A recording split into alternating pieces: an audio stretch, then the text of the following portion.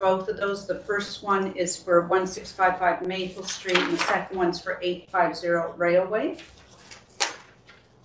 This is a public hearing for proposed Regional District of Okanagan-Similkameen bylaw number 2455.44/2020. The proposed bylaw and related information, including written comments received to date, is available for review on the Regional District's webpage. At this public hearing, all persons wishing to speak will be given an opportunity to do so and are asked to commence their remarks by stating their name and address. Written comments may be submitted before closure of the hearing. Anyone wishing to speak at this public hearing is asked to do one of the following. If you are participating via computer, please click the raise hand button, which can be found in the participants panel on the right-hand side of your computer screen. This will indicate that you wish to speak. If you are participating via phone, please press *3 on your phone's keypad. This will also indicate that you wish to speak. Having indicated that you wish to speak, you will then be placed in a queue until you are invited to speak. All speakers will be restricted to a time limit of 5 minutes until everyone who wishes to speak has had an opportunity to do so.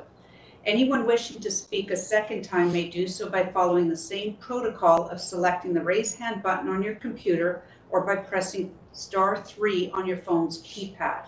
To submit written comments, please email them to planning@rdos.bc.ca prior to the close of this public hearing. I will now ask Joanne Peachy, Planner 1, to outline the specifics of the proposed bylaw. Go ahead, please, Ms. Peachy. Thank you, Madam Chair. So the purpose of this bylaw is to change the zoning designation for a portion of the land currently zoned heavy industrial, which is I2, to a site-specific general industrial zone. The subject land is located at 1655 Maple Street in Okanagan Falls, and it encompasses the majority of a single parcel that's commonly referred to as Old Warehouser site. The parcel is currently split zoned I2 and Parks and Recreation. The Parks and Recreation zone is on the northeast side of Shuttleworth Creek, and there's no change proposed to the Parks and Rec designation as part of the bylaw.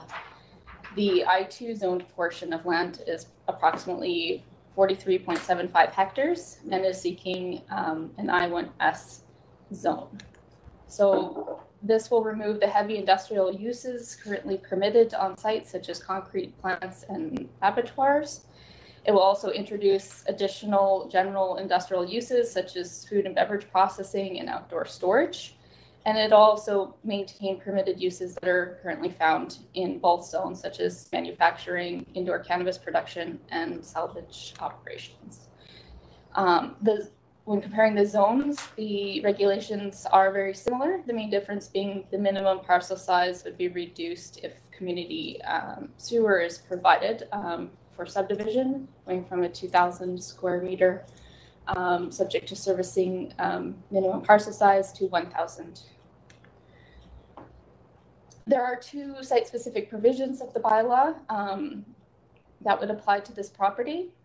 So they're looking to increase the maximum parcel coverage to 60% and to allow for indoor agriculture.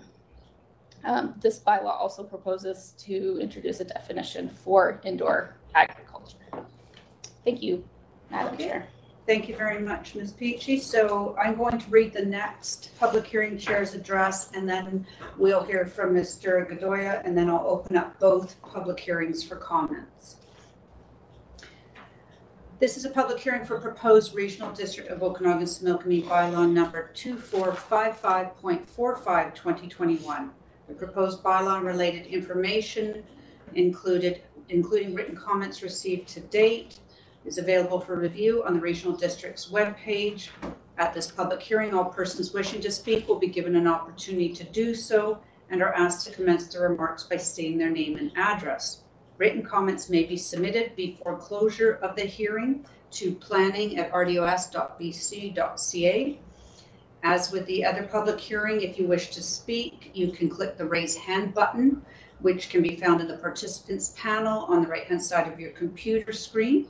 You can also participate by phone by pressing *3 on your phone's keypad. and this will indicate you wish to speak. You will be placed in a queue until you're called upon to speak. You're restricted to a limit of 5 minutes until everyone who wishes to speak has had an opportunity to do so. If you wish to speak again, follow the same process to get back into the queue. I will now ask Rushi Godoya, planning technician, to outline the specifics of the proposed bylaw. Go ahead, Mr. Godoya. Thank you, Madam Chair. So the current proposal in front of us is to subdivide the 2 bottom commercial units into 5 residential units. Currently, the property is at 850 Railway Lane, Unit 102 and 103. The proposal is to convert the bottom 2 commercials into residential units under the current Okanagan Falls Town Center zone. They can do so, which allows them for mixed use commercial and residential both on the same property under the same zoning. And the site-specific regulation of the current proposal is to increase the maximum density from 100 dwelling units per hectare, which is allowed under current zoning, to 159 dwelling units per hectare, which would allow them to go up until 5 units. The parking provisions are met. The amenity space requirements are somewhat met, although followed by a DVP application. Subject property is approximately 3,343 square meters in area and is situated on the north side of Highway 97, surrounded by Skaha Lake to the west. There are policies in the Okanagan Falls Town Center which supports increased density, and for this reason, staff is in support of the application. Thank you. Okay, thank you very much. I now declare both public hearings open, and I ask if there's anyone present who wishes to speak to either of the proposed bylaws. And if you do wish to speak, please state your name and address and also indicate which bylaw you're speaking to. I see there's a hand raised by Lori Schmidt. Danny, if we could bring in Lori Schmidt to speak. Go ahead, please. My name is Lori Schmidt, Schmidt & Associates Development Planning, speaking to 1655 Maple Street rezoning. I just wanted to introduce myself quickly. I am the applicant on behalf of the Avery Group. I wanted to, first of all, thank Joanne and staff for the hard work on this. I also wanted to let the board know that members of Avery Group and our project team are available to answer any questions, and we'll forego any presentation, understanding that Joanne has covered this off very well. Thank you. Okay, great. Thank you very much, Mr. Schmidt. I see there's a hand raised by Samantha Turner. If we could bring Samantha Turner in to speak. Go ahead, please. Hi, good morning. I'm Samantha Turner. I'm with Weyerhaeuser Company. And do I need to state my address? Yes, that would be helpful for our record. Okay. 220 Occidental Avenue South, Seattle, Washington, 98104. And my title is Senior Real Estate Manager. And I and a colleague of mine are here today to represent Weyerhaeuser, just to put on the record our concerns with the rezone from a heavy industrial to a general industrial, and the increased commercial use that would represent. And my colleague, Norm Druck, was going to speak. He is our local area manager, and he can speak more specifically to our operations that are specific to our concerns and the road use there. So, Norm?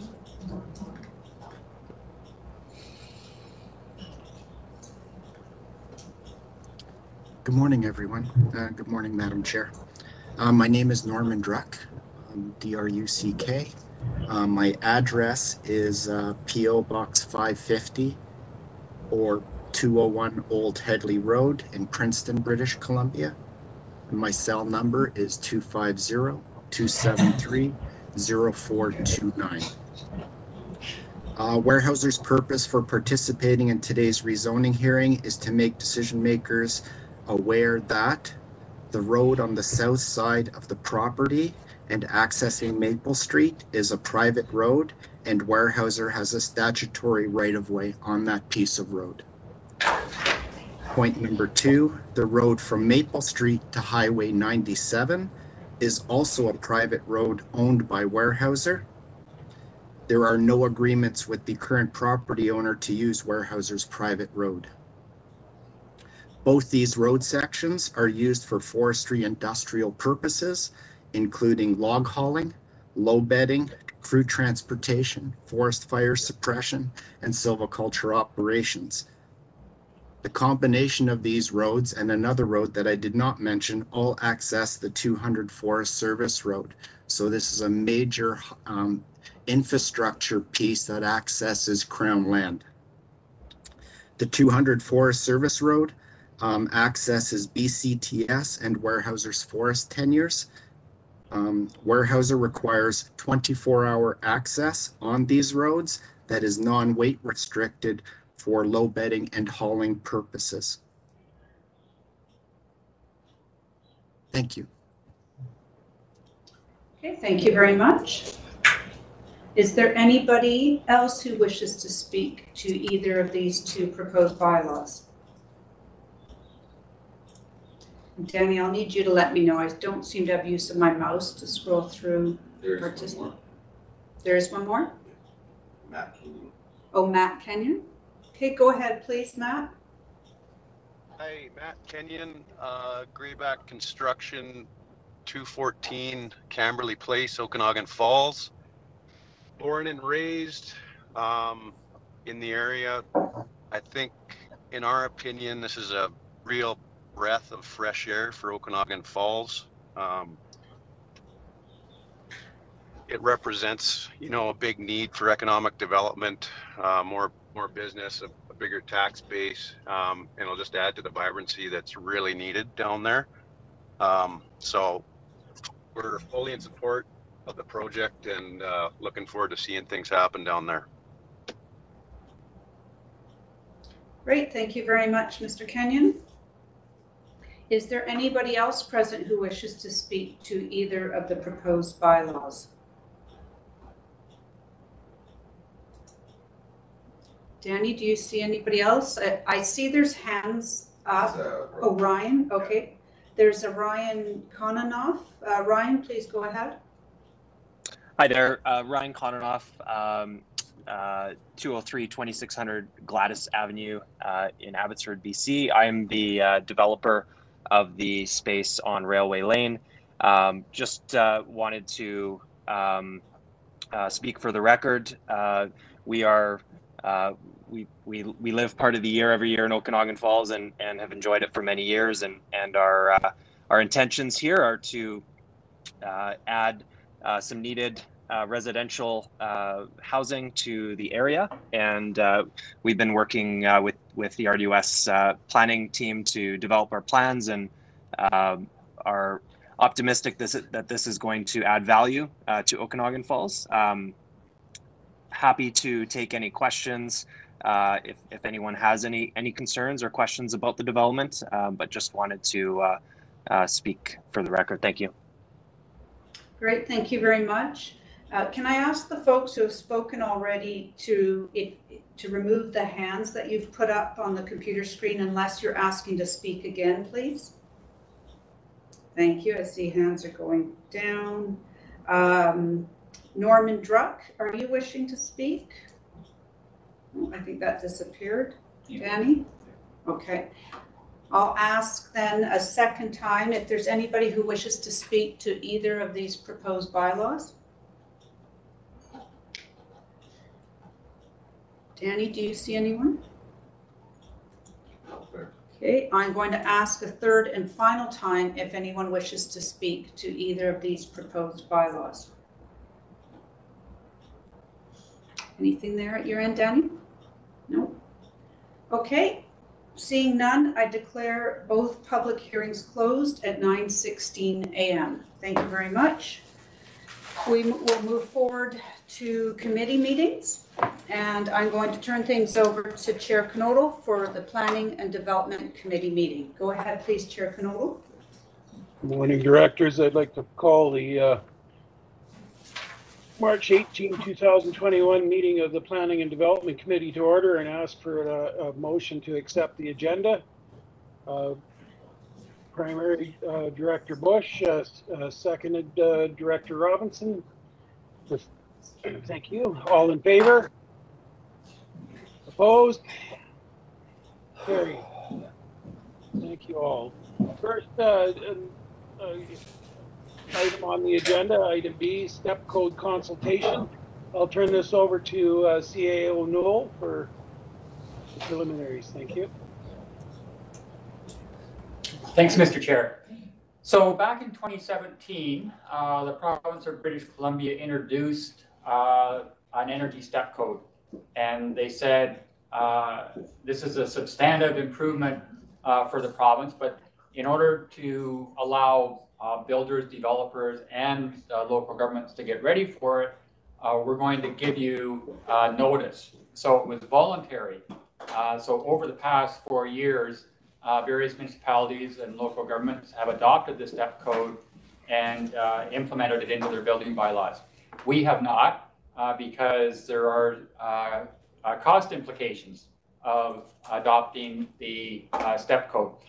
So that brings us to today, and we are at the point where the province is going to introduce the energy step code into the 2022 building code.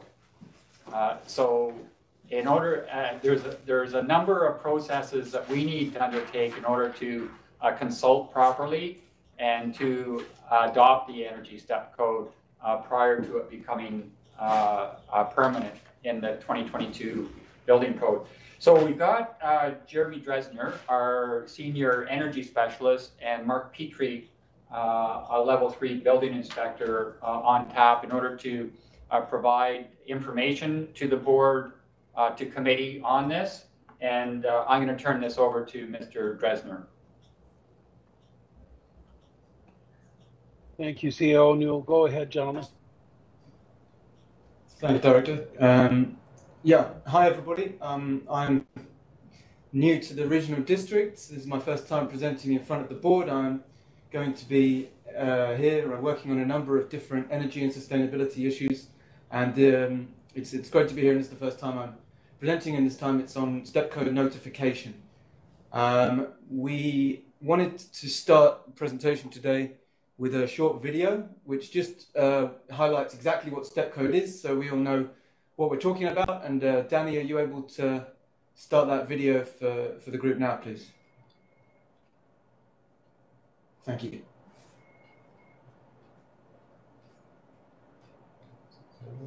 I don't know if there's volume. I can't hear that myself. Can anyone?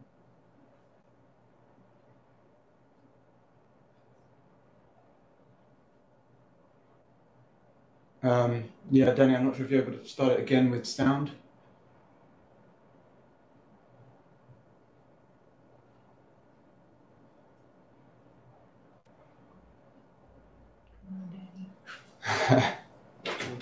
Yeah, audio's working in the boardroom. Is that okay? Presentation? Sure. Okay. So it's just you. All right. Okay. Well, if everyone else can hear, please continue the video. I'm getting some shaking heads from. If you talk, they don't hear you. Just wait for the video to be done.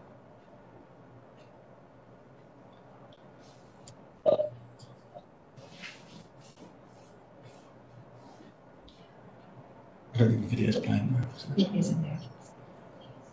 Filter said it is in there. Okay.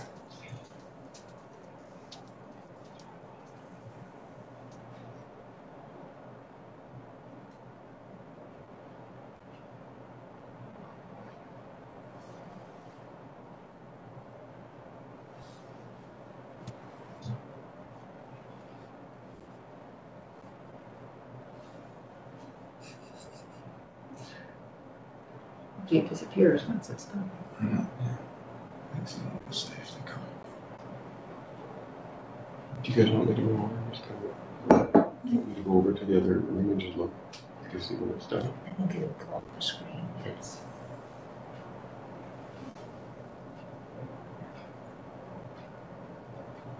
Check those talking too. Yes, we check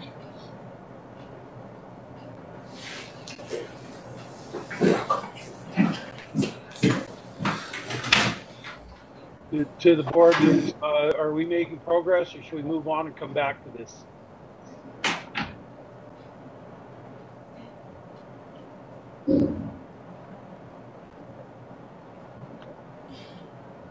So my understanding is it can be heard. Can we indicate if it's being played now?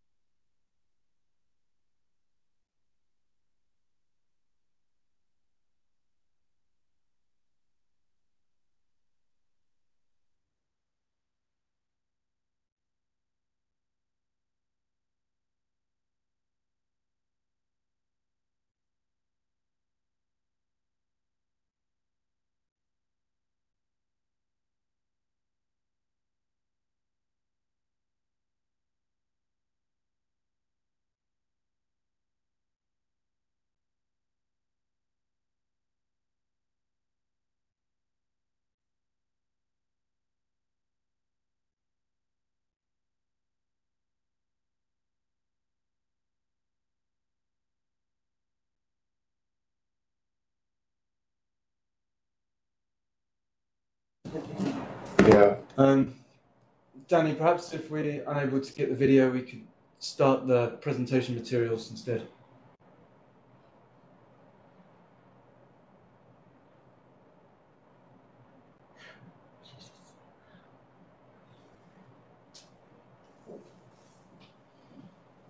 I'll just wait for confirmation on that.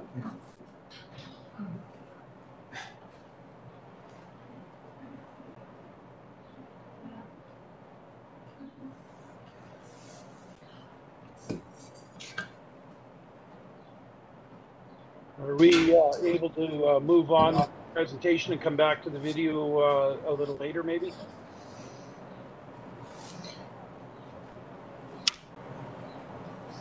Yeah, I'm happy to do that, Director, and if Danny's able to put the presentation up on the screen now, I can move forward. Yeah, I think he would do it.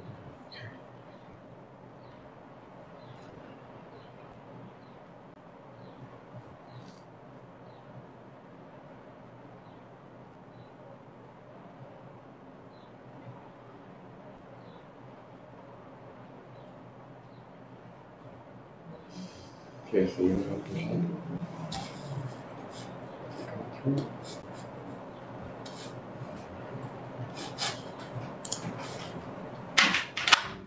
Okay, so it sounds like we're having some technical difficulties with the audio coming out of the boardroom. So Danny is working on that. Sorry about that, folks. A few gremlins.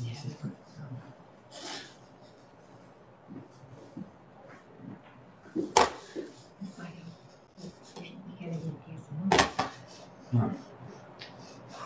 For God's sakes.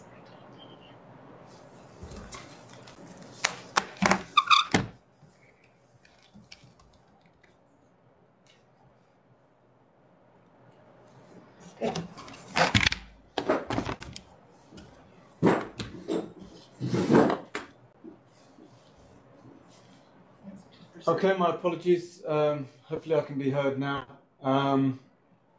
Yeah, just in brief, that video was explaining the basics of the step code, explaining that it only applies to new buildings, and it's something that was first put into operation by the province in 2017, and since then has been adopted quite widely in a number of jurisdictions, and it was explaining some of the benefits of having a step code compliant home to the dwellers within. Today we're talking about the notification to consult, and that's what we're going to be deciding on. That is a document that has to go to the BC Energy Step Code Council if we're going to begin a 6-month notification process. So what are the benefits to a homeowner of having a step code compliant home? A step code compliant home is a home that is built 20% more energy efficient than code. Therefore, you will have lower energy bills. It will increase comfort, increase indoor air quality. It'll be a more quiet home with the increased insulation levels and better windows.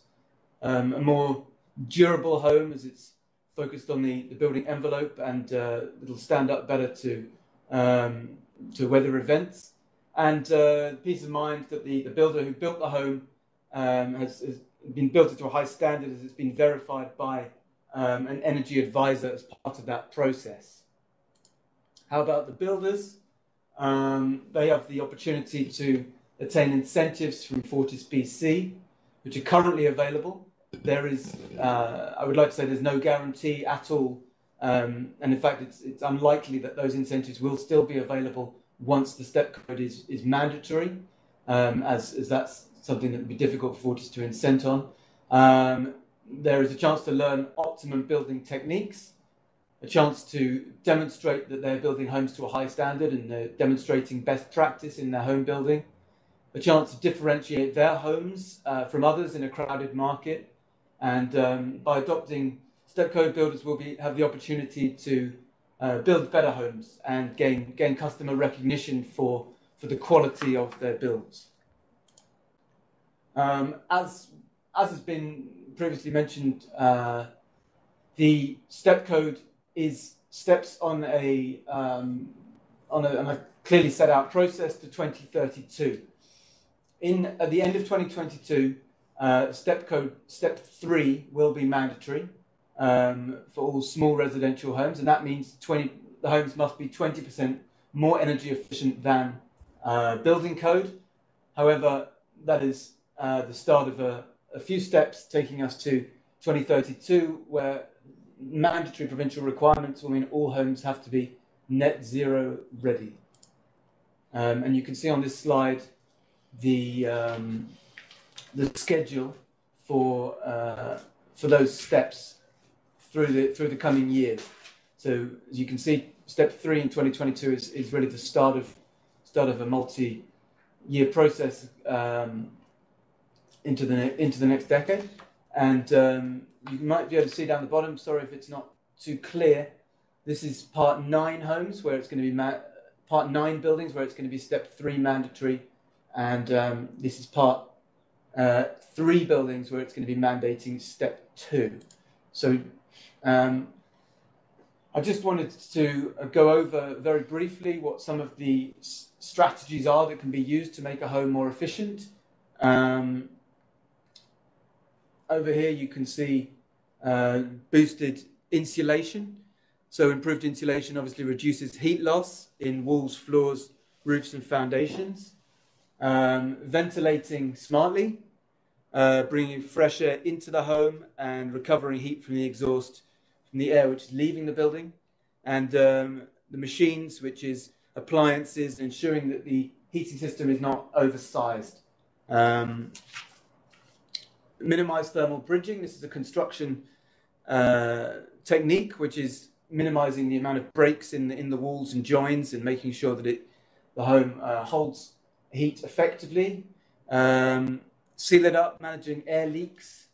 This is making sure that there's minimum of gaps, and doors and windows and sizing. There was some question about costs, so I wanted to highlight this case study from a single family home in Invermere, which was built to step 3, and has almost zero cost zero cost increase from a standard home. As you can see here, it is a 2% cost increase. As you'll get to, some of that is covered by current incentives.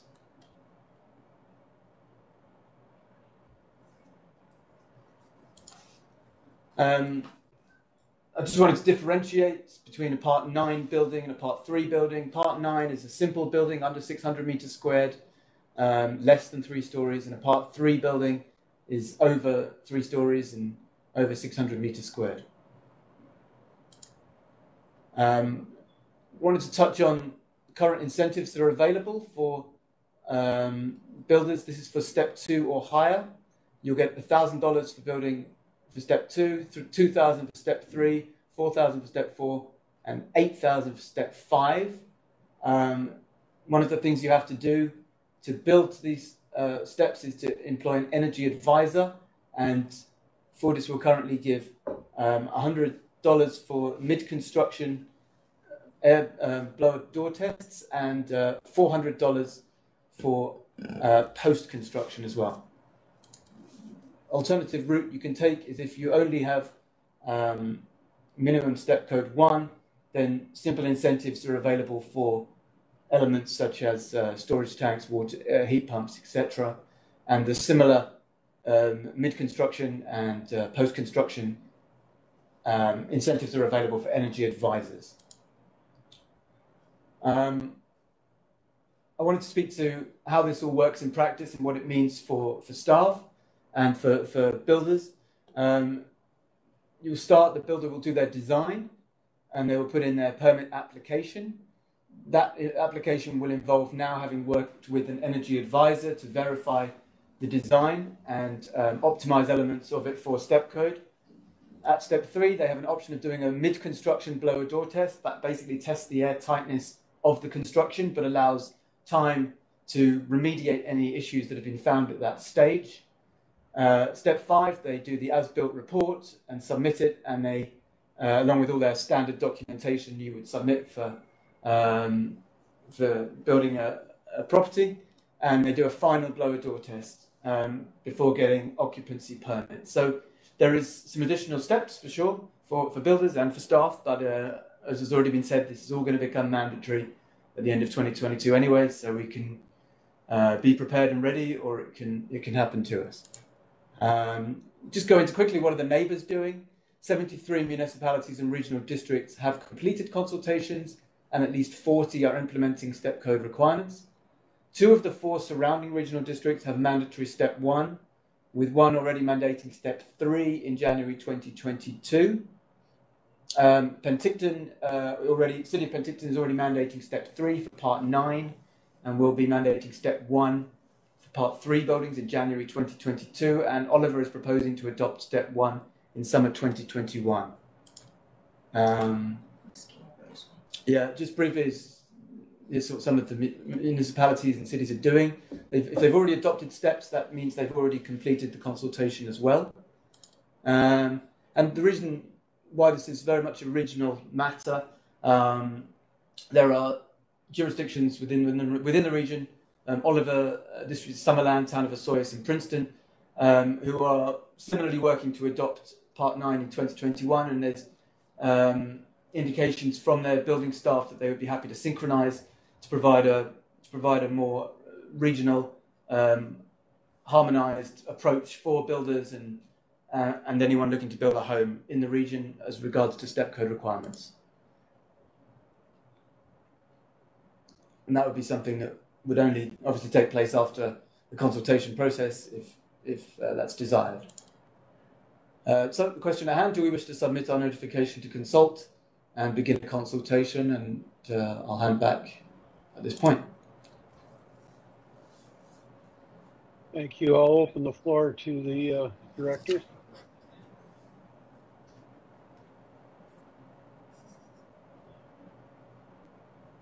I'm not seeing any hands. Are there no questions for Director Olbrich?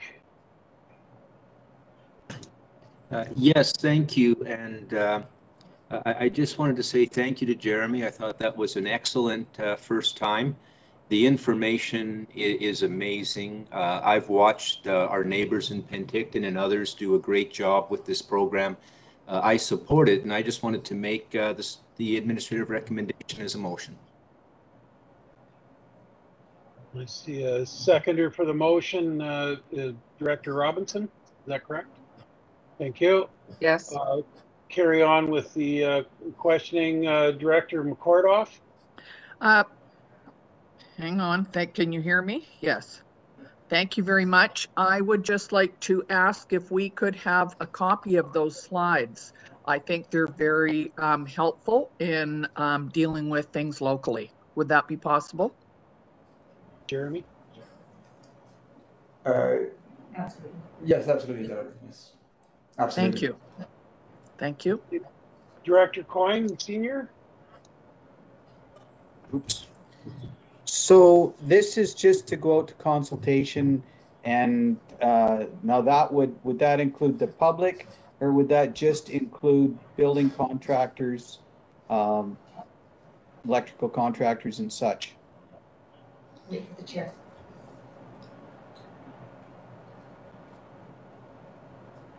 Jeremy, do you care to answer that? Yes, thank you, Chair.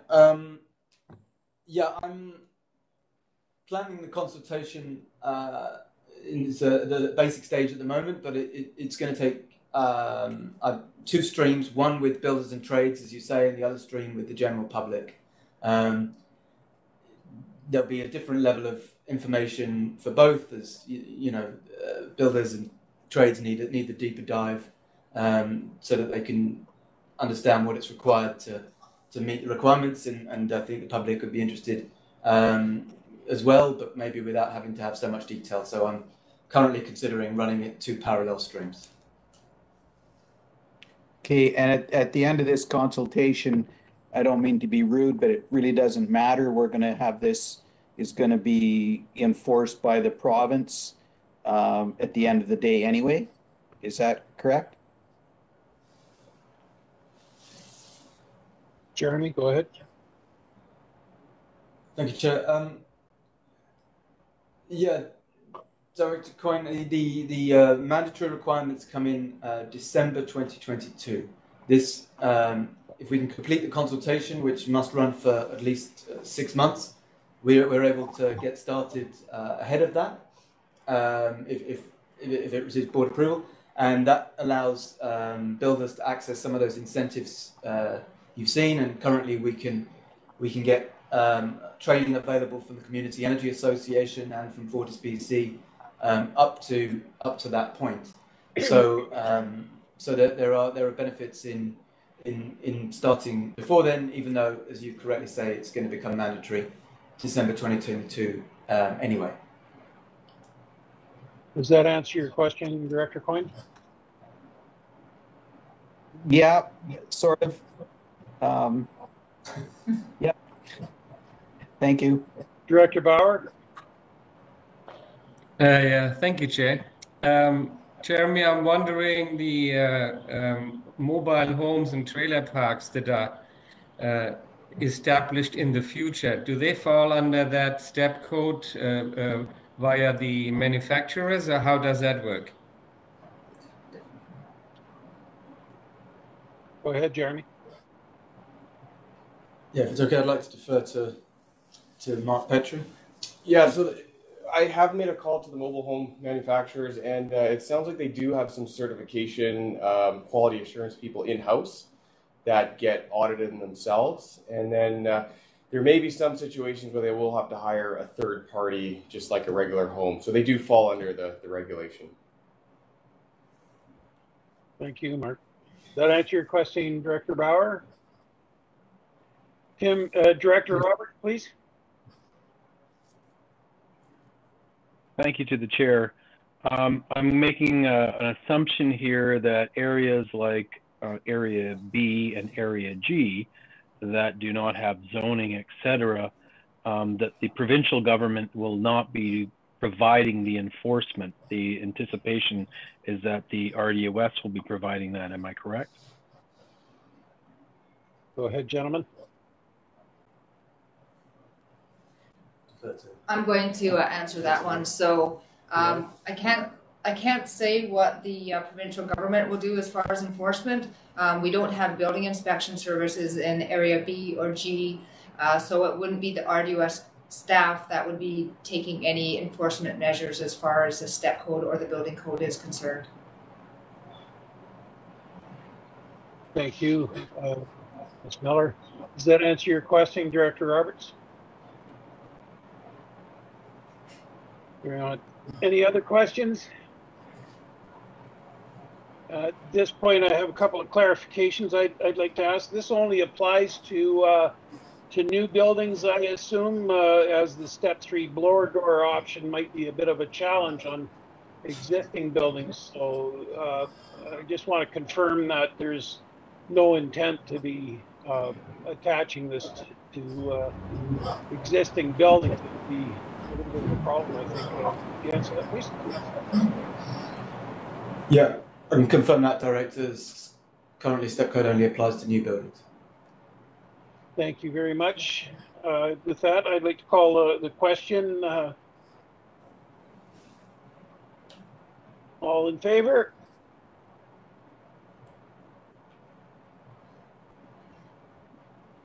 Opposed? Motion carried. Thank you. I see no opposed. So. Item C, amendment to the environmentally sensitive development permit. Would you care to expand on that, please? So vacate them. Pardon me, CAO.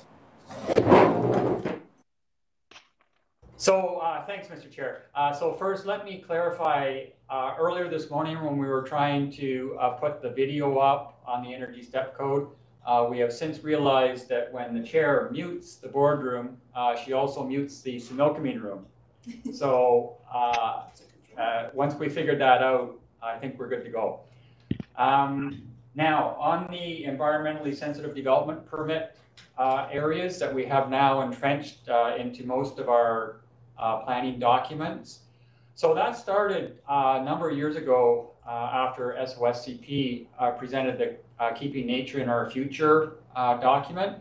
And obviously, one of the board's values is to protect the environment, and it's a great idea. Oftentimes, when we introduce that sort of sweeping change across the regional district, it has consequences that aren't normally identified at the time of introduction. So now that we've been at this for a while, the board raised the issue in 2020 about whether we can apply this as pervasively as we have, or whether we should be looking at it to determine where it could be most effective, yet still practical. And we've been in the review process on this now for the past year, and it's been out for broad consultation, and it's been out to the advisory planning commissions, and we have a number of suggestions that that committee is going to be interested in. So I'm going to turn it over to Mr. Garish, Mr. Chair, and he has a presentation that he wants to make on this. Thank you, CAO Newell. Mr. Garish, should you carry on, please, sir? Sure, thank you, Chair. Just get my presentation up.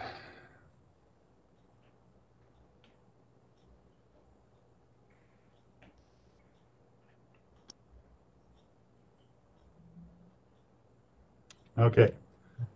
So I have a fair few number of slides, and I appreciate the time is limited today, so I might go at a pretty brisk clip here.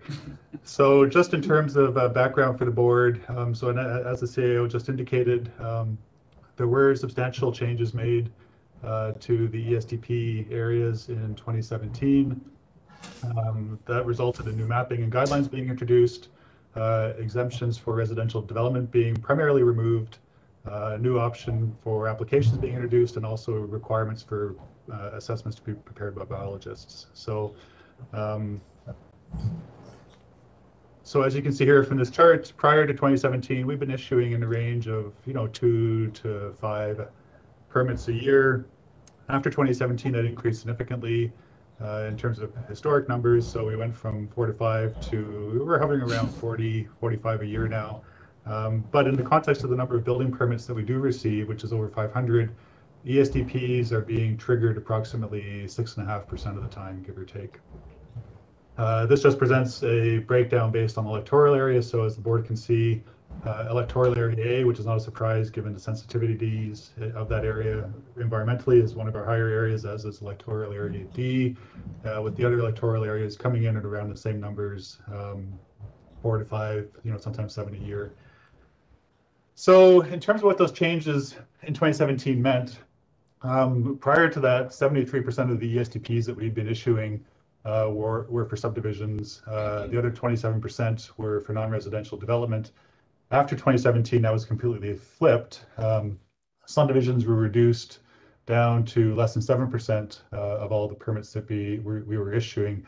I don't think the number of subdivisions themselves changed, but just in comparison to the other permits we were issuing, that was the result. Non-residential development also decreased, and residential development went from 0% up to almost, just over 80% of the permits that we were issuing. And then also a surprise for us at the staff level, the expedited permit option, which we had introduced as a kind of safety valve in response to the changes to the exemptions for residential development, and we weren't expecting to be used a lot, ended up being or accounting for 90% of the permits that we were issuing. So in 2020, as the board is aware, a motion was accepted that provided direction to staff in terms of changes to ESDP areas. I just want to recap what those were for the board's benefit. So first off, that ESDPs only be applied to subdivisions and rezonings, that options be brought forward to make ESDPs more effective at the subdivision and rezoning stage, and that ESDPs should not prevent the fire smarting of properties. So in response to those, primarily the first one with this slide here, the change from having building construction, subdivision, and alteration of land as triggers for ESDPs, responding to the board's direction is fairly easy. We can make that change to have them only apply to subdivision without much effort to the bylaw. With regard to the direction that ESDPs apply only to rezonings, I just want to provide a point of clarity on that, which I think I've done in the past, but just to point out that rezonings don't actually trigger ESDPs. So on that basis, staff aren't really proposing any changes for those. We do use the ESDP layer to inform requests for environmental impact assessments that we might require as part of the rezoning process, with the expectation that down the road when subdivision or building actually happens, that those EIAs we requested rezoning at that later stage become the basis for an ESDP. Again, on the request for more effective at subdivision and rezoning stage, staff also feel that there's already pretty substantial policies within the OCP bylaws that speak to this issue already, and I've got one highlighted here, which I'll just read off quickly, and it's basically saying that the board will not support rezonings where it's determined that the proposed development is contrary to an ESDP area guideline in that plan, and that the impact cannot be mitigated. So we feel that's a fairly strong statement that there's not really much room to improve upon. It's really up to the board as to how it chooses to weight that consideration when it's looking at rezoning applications.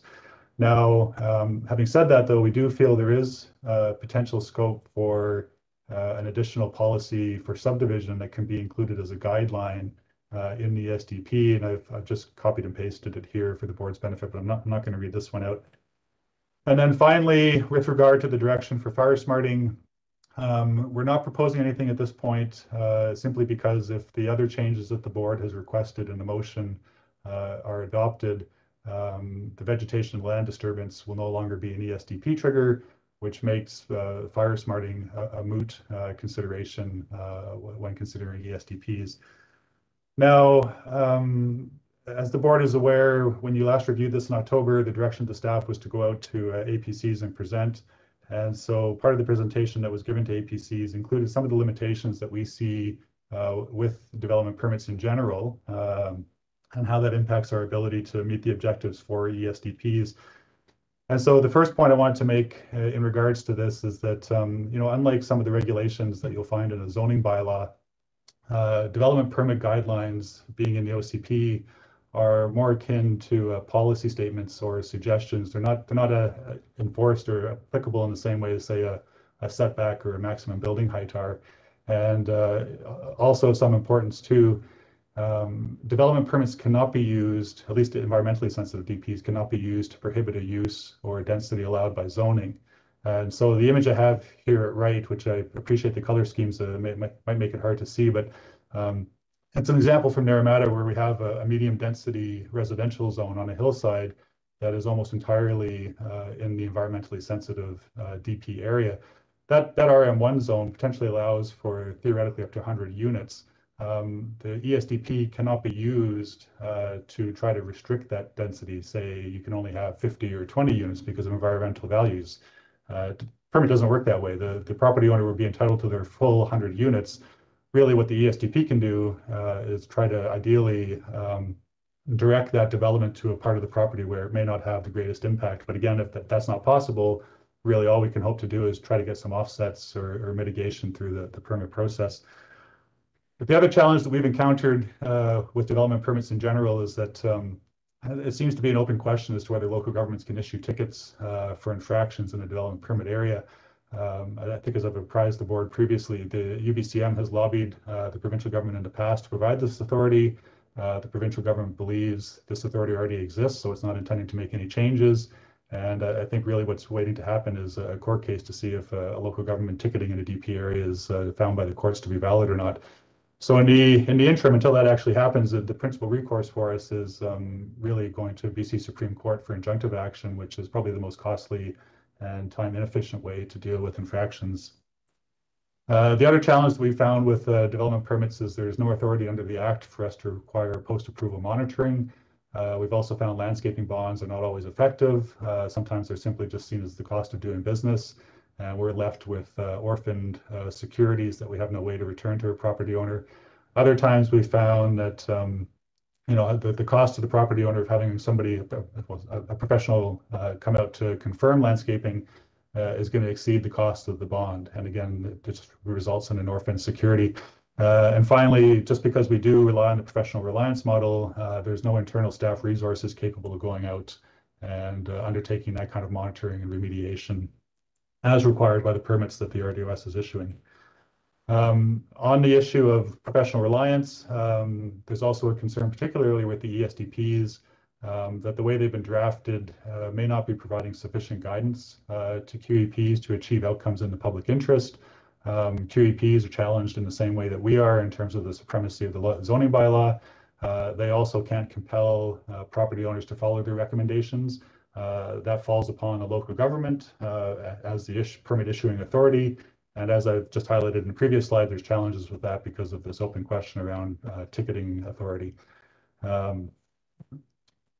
Measuring performance of the ESDPs is a challenge as well. I think this came up during the discussion at committee in October. The staff have no way of monitoring or assessing performance to see if ESDPs are actually achieving their stated objective of minimizing impacts of development on the environment. There's also this concern since 2017 with ESDPs and how the focus has changed from larger scale rezonings and subdivisions down to the building permit stage. That really, at least from my perspective, which I appreciate and I acknowledge as a layman's view of these things, that protecting the environment, I've always understood to be more about ensuring or preventing the fragmentation of larger parcels and any sensitive lands on there, not arguing at the building permit stage as to the location of a residential building or dwelling unit. Finally, on performance measurements as well, to the extent that we've been able to ask this question and try to ascertain how we're doing with our ESDPs, the feedback that we've received is that the value seems to be in educating property owners of the values on their property, which, I mean, it's nothing to sneeze at, but I just want to emphasize that's not actually the stated objective of the ESDP area. It's not meant to be a tool of education. It's meant to be something to minimize the impact of development. There was a request at the October committee meeting for examples of infractions to be presented at the APC. So I just wanted to share with the board some examples that we did share. just how enforcement works generally with in these situations. So I don't want to single out any particular properties or QEPs in this instance, so I'll try to keep it as anonymous as I can. But there's situations that come to our attention through written complaints. It's usually involving earthworks, and usually the situation that the property owner is unaware of the requirements for a development permit prior to doing earthworks or vegetation clearing. And so here's a situation that came to our attention through complaint. It was a driveway put through in an ESDP area. At the end of the day, though, the property owner was able to obtain a QEP who signed off on the works that were done. And I think the recommendation in this instance was some mitigation in terms of offsetting plantings. So there was no restoration or undoing of the destruction required. Similar to this other situation, again, earthworks were done. Property owner wasn't aware that they were in the ESDP area. Again, a QEP was engaged. They came back and approved the works, subject to some revegetation of the disturbed area occurring.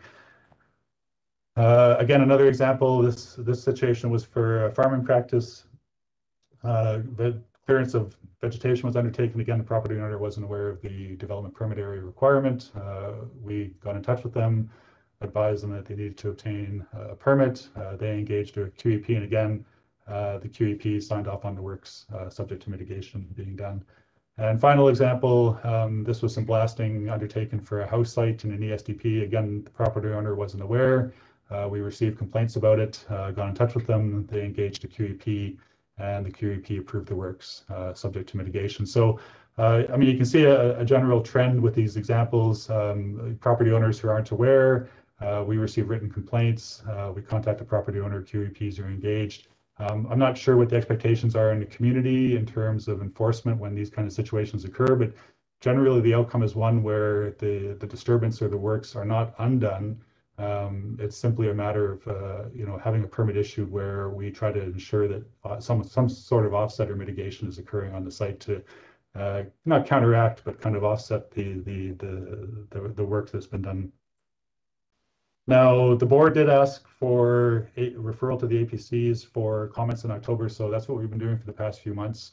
I apologize for the time turnaround, but of course the holidays and COVID played a role in that.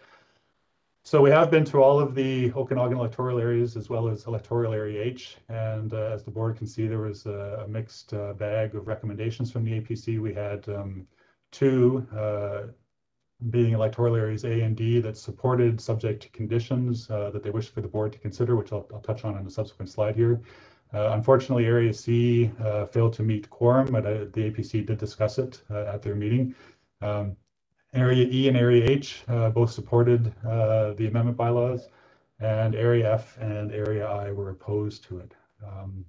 So just touching on the conditions that A and D put forward. So they do ask for the board to consider maybe some alternative options, such as reducing the allowable building area, which is normally done through maximum parcel coverage regulations in sensitive areas. And also, as opposed to getting rid of land alteration or vegetation removal as a trigger for DPs, that consideration be given to retaining that, possibly on parcels 2 hectares or larger. And the concern there, and which I think is a valid one, is that people may simply go and clear a parcel of land, do all the earthworks before actually coming in for a rezoning or a subdivision application, in which case it kind of hamstrings our ability to safeguard values on a property as part of those application processes. In terms of the APCs that were opposed to the proposed amendments, I'm just paraphrasing here based on what my recollection of the conversations were. I believe that those APCs feel that even if ESDPs are a flawed tool, it's better than no tool at all. There was a concern that the proposed amendments are an abandonment of the regional district's commitment to be a steward of the environment, and that also ESDPs are an important way of informing property owners of the environmental values on their land and shouldn't be changed. The agency comments that we did receive back, I don't have it listed here on the PowerPoint slide, but the Land Commission and Ministry of Ag didn't take any issue with the amendments. Environment Canada and Climate Change did, and they're encouraging the board to consider a modified approach, similar to Ecosystem Branch with the ministry. They'd like to see a more focused set of amendments to be considered by the board as opposed to the removal of vegetation and building permits as triggers. South Okanagan-Similkameen Conservation Program, it's a lengthy representation, but I think it boils down to basically being opposed to the changes in the amendment bylaw. And then finally, staff at Central Okanagan Regional District did put forward that they support a consistent approach to environmental protection in the valley. They themselves have building permits as a trigger and would encourage the regional district here to consider retaining that as well. So in summary, we argue, and it's not specific to ESDPs. We think all of our development permits have significant limitations for the reasons that are outlined in the previous slides. It's not clear to staff, at least, that ESDPs can limit the impacts of development on the environment, primarily due to the supremacy of the zoning bylaws. The 2017 amendments have refocused ESDPs on the building permit stage, and so we are spending a lot of time dealing with what I would consider minor building permit applications. And I hate to say it, but it does cause a concern that we've potentially created a paper pushing scheme with those 2017 amendments. And then finally, we also do recognize, however, especially out in the communities and from those APCs that were opposed to the proposed changes, that there's a strong symbolic value to ESDPs and the regional district's commitment to protecting and being a steward of the environment. So that's it for my presentation. I'm happy to answer any questions that the board may have. Thank you, Mr. Garish. I'll open the floor to questions.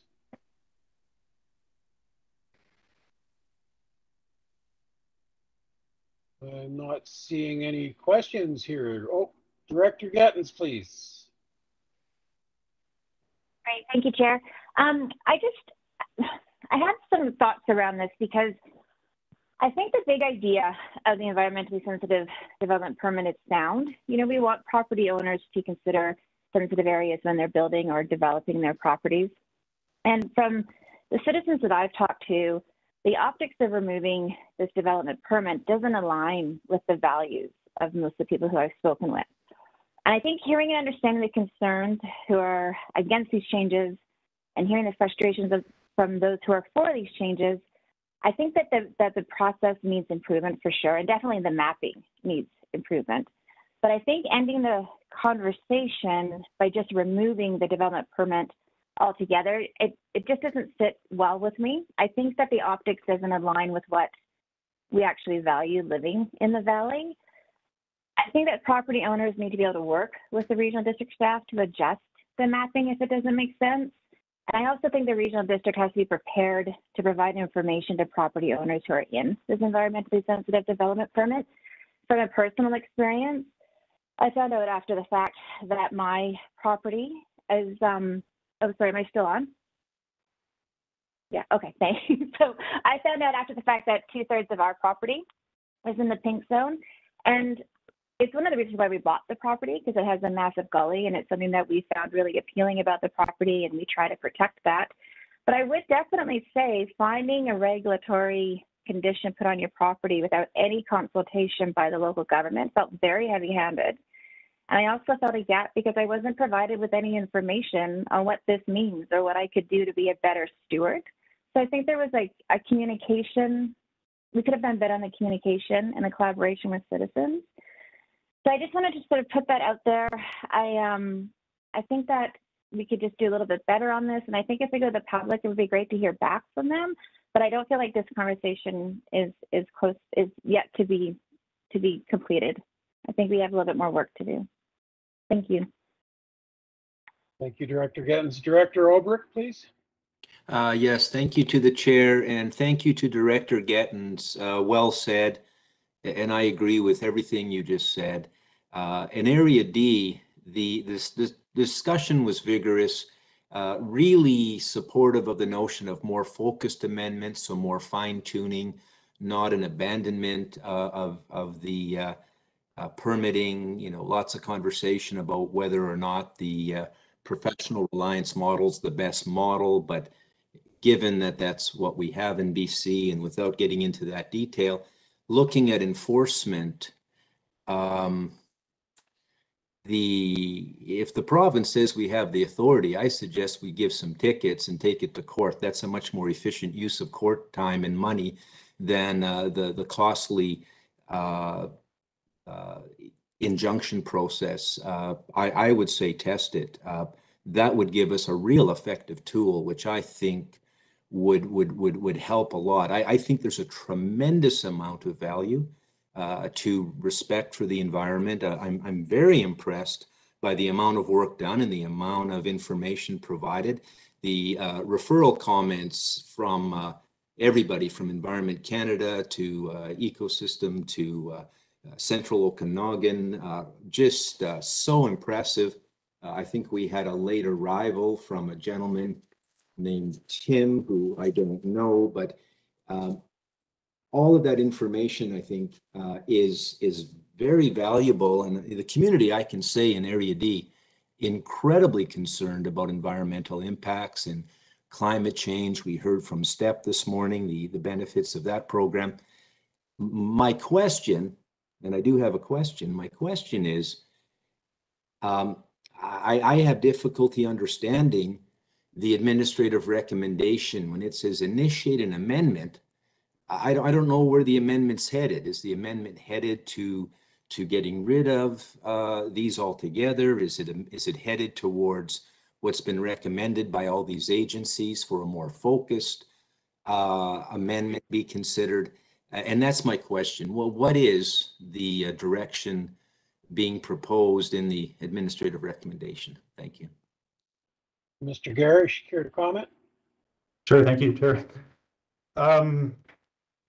So the amendment bylaw that's before the board it was drafted to give effect to the direction from the motion that was accepted. So if initiated, we would continue with the consultation process, and if adopted, it would basically remove building permits, land disturbance, vegetation clearance as triggers. It would introduce a new policy statement as a guideline for subdivisions, and it would otherwise then remove ESDP guidelines that were no longer relevant based on the changes to the triggers, such as exemptions for building permits, the rapid environmental assessment, and it would also modify some other policy statements within the OCPs to reflect these changes.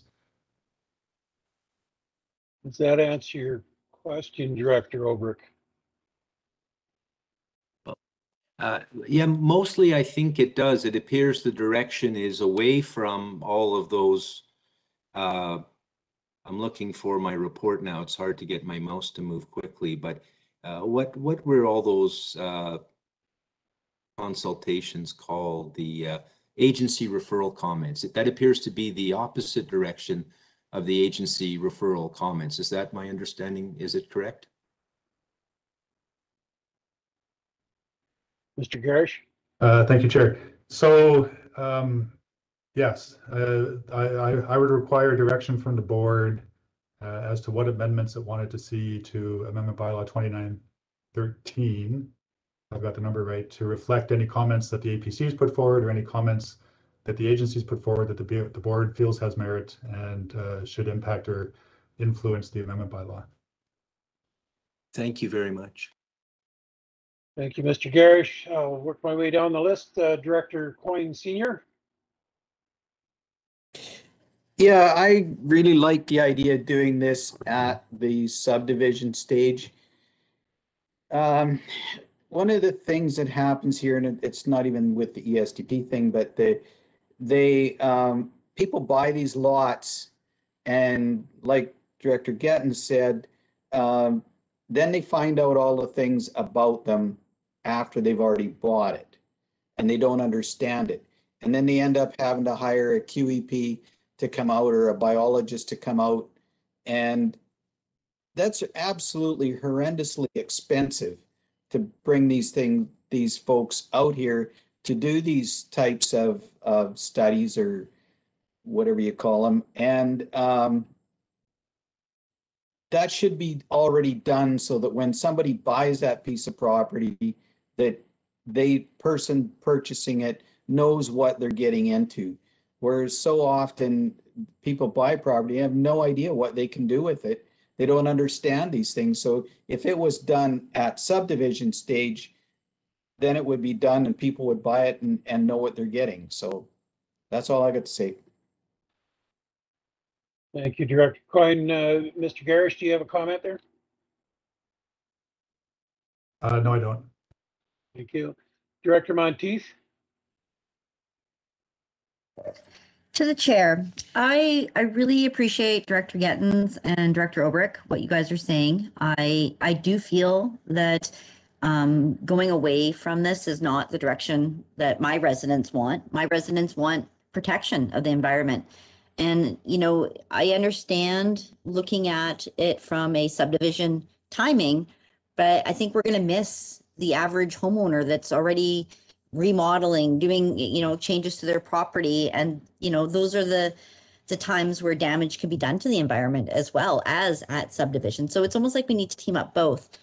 So I'm kind of wondering if it's possible if we looked at a regional review as some sort of project, or, you know, even if we hired and did a study and did all the rural areas and identified what environmentally sensitive areas are, what homeowners could do, and then team that with an education plan so that homeowners that do own or will own have access to that information in general, so that maybe they're more aware when they purchase, understand what they can do with their land. And, you know, I feel like homeowners want to be good stewards of the land and they want to be good neighbors. And I feel that taking away the only optical tool we have to protect is not the way to go.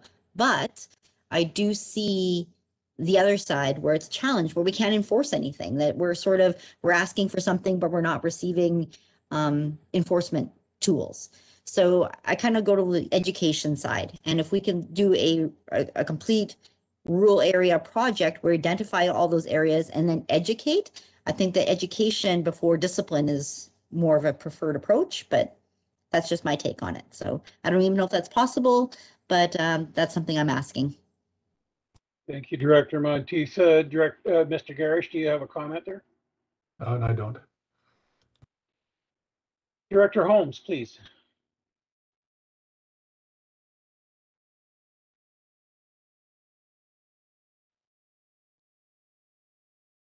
Director Holmes?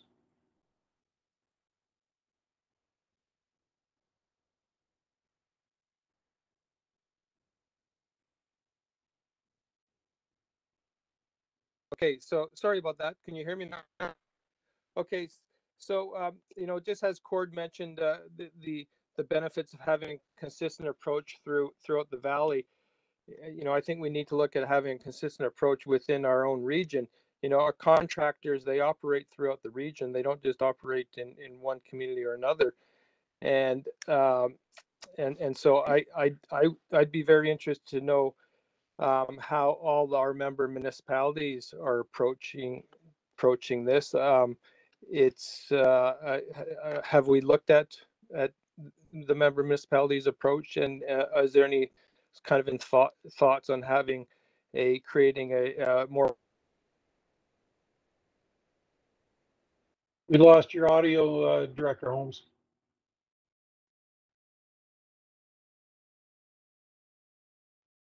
Director Holmes?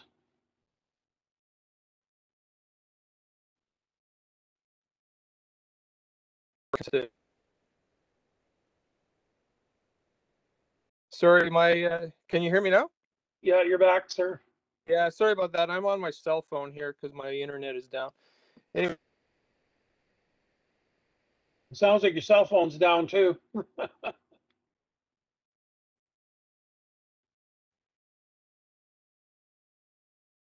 Sir? Maybe a planners group like we have a CA. That would be appreciated. Director Holmes, you're not coming in very well. We've missed pretty much the majority of your last statement.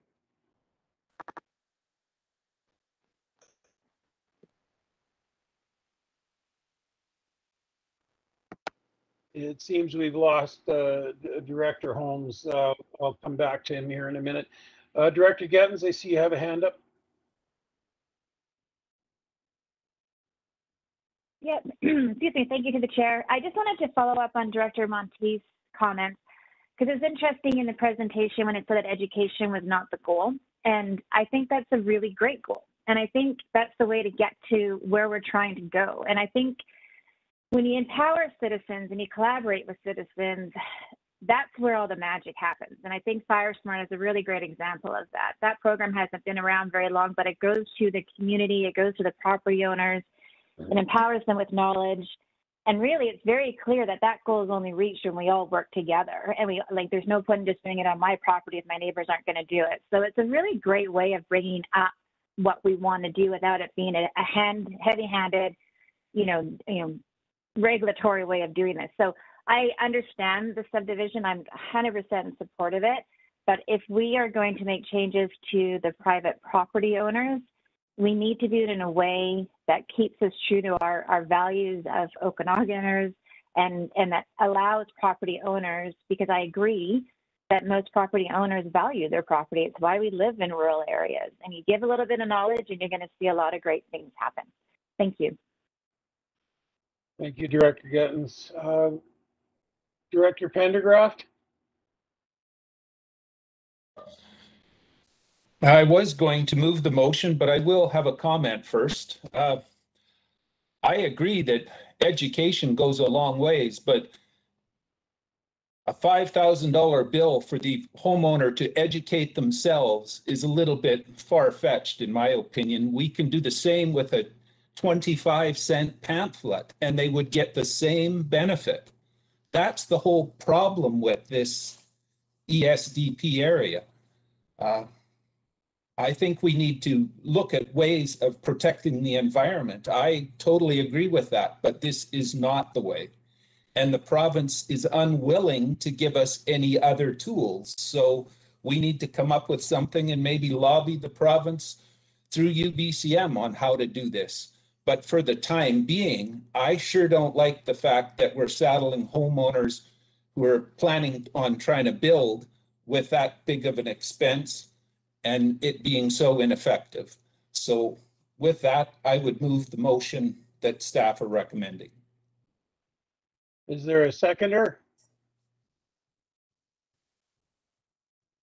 Director Kovacevic is seconded. I think we'll carry on with questioning before we call the question. Board, Director Kovacevic, I see you have a hand up. Is that for a question? Yes, thank you, Chair Knodel. And maybe Mr. Garish can clarify.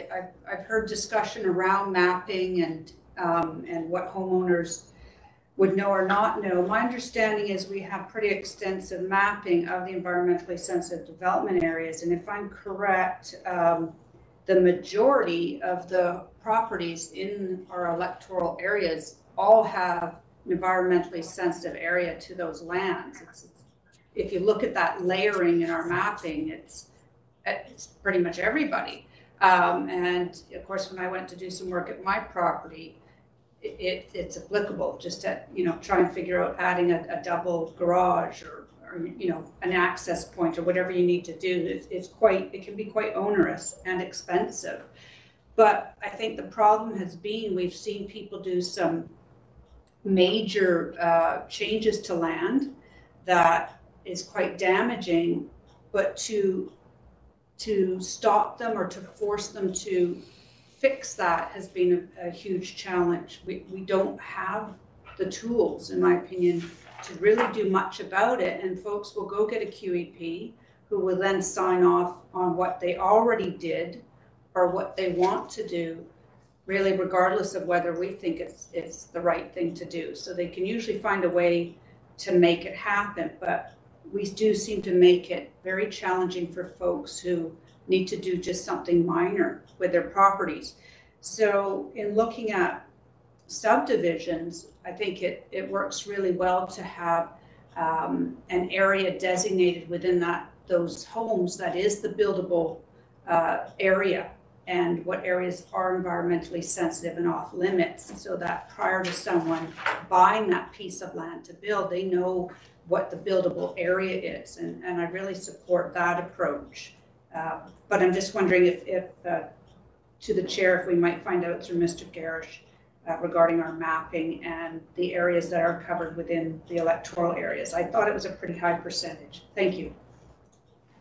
Thank you, Director Kubakovich. Mr. Garish, do you have a comment there, please?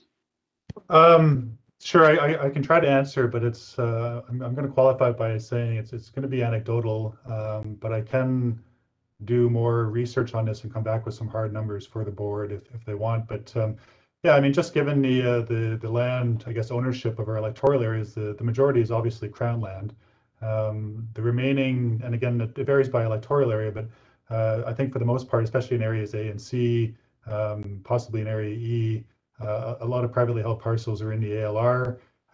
We know there are some, albeit limited, environmental values on ALR lands, primarily because, of course, agriculture and historic use of the lands has probably erased any values. But there are some values. We haven't designated those. Where we have designated land, it's generally small holdings, large holdings, resource area. They tend to be up the hillsides. I think the statistic I put in the board report was just under 3% of all lands in the applicable electoral areas have been designated as ESDP. I'd have to go back and find out how much of that, like what percentage of private lands does that represent? But yes, the chair, or sorry, Dr. Kazakovich is correct. The mapping we have is very extensive mapping. There are large sections of most electoral areas that are shown as environmentally sensitive, but not all of those are formally designated. Thank you, Mr. Garish. I see we have Director Holmes back. Director Holmes, do you want to go over your? Yeah, thank you. I apologize for before. I'm on internet now. So, okay. But, my point was just, we have all these contractors working throughout the region, and they don't, and I think they would like to see some consistency of how in the region with development permits and the whole development area. And so I'm just wondering, I think it would be useful if we could see our municipalities deal with hillside development, and so we can sort of compare comparison that way. I'm just wondering if we're looked at. Director Holmes, you didn't come through very clearly there, but I think we've got enough for Mr. Garish to form an answer if he has one, please. I'll try my best, Chair.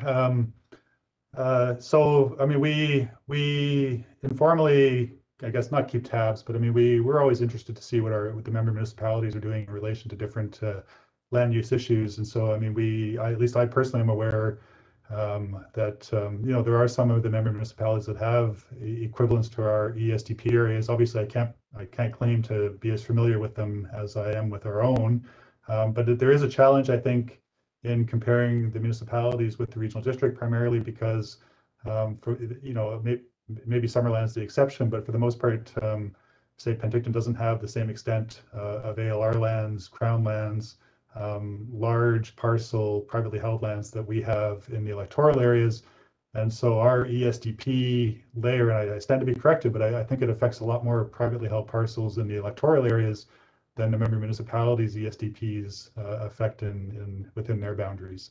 So, I mean, we can certainly look at a regional approach to this, but I just think the challenges in the electoral areas are going to be slightly different than in the municipalities. Thank you, Mr. Garish. Director Obrick, please.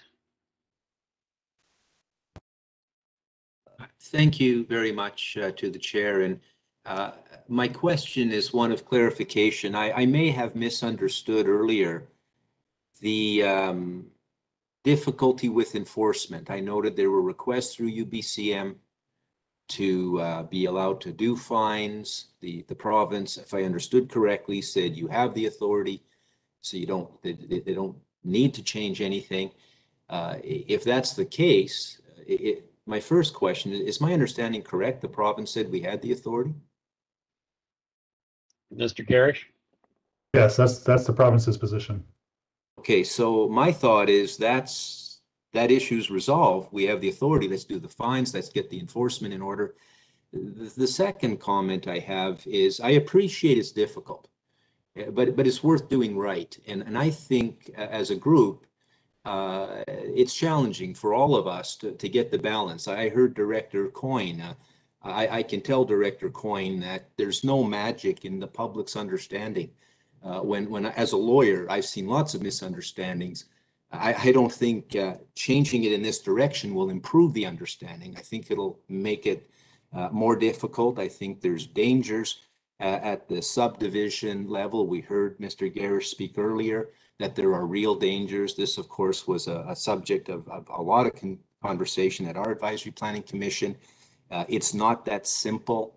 I hear the concern about cost, $5,000. Well, maybe we need to focus on what the problems are and not throw the baby out with the bathwater.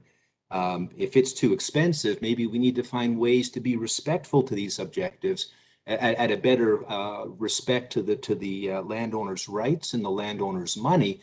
But my community, I can say the concern I hear is just the opposite. They don't like it when the environment's not respected. They don't like it when there's harm. They don't like it that people can do things like blast without a permit, because that's our reality. You can blast without a permit. When you see some of the stuff that's been done in our area in Vintage View subdivision, oh my gosh, the amount of concern we had in that one example. I literally, on June 24, 2014, with then acting CAO Mark Woods present and a member of Minister of Transportation present and members of the Parks and Rec Commission present, and the fellow from Modi literally pointed at what had been done and said the following: I'm not an engineer, but that just don't look right to me. You'd think there's a government department somewhere that could prevent that kind of thing from happening. And I politely bit my tongue and I responded, you're right, there is. And it's your department, Bill Sparks, Minister of Transportation, Subdivision Approval Authority, and it's the regional district when they respond to the request for subdivision. And the gentleman from Modi went on to explain how Bill Sparks is just a rubber stamp and that's not how it works. This idea that you think subdivision magically is going to help with understanding and results, when you sit with a provincial Modi employee who says that just don't look right to me, you think there would be a government department somewhere that could prevent. And I'll tell you, the community echoes that concern. And here we are considering going the opposite direction. I just think we have to think carefully on this, because let's focus on what's wrong and make it better, but let's not do more harm. I'm very concerned. Thank you. Thank you, Director Obrick. I didn't hear a question in there, but if there's a comment from Mr. Garish, I'd welcome it. Sorry, no comment. Thank you. I see no more questions, so I've got a couple of things. First off, agricultural, if you have a piece of property that's agricultural, is that in any way affected by the environmentally sensitive development permit? Mr. Garish? Well, I don't mean to be sitting on the fence, but I'll say potentially. For the most part, we did try to exclude lands in the ALR because we know under right to farm, and basically just the way the commission works, that we can't attempt to use a development permit to frustrate farming on those lands. But I know under Right to Farm Act, it also applies to any zone that allows for agriculture. And of course, our large holding zones, our resource area zones all allow for agriculture. And those zones tend not to be in the ALR. So there's a bit of a gray area there as to how and when we apply our DPs. Thank you, Mr. Garish. Now, one other thing, Director Obrick asked about going to court because we have the right testing in court to say. Did I not hear you say that they're in a test case right now? Would we be in a hurry to double up on that, or would it be wiser to wait and see the results of the test case? No, there's no test case that I'm aware of. It's just local governments through the UBCM have asked for the authority. The province has said no, they're not prepared to give it because they think it already exists. And just in talking with ministry staff, I think their position is that until a local government actually loses in court on the basis of attempting to issue a ticket in a DP area, they're not contemplating any changes. And I should also qualify too that our own lawyers tell us that we don't have the authority to issue tickets. So I mean, we can certainly bring forward amendments to the board to consider that, but it would just be one of those situations where we need to be aware that we're potentially on risky ground in going down that route. Thank you, Mr. Garish. The other concern I have is when the mayors and councillors from a town look at this, it's kind of an apples and oranges things, but it definitely brings to mind a point of view. If you have two houses on a block, one falls inside the pink zone, the other one doesn't. One house is looking at, and with all due respect to Director Pendergraft, I think he's being kind of conservative on the cost there. I believe it can run as much as $10,000 for one of these, almost double or more, depending on the depth of the study. But if you have one house that's going to add $10,000 to its building permit to fix the doors on its garage, and the other house doesn't, you're going to have some issues in your council chambers very quickly. So, you know, somehow we have to find an answer to this. I agree that everyone is concerned, the landowners are concerned with their properties and the environmental concerns, but there's some difficulties with the way this is being applied, and that's going to be the telling question on how we apply it fairly to the rural landowners. They're kind of getting a little beat up with this one. With that, I'd like to call the question that Mr. Director Pendergraft put forward, the administrative recommendation. Oh, Director Gettens, you have a question first? Yeah, thank you. I just want to make sure that I understand what we're voting on, because the number one is to initiate and update the environmentally sensitive development permit as identified, and if that is removing anything to do with outside of subdivision, like that's just going to make the ESDP only apply to subdivision. And then number two is removing the rapid assessment one, whatever that one is, like the quicker assessment. Is that, am I reading those two things correctly? Mr. Garish, would you care to clarify those points, please? Okay, so my understanding, if the motion's to initiate Amendment Bylaw 2912, that will remove building permits and land disturbance and vegetation clearance as triggers for an ESDP. So the only trigger would then be subdivision. And just as a follow-up, if I may, Chair? Yes. But this would all go to public consultation, and you would hear back from the community. Okay, so that just initiates the public conversation then. It doesn't make it happen right away. Mr. Garish? That's correct. If the administrative recommendation is approved, we would initiate consultation with residents, and then the next step for us would be to bring the bylaw back for consideration at first reading. Okay, because I think just sort of one more quick follow-up, because I know the South Okanagan-Similkameen Conservation Program had a lot to do with getting the ESDP started, and we haven't really heard from them. So they will be invited to this conversation. Like, we've got their response here, but we haven't had a conversation with them about if they have any ideas on how to keep working towards the shared goal that we have. So would we have opportunity to hear that conversation as well? Mr. Garish? Yes. Thank you. Not seeing any more comments or questions. Did we have a seconder for Mr. Director Pendergraft's motion?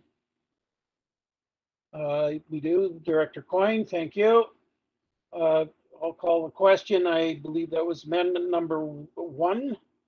to initiate an update to the environmentally sensitive development permit area as identified in the official plan amendment, bylaw 2912/2020.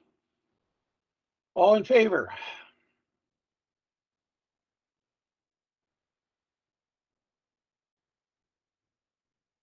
Opposed? Director Olbrich, Director Monteith, Director Coyne, are you opposed or is that left? No, that's a leftover. Director Olbrich, Director Monteith, Director Holmes. Motion carried. Thank you. All right. Item D, investigation of wildfire hazard development permit area designation. CAO Newell, would you care to take that? We interject. Thanks, Mr. Chair. Could we do the vote on the second administrative recommendation under the ESDP permits? I'm sorry, do we vote on both initiations? I thought we only vote on one. That's what I'm asking. Can we vote on the second one? Did anyone move the second one? I believe it was. I think they were moved together, Director Knodel, but we did the vote on the first one, so we should move in second the second. No, it's moved and seconded. We just need to vote. Oh, it's okay. Separated, right? We separated first from second. Oh, okay, so you had it separated, Director Knodel, so we just need to call the vote. Very good. On the second initiative amendment to the development procedures identified by bylaw 2500.17/2020. All in favor? Opposed? Director Holmes? Motion carried. Director Monteith? Motion carries, sorry. Yeah, and I think we had Director Olbrich opposed as well. Yeah, thank you, just for the record. Thank you. All right. Item D, investigation of wildfire hazard development permit area. CAO Newell, please. So this is the initiation of another permit area for consideration, Mr. Chair. And so same thing, this came up last year, specifically regarding the wildfire development areas. And we do have some conflicts, I think, between fire smarting and some of our other permits with regards to the environment. So it's a good initiative. Same deal though, as soon as you establish a permit area, it adds intricacies and costs to development. And in this specific instance, we contracted out the investigation of this for the board.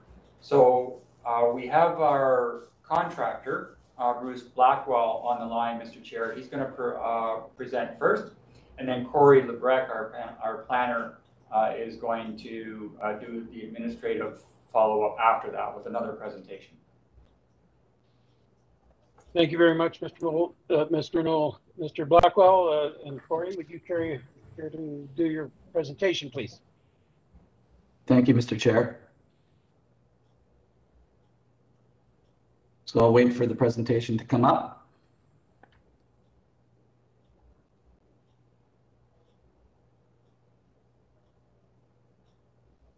Is that through us, Danny?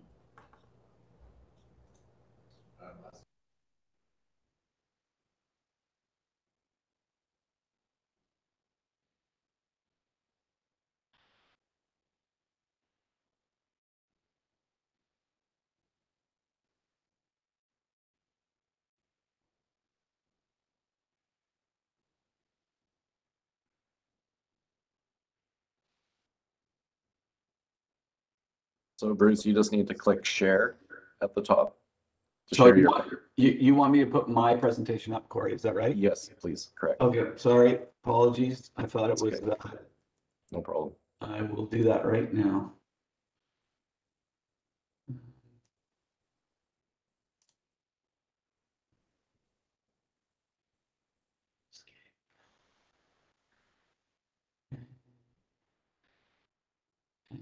There we go. My apologies. I'll just slideshow here. Now, are you seeing the main slide, or are you seeing the presenter slide? You have a double screen. Yeah. For Okay. permanent background. I'm going to swap it. There we go. Okay. Good morning, everyone, and thank you for entertaining my presentation. I was hired to develop draft language and apply this draft language to an area that we felt was of high hazard. As you know, there have been many fires within the province over the last 10 years, and they've affected numerous communities. I've been involved in drafting DPA areas for a number of municipalities, including District of North Van, District of Squamish. I've assisted Whistler, Maple Ridge. I just finished a second go at Kelowna, the city of Kelowna's DPA, and I'm working on several others at the same time. So the focus of this work is really, it's been recognized that there's substantial wildland urban interface, and that wildland urban interface is growing. And unless that growth is controlled, we're creating an increased risk to residents of wildfire. And that, combined with climate change, with impacts on forest fuels, with historic fire suppression, insect and disease, I think all of you are aware that the fire risk across the province is on the rise. So really what this is focused on is really trying to control the buildup of new interface such that it is less vulnerable to wildfire, and considers a number of the difficulties we have in controlling wildfires. So this was a recommendation to establish the DPA area that came out of the Community Wildfire Protection Plan that was developed for the regional district. It's consistent with the OCP, and it's consistent with adapting to climate change concerns. So what we've done is, using fire smart principles, using the National Fire Protection Association standards, we've recommended measures at two levels. One on building and construction, that homes are hardened off from the potential of fires burning up to them, and or spotting. And I think most of you are aware of what spotting is. That's an ember shower. Embers land or get into portions of the building or home, and they start the home on fire. We've also tried to address adequate water infrastructure. There have been examples within the regional district where water has been limited, and we made recommendations on setbacks from the forest and related to landscaping, specifically within the 10-meter footprint around the home. We did some modeling to look at which parts of the regional district were vulnerable to an ember shower, and largely it is the whole district. You can see the pink area. Only the gray areas are not vulnerable to spotting. And the other thing that we've considered in this mapping is where head fire intensity would be higher than would support ground fire or fire suppression by people on the ground. In other words, under high fire weather conditions, these pink areas would be difficult to have people on the ground fighting the fire. So we've got two things going on: the ability to control the fire with people on the ground, and the potential for spotting. So the pink area would be applied to anybody building a new home in that area. So who does the DPA apply to? It's the construction of new or multifamily dwellings, duplex or detached secondary suites with habitable space, subdivision on lands within the wildfire DPA area that results in 3 or more additional parcels. Are there exemptions to the DPA?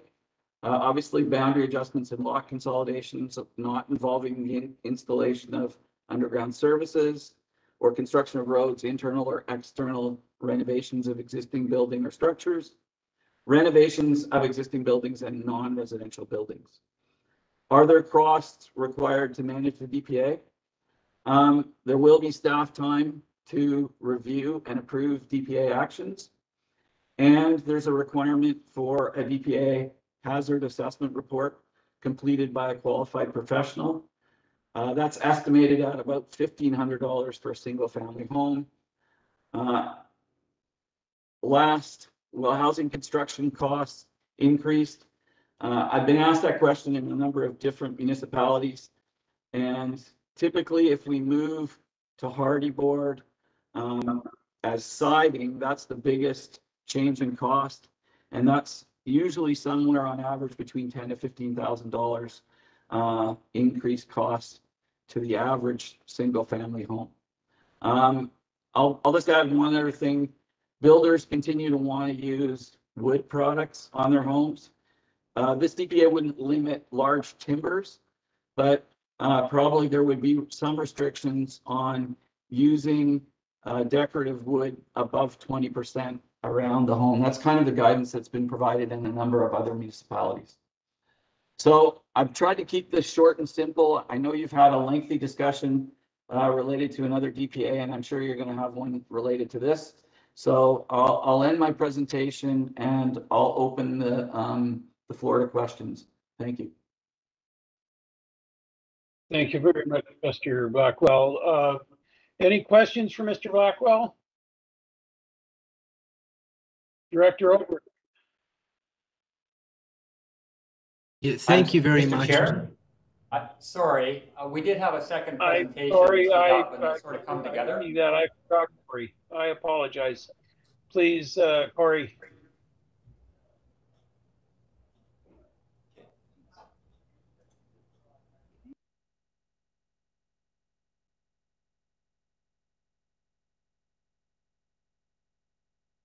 Go ahead, Corey.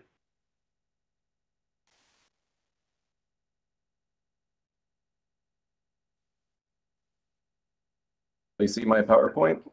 Yes, sir. Great.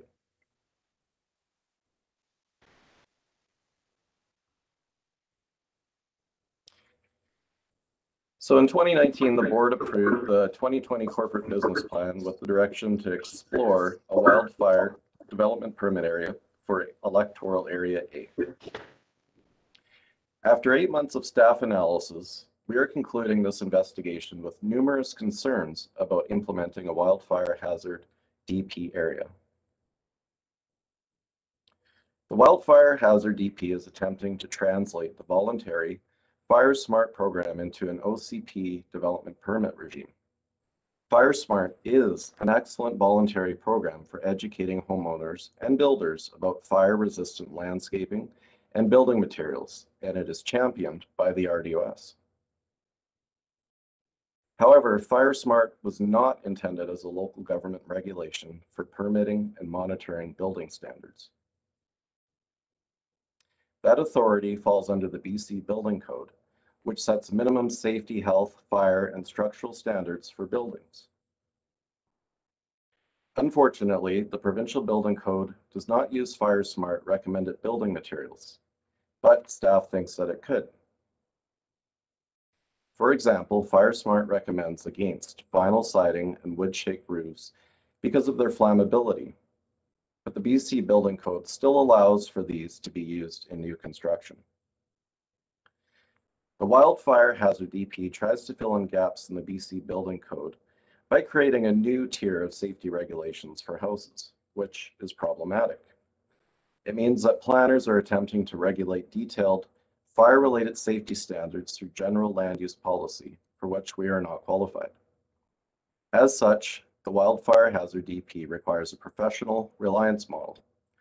So all of the same kinds of issues and extra costs identified for the SDP professional reliance model will also apply to wildfire hazard DPs. A large part of the wildfire DP is fire protection through landscaping. However, landscaping is dynamic and continues to grow. Each time a permit is issued under the DP regime, specially trained RDOS enforcement staff will need to undertake inspections over years and decades to ensure continued compliance for landscaping.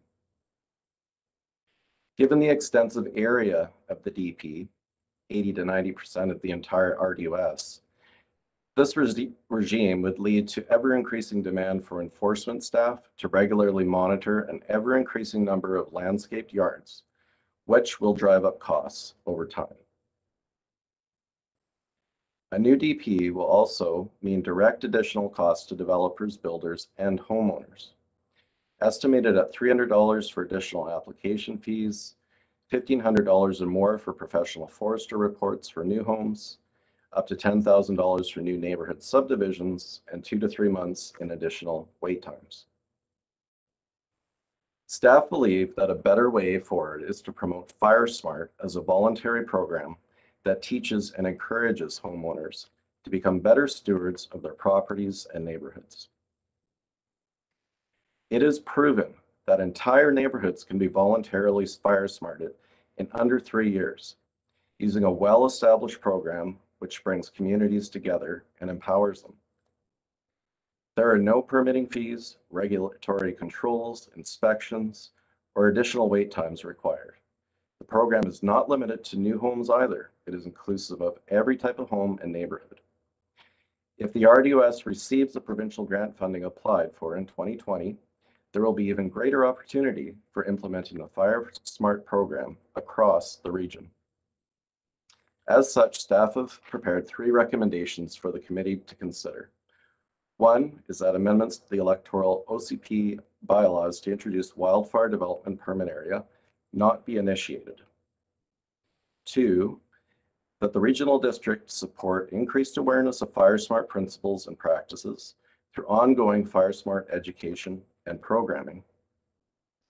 And 3, that the regional district submit a resolution to SILGA requesting the province to investigate changes to the BC Building Code that would align with Fire Smart.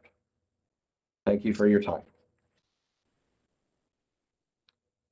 Thank you very much, Mr. LeBerc.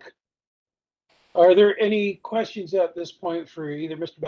Blackwell or Mr. LeBerc? Director Olbrich, I believe I cut you off last time. My apologies, sir. Oh, that's okay. Thank you so much to the chair, and thank you to the delegation for the interesting information. That number 3 recommendation that we just saw looks really key.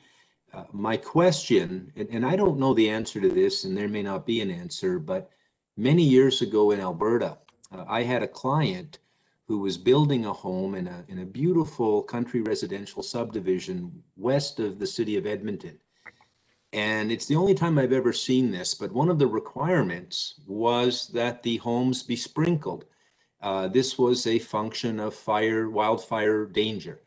And I've never heard or seen that since. And I don't know if anybody here who's spoken has any knowledge of that and how it would or could be relevant. I know that we spent a lot of money last year on the mountain where I live responding to a wildfire, and the mutual aid was just spectacular. But what all those firefighters did was sprinkle the houses to keep them safe, and the success was impressive. I know this was learned in Kelowna in 2003, and they apply the learning, but I've never heard anybody ever talk about the sprinkling of houses as a requirement in the code, you know, in addition to not using vinyl siding and not using cedar shakes, and the list goes on. So that's my question. Is anybody ever heard of that? Any thoughts? I'm just curious. Thank you. I believe Mr. Blackwell would be probably the appropriate person for that. Yes, to the chair. Sprinkler systems built into the homes are expensive. They require water capabilities that can function with no electricity. For example, many times we have power outages during these fire events. The other thing is the Okanagan water is a scarce resource. And if we required every home to be sprinkled, it would put tremendous pressure on the water delivery systems. and may limit firefighting potential. So we are recommending sprinklers in some homes here on the coast, and some of these are multi-million-dollar homes, but you know, some of the costs are $6,000 to $10,000 per structure, largely because they have to be an engineered system that can guarantee a fixed amount of delivery of water over a fixed amount of time, such that they're effective in protecting the home. I don't see that as a practical option within a DPA, within multiple homes in an environment where water is really scarce. Thank you, Mr. Blackwell. I see a hand from the boardroom. Yes, thank you, Chair Knodel. I'd like to move the administrative recommendation, all three recommendations together as a block. Seconder, so moved. Seconder, Director Robinson, thank you. Any other questions before we call a question? Director Obrick, is that a leftover? No, it's not, and thank you. I just wanted to follow up. Just a point of interest. When we had the fire on Christie Mountain, the water, and I know you're concerned about water, but water was used by all those fire trucks and mutual aid to deal with our fire. The water was used. It wasn't a shortage of water. The water was used. In fact, fire hydrants were used.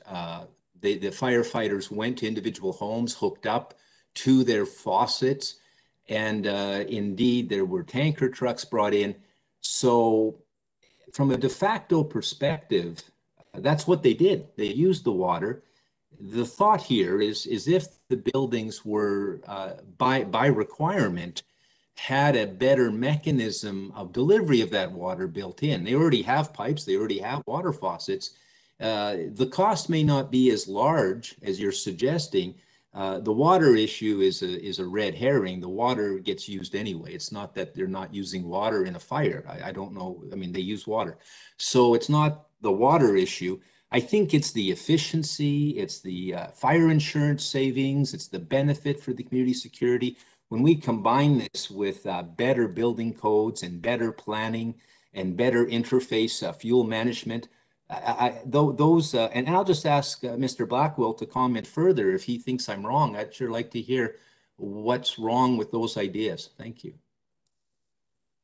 Mr. Blackwell? I don't want to second guess the director, but my experience is there are certain parts of various communities that are vulnerable to failure in delivery, and I get it. Firefighters were able to deliver water to that particular fire, but you mentioned tanker trucks. We rely on moving a lot of water into a specific fire situation, and there may not be that capability in all circumstances. So I'm not saying it's not practical. It may very well be practical, particularly if you have a good municipal source of water that isn't on an electrical system. I want to emphasize, as soon as it's on an electrical system, we've seen significant electrical failures during some of these fires, particularly in the Caribou and other locations. So if you rely on a pumping system that is electrical, then the whole system fails. If it's directly gravity or water pressure, then that's a different situation. So there's a number of considerations that have to be thought through if you were going to widely apply a sprinkling requirement in a built-up area. That's all I'm saying. Thank you, Mr. Blackwell. Thank you. Our time is getting limited, so I see there's one more question before we call. Director Roberts? Yes, thank you. I just wanted to follow up on Mr. Blackwell's statement. I do understand what Director Obrick's saying, and I get the point. The issue here is something that's carte blanche across the whole works. And a good example to support what Mr. Blackwell is stating is, for instance, there was a house on fire in Headley, and with their limited amount of pumping capability, fortunately, the community had instilled a do not sprinkle. if they would have had sprinklers going in town, which seems to be counterintuitive, but they wouldn't have had the water pressure and they would have cavitated all their lines, and that particular community couldn't do it. So the cost is not necessarily the issue in regards to the specific home buyer, what they got to do in the individual home. It's upgrading water systems to create a continuity of across the board. So I can see both sides, and I did fight the fire in 2003 in Kelowna and saw the difference between those houses that brought in portable sprinklers versus those that didn't. So I just, again, thank you from the presenter for a well-rounded report. Thank you, Director Roberts. Seeing no more questions, I'll call the vote on the administrative recommendation. All in favor? Opposed? See none, so the motion passes. Thank you very much, Mr. Blackwell, and I would like to get some contact information from you, sir, for a later date, if you could do that through the board, please. All right, one more item left, zoning amendment bylaw, electoral areas D, E, F, and I on the regulation of solar energy systems. CA O'Neill, please. Yeah, so this is another issue that was raised back in 2020, Mr. Chair. We're getting more and more solar installations, and the question is whether we slap rules around it or whether it's required or not. So again, we've been doing some consultation, and we'll just turn this over to Mr. Garish, and he can present on it, Mr. Chair. Thank you, Mr. Knoll. Mr. Garish, please. Sure, thank you. I'm going to defer to Rushi on this. I'll just start sharing my screen here. Sorry, just bear with me a second.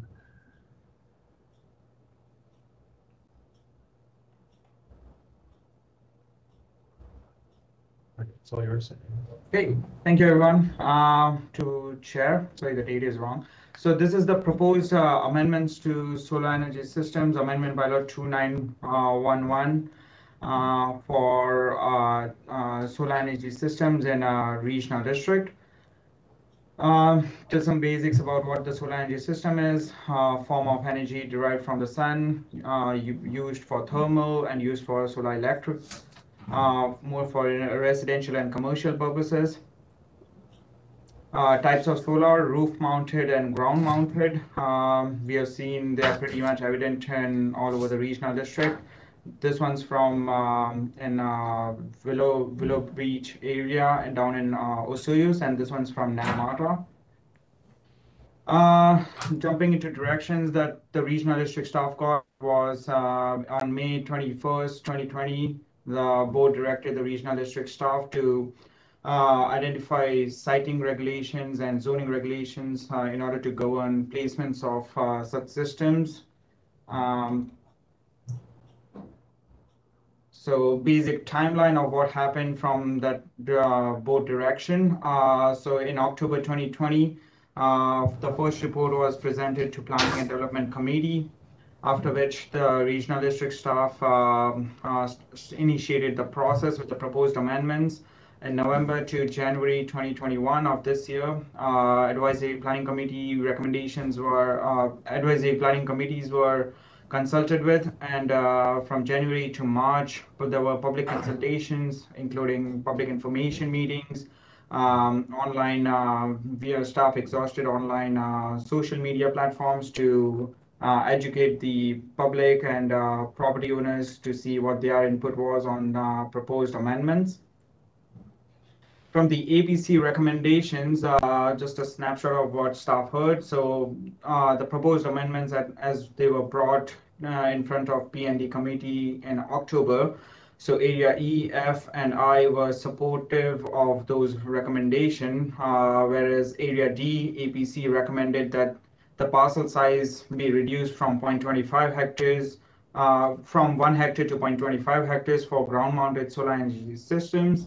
And when ground-mounted systems, specifically limited to a height of less than 1.5 meters or 1.5 meters, no setbacks regulations be applied in that particular zone.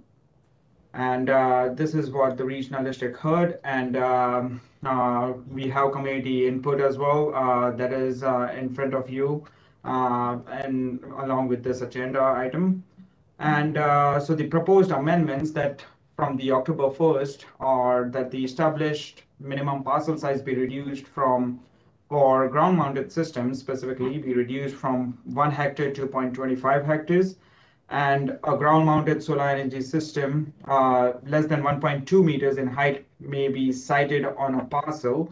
The reason why the regional district staff identifies 1.2 meter as an ideal benchmark is retaining walls also in the regional district are limited to 1.2 meters when they are sited within any of the setbacks area. So for example, if a retaining wall is sited in front yard setback, a property owner can locate a retaining wall as long as they are limited to 1.2 meters. Anything beyond that has to be sited outside of setbacks area. So in trying to compare retaining walls with the ground-mounted systems, regional district identifies that it be limited to 1.2 meters and be allowed within setbacks area. So these are the proposed amendments, and I thank you for the presentation. Thank you, Mr. Hershey. I see a hand from the board, Director Kozakovich. Yes, thank you, Chair. I'd like to move the administrative recommendation. Do we have a seconder, Director Bauer? I see no further questions from the panel, so let's call the motion. All in favor? Opposed? Motion carries. Thank you. I'd be looking for a motion to move to adjourn the Planning and Development Committee. Director Vasilaki, Director Pendergraft. Thank you. All in favor? Opposed? Motion carried. Thank you. Great, thank you very much, Chair Canodal. Directors, we're going to move on to Corporate Services Committee. Have a look at your agenda. I'm looking for a motion to approve the agenda as presented. Moved by Director Bauer, seconded by Director Robinson. All in favor? Thank you. Anybody opposed? Motion carries. We'll go to item B, RDOS fees and charges bylaw number 2927/2021, CAO. Thanks, Madam Chair. So the fees and charges bylaw is a collateral document to our budget, which is on for third and adoption later on today. We had the fees and charges bylaw up for amendment at the March 4th meeting, and there was one concern that was raised with regards to the Cleveland Parks and Recreation service. So referred back to committee for discussion. I'm hoping that we've had that one question resolved, Madam Chair, but we now have this that we want to put back on the floor, and then we'll bring it back to the board for 4 readings. Okay, great. Thank you very much. Looking for a mover. Director Monteith, are you moving this? Yes, to the chair, as I was the one that had the concern, it has been addressed, and I'd like to make the administrative recommendation, please. Wonderful, thank you. It looks like Director Bush is seconding that. Any questions or concerns? Director Bush, go ahead, please. Yes, I still have concern. I mean, I will approve this, but I still have a concern about no fruit being accepted to the Kermis landfill, because we're in the middle of fruit country and fruit's being dumped all over the place because we have so many packing houses. But what I am really concerned about is when we start doing organic recapture or whatever, would there be allowed to have fruit dumped at the landfill and then transferred to Campbell Mountain? So your question is when we actually have the composting? Yeah, the new compost facility. CAO? So I'm assuming that we do accept fruit at the Campbell Mountain landfill right now. I assume the problem is just the transfer costs from Carameus to Penticton. So, I mean, we could do that now, but it would be, I think, an extraordinary cost. And we're really relying on the farmers to take their discarded fruit to the landfill instead of us transferring it. Yes, but they're not. Yeah. Okay. Yeah. Okay, thank you. I'll go to Director Roberts. Go ahead, please.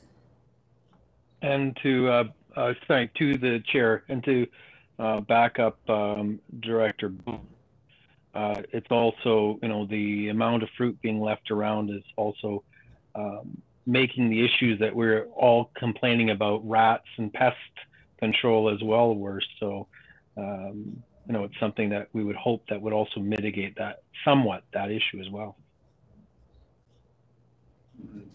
Let me look into that. I mean, we can do that anytime. We don't have to do that with regards to the fees and charges bylaw, but it would, it should be reviewed, I think, in order to get you the approximate cost of what that would look like. Okay, thank you. Any other questions or comments? Okay, this has been moved and seconded. I'll call the question. All in favor? Thank you. Hands can come down. And was anybody opposed? Okay, motion carries. We'll go to the next item. Item C, video surveillance, Willowbrook Volunteer Fire Department, CAO. Thanks, Madam Chair. So the regional district has the authority to place cameras in areas where we're experiencing vandalism or adjacent to regional district assets. But it does require resolution of the board, and of course it has freedom of information and privacy implications. So we have to do some studies on that. But we did have an application from the Willowbrook Fire Department to put up 3 cameras on their facility, Madam Chair. So we're recommending that we go ahead and do that. Okay, thank you. I'll go to Director Knodel. Did you want to make this motion? I would like to move the administrative recommendation, please. Great, thank you very much. It's seconded by Director Spencer Coyne. Thank you. Any questions or concerns? Okay, I'm not seeing any. I'll call the question then. All in favor? Thank you. Hands can come down. And anybody opposed? Okay, motion carries. We'll go to the final item, item D, commission recommendations, and I understand we're going to go to Ms. Malden on this. Go ahead, please, Ms. Malden. Thanks very much. So, Danny, could you either bring up that document I sent you or share my screen for me? So this is coming out of discussion that we've had a couple times, either at committee or at the board, about commission recommendations and how they get to the board and how they're acknowledged and how they're then put back to the commission. So an action by staff. So what I wanted to do was look at the way that it currently is, and I'll just bring up that document now.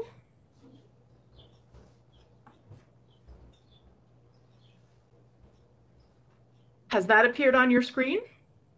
Yes. Great. It's got your tracking marks on it, Christy. That's right. The highlighted yellow. Mm-hmm. Is that the one you're seeing? Yeah. Okay, great. So this is the current method for forwarding commission minutes to the board. So the item comes through on the consent agenda. So I just put the front page of the agenda as we normally see it, so that it triggers everybody that this is how it typically comes in. So it comes in and it's placed beneath the minutes of the meeting of the commission. And it's just sort of put in there. So it rides through on the consent agenda.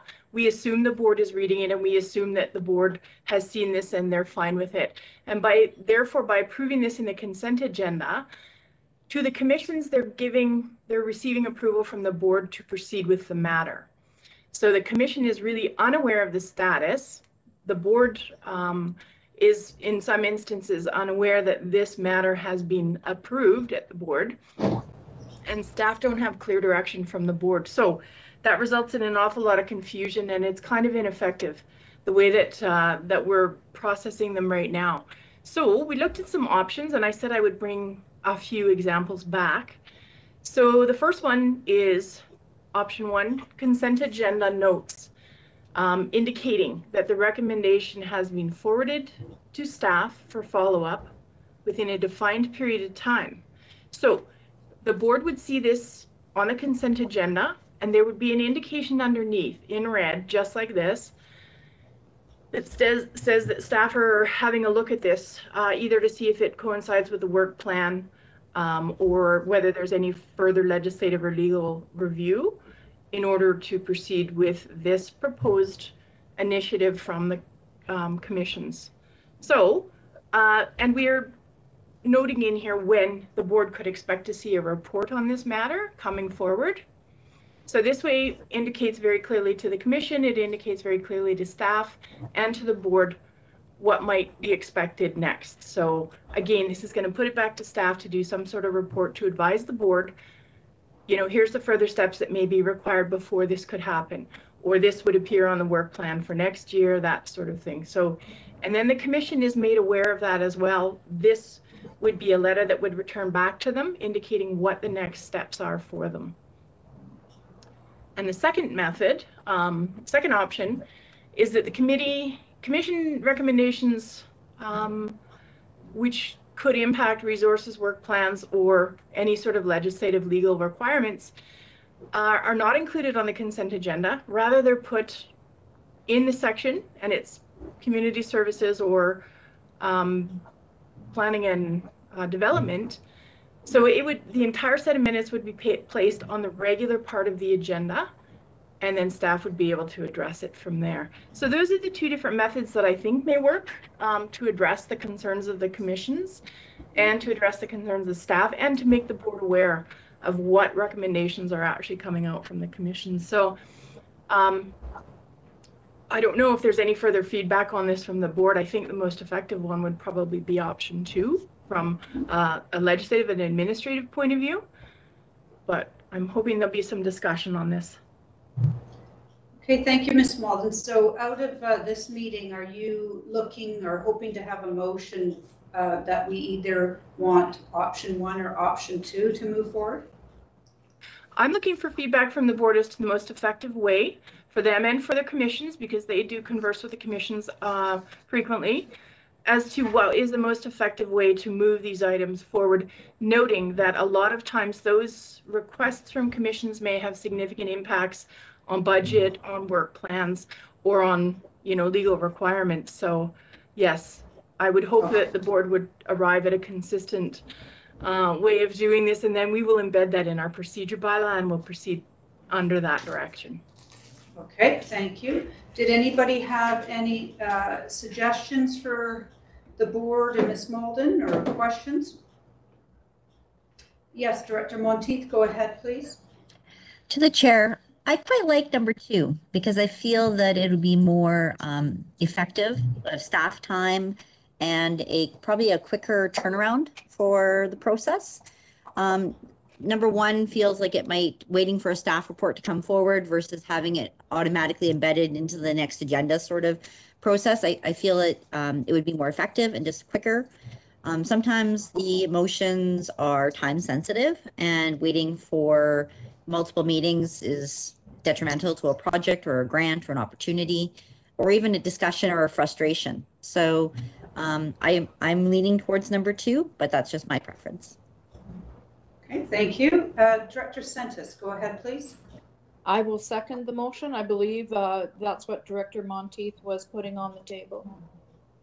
So I'm going to go back to Director Monteith. Were you moving option 2? Yes, okay. Seconded by Director Sentis. Thank you very much. Any other comments or suggestions from the board? Director Obrick, go ahead. Yes, and thank you very much to the chair.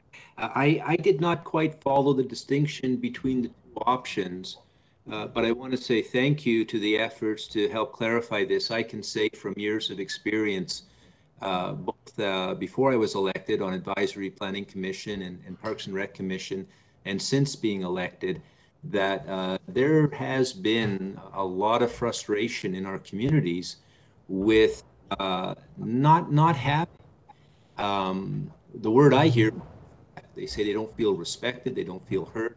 I think this is a good step in the right direction. That clarification is real important. And if we value, as we say we do, the public input and public engagement and community concern, then this clarification, I think, is real important. My question, if I could just ask quickly, could I have what's the difference between option 1 and option 2? I don't have it in front of me and I can't remember. If you could help me out, thanks. Sure. Ms. Malden, could you just clarify that for us again, please? Sure. So option 1 proposes that the item come to the consent agenda as it does now, but the acknowledgement that there is a significant enough item to pull from the recommendation and then proceed to staff and then proceed back to the board at a later date with a staff report. Option 2 takes the item that the actual set of minutes which contain those items, and it takes it to the board meeting itself as opposed to on the consent agenda. So it's much like if a director noted, in our current method, if a director noted that the consent agenda held an item that they wanted to investigate further, they would pull it off and just put it on the regular agenda. This saves that step from happening. It simply just puts it right on the agenda at that point. So it may be a little easier, I think, for everybody to understand. Okay, thank you very much.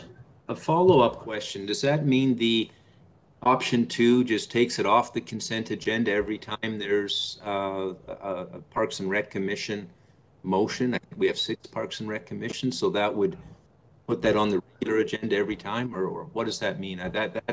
I'm now confused on that change. Ms. Malden? So what that means is anytime there's a significant impact to timelines, to work plans, to budget, if there's any significant legislative or legal requirement needed for that, such as research on a creation of a new service, that is when it would come off. Those are significant and those impact our regular operations. If it's simply something such as appointing a member or that sort of thing that would be normally, dealt with within the commission, those would stay on. And again, that recommendation would be listed underneath, but it's not enough to warrant being pulled off and acknowledged formally by the board. And who would be making the determination if it's significant or not? So I think that would be appropriate for staff in that department to acknowledge whether it's going to impact their workload or not. I read through them as well to see if there's any concerns with respect to bylaw or legal, that sort of thing. So we would flag it at that point. And I could add that also at agenda review, between chair, vice chair, CIO, and corporate officer, we may notice something under consent that we could recommend should come off and go onto the board. And a final follow-up, it appears to me that it's always available to an individual director if they had a concern that the discretion was properly applied or not applied in the way that that director might want to see it brought before the board. They can always take it off the consent agenda in any event and bring it to the board anyway. So you lose nothing on that level, but what you gain is perhaps a little more proactive, timely, respectful reply to the commissions, which I think sounds like a great idea. Correct. Thank you very much. That's my question. I believe that's all correct. Ms. Malden, anything to add to that? That's correct. Anytime a director wants to pull something off the consent agenda, the provision is there to do so. Right. Thank you very much. And this new process will just help speed some things up and also make it clearer of what needs further research and get that information to us. Any further questions or comments on this motion? Okay, I'm going to call the question then. All in favor? Thank you. Hands can come down. And was anybody opposed? Okay, motion carries. Folks, that takes us to the end of Corporate Services Committee. I'm looking for a motion to adjourn. Moved by Director Robinson, seconded by Director Sentis. All in favor? Thank you. And anybody opposed? Great, motion carries. And folks, on the agenda now is a break. So we're going to have an early lunch break and come back to start the board meeting promptly at 12 o'clock. Thank you. Have a good lunch. And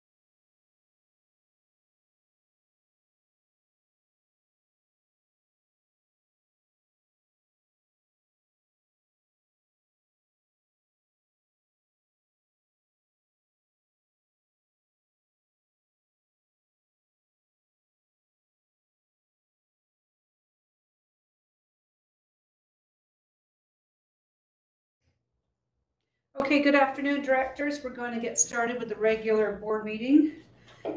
Have a look at your agendas, please. This is your only opportunity to remove an item from the consent agenda. Did anybody have anything that they are requesting be removed from consent agenda? Okay, I am not seeing any hands up. Okay, I am looking for a motion to approve the agenda as presented. Moved by Director Sentis, seconded by Director McCordoff. Call the question, all in favor? Thank you, hands can come down. Anybody opposed?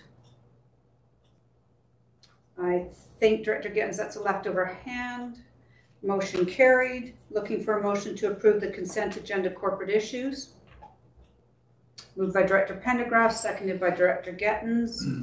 Call the question, all in favor? Hands can come down. Anybody opposed? Motion carries, and I'm looking for a motion to approve the consent agenda development services. Moved by Director Bob Coyne, seconded by Director Pendergraft. All in favor? Thank you. Hands can come down. And anybody opposed? The motion carries. That takes us down to B, Development Services Bylaw Enforcement B1. Building bylaw contraventions in Electoral Area H, 847 Highway 5A. We'll go to CIO. Thanks, Madam Chair. So this is an interesting one in that we commenced investigations on this back in 2014, this property, as we started getting complaints on it. And we had a number of issues with it. And then the property changed hands in 2019. So the new property owners inherited a lot of problems with this property, but generally we were concerned about residential occupancy of recreational vehicles. We were concerned about storage of salvageable materials. We had concerns about the number of derelict vehicles on the property. We had concerns about untidy, unsightly, and we had concerns about placement of structures without building permits. So over time, I know that the current property owners have been working to try and resolve some of the issues, but still by 2020, it didn't seem like there was progress being made on all of those issues. So there was a report presented at the January 23rd, 2020 meeting. The board at that time chose to place a notice on title, and then a bit of a weird second resolution where we usually seek permission for adjunctive action. What the board said at the time was that if the property owners fail to comply within 30 days, that we seek adjunctive action. So again, once we get those types of permissions, we try and seek voluntary compliance, which we've been doing. But then by the time that we got around to actually going to court, the lawyer said, well, your conditional resolution on seeking injunctive action would not be accepted by the court because it was conditional. So we came back to the board on March 4th and wanted that resolution reconfigured to just say seek injunctive action. And at that point, the current property owners were not ready for the discussion, so they asked for it to be deferred. So it is back to this meeting now, and really the notice is on title. What we're seeking now is just a clarified resolution on the injunction, Madam Chair. Okay, thank you, CAO. And was there anything that needed to be presented further to the last board meeting from staff, or there's nothing new to add? No. Okay, thank you. I'm going to go to Director Bob Coyne for a motion. Oh, you're on mute still, Director Coyne? I'd like to make the administrative recommendation. Thank you. That's been moved. It's been seconded by Director Pendergraft. So that motion is on the floor. My understanding is that we do have either the property owner or a representative agent for that property on the line. I believe we have, is it Miss McInnes? Danny, do we have her on the line? We do. Okay, thank you. So we have Miss McInnes with us representing this property, and my understanding from the last board meeting is that this was deferred for the property owner or agent to prepare information, and that specifically there was some new information to provide to the board. And Ms. McInnes, delegations have 10 minutes approximately, so if you could keep to 10 minutes, and then we want an opportunity for any of the board members to ask you questions before the board would deliberate. So Ms. McInnes, welcome, and go ahead, please. Hello. We did purchase the property in 2019, and there was action taken in 2014. However, the property was cleared when we purchased it in 2019. We have been working very diligently to clean it. I did come up in front of the board on January 23rd, 2020, and tried to explain what our action plan was. I recently met with Bill Newell, who explained exactly what injunctive action is. Mr. Hart and myself are seeking that the board unanimously vote to take injunctive action against us. We feel that with a judge playing the moderator and the mediator, and with the past illegal actions of the administrative office, which has led up to this, with Bob and myself's inability to effectively communicate with the administrative staff that work at the RDOS, and that putting down 30 days and 30 days, I challenged Mr. Newell to send people in the snow to do it.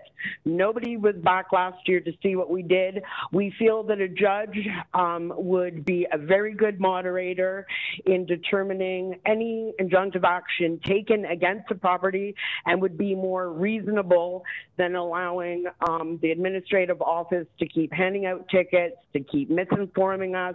We have spent all of our money cleaning last year. You guys haven't seen what we've done. Winter comes hard. Bob is 67, I'm 56, and I'm sick. I have a 16-year-old daughter. Bob is not here right now because he's trying to seek a contract for his work so that we can get money. And we're tired of fighting with you guys. We're tired of doing everything. We want you guys to take the injunctive action. We're demanding that you take the injunctive action because we need a judge to get in here, get his feet wet, and find out what's really going on. Because the reality is there's been a lot of focus going on. The vote you all took on January 23rd, 2020, there was illegal information given to you in which you voted. I tried to tell you. I've sent letters to the board. I've sent letters to Carla. I've wasted my time not cleaning up the property, not getting the stuff off. We've done a huge amount of stuff. We'd love to explain. I'm still going to work with Rosa. We're still going to work with Laura, but we really think that a judge would be good. Right now, we don't have the money to take you guys to court. This does not mean that we will not be also seeking civil action against you guys, but we're okay. We need you to vote. My 10 minutes is up. Okay, thank you very much, Ms. McInnes. I'm going to see if there's any questions for you from the board of directors at this time. So board, did anybody have a question they wish to ask while we have the property representative on the phone line? Having a look here, I am not seeing any hands up. Okay, so at this time, thank you, Ms. McInnes, for joining us and for your statement this afternoon. We're now going to go to the board of directors. I would like to say we are continuing to clean up. We've done a lot, and Rosa is invited for bylaw. The bylaw officer is not invited, making that clear onto our property. We will take action against that. Also, Rosa is more than welcome to see all the hard work that we've already done. I've got appointments to come in and see you guys to start working a little, like not working, but letting you guys know where we're at and what we're doing and what our continued work is. And I challenge anybody to clean up again in 30 days in the snow. Okay, but that's so ludicrous. Anyway, I want to know though that I want you all to know that we've done a lot of hard work and that we are continuing to do so, and we have an action plan and we have discussed it with Bill Newell, but this is where we're at right now. We're just so tired of all of this. We need to take the time to work on this, not to keep button heads with you guys. Okay, thank you, Ms. McInnes. So we've concluded the delegation piece. Thank you. So now we're going to go to discussion amongst the board. We do have a motion on the floor for injunctive action, and we've heard clearly from the property representative that they support that motion. Did anybody have a question or comment at this time before I call the vote? Okay, I'm not seeing anything. This is a corporate vote. I will therefore call the question. All in favor? Okay, thank you. Hands can come down. And anybody opposed? I'm not seeing anybody opposed. Motion carries unanimously. Thank you very much. We'll move on to the next item, which is C, Development Services Rural Land Use Matters, C1, Electoral Area A, OCP Bylaw Number 2905, CAO. Thanks, Madam Chair. So the board's aware that we have a cycle for reviewing our official community plans at the regional district. And typically what we do is we'll initiate one program, which usually is, it carries over 2 years. And then as we near the end of that cycle, we start on the next one. So the Electoral Area A OCP bylaw review was started back in 2019. And it's been progressing. And they are now at the stage where they believe the bylaw is ready for first and second reading, Madam Chair. So that's one issue, that it get first, second, and then proceed to public hearing. And then the second issue is that we're recommending that the public hearing be delegated to Director Pendergraft. Okay, great, thank you. So we have two recommendations here. I'm going to go to Director Pendergraft on the first one. I'll move that motion, please.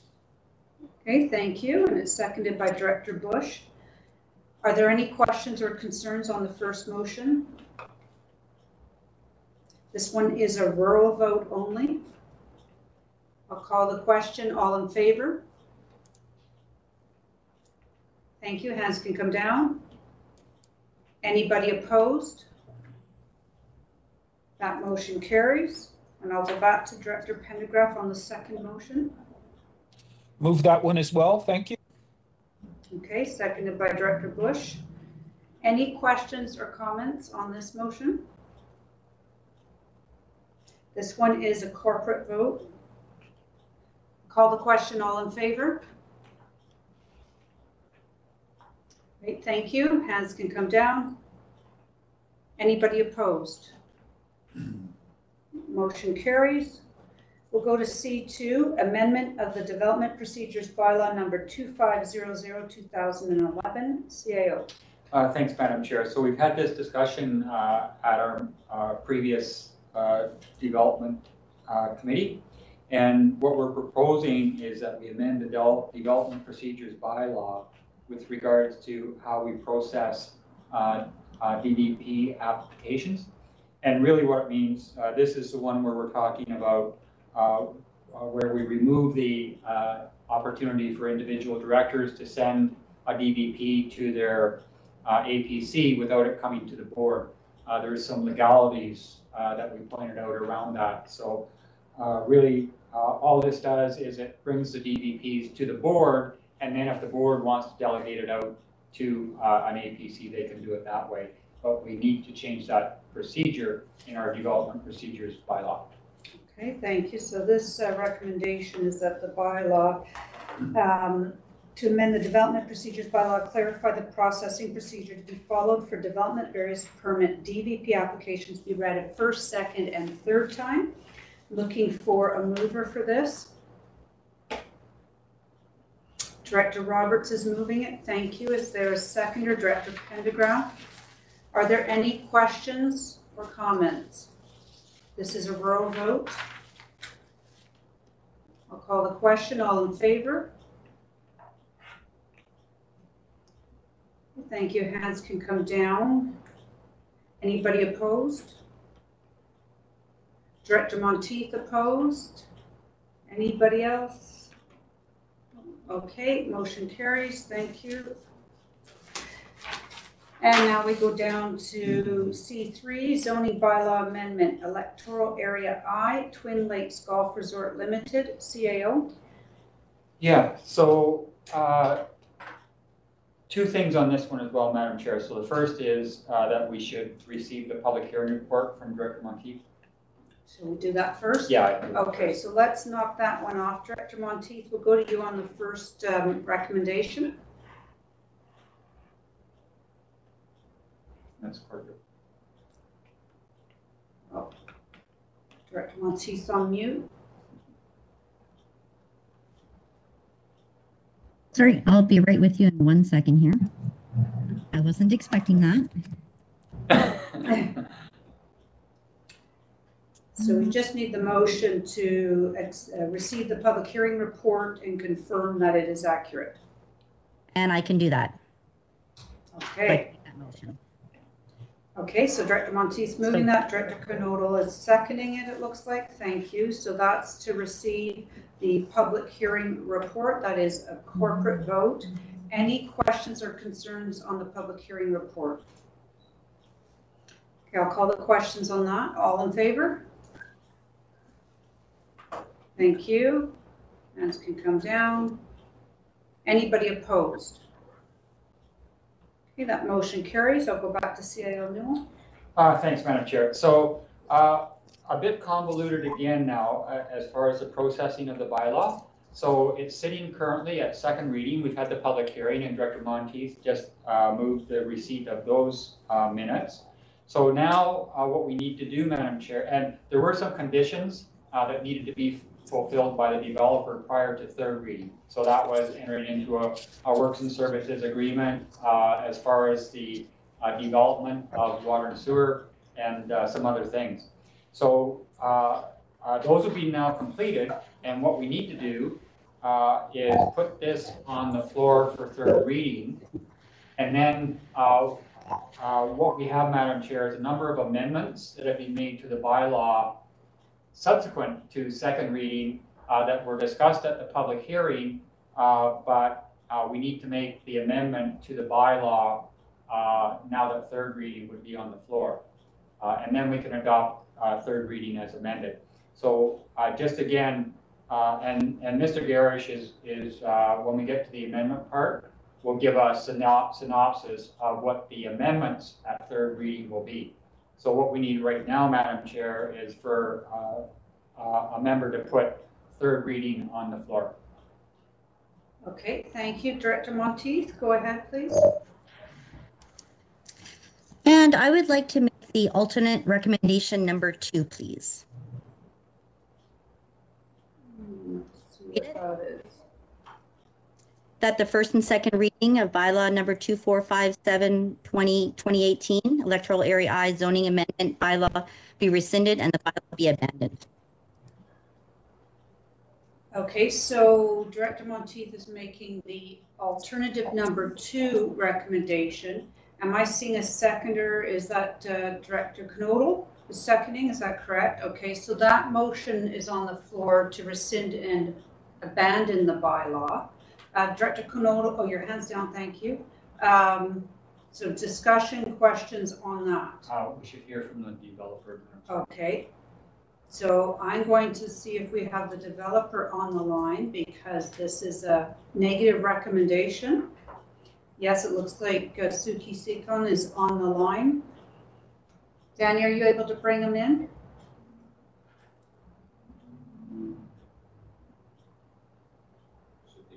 Okay, Mr. Sikon, can you hear me?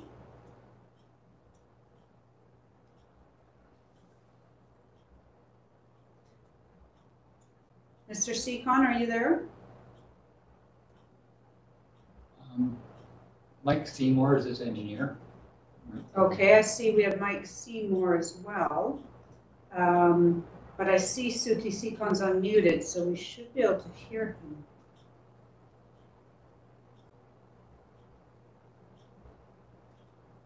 him. No. Pardon me, Danny? We have a phone number we can call. Okay, we're gonna try to call Mr. Secon directly since something's not connecting there.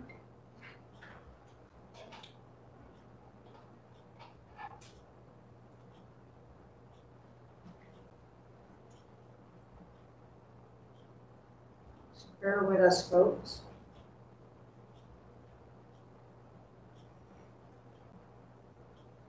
And CAO, were we expecting also a presentation from staff? No. No, okay.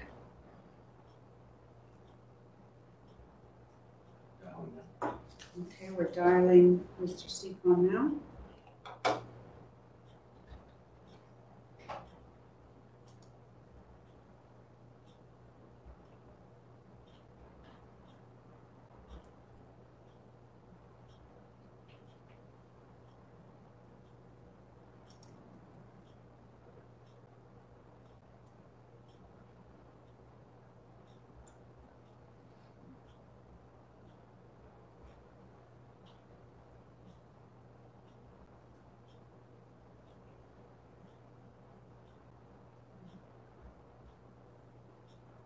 Any luck there, Danny? I see Mr. Secon's back on mute from this. Oh, it's flashing. There, Suki's there under two options. Okay, I think we might have Mr. Secon now.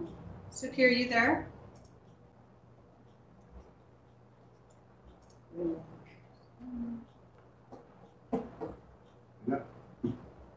We lost him again.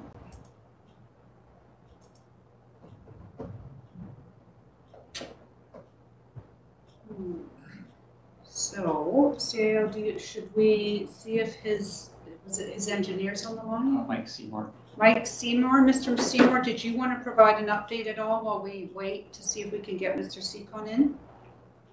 I can speak. Thank you very much, Chair and members of the board. Am I to understand that I have this... Suki on the phone. Okay, I will.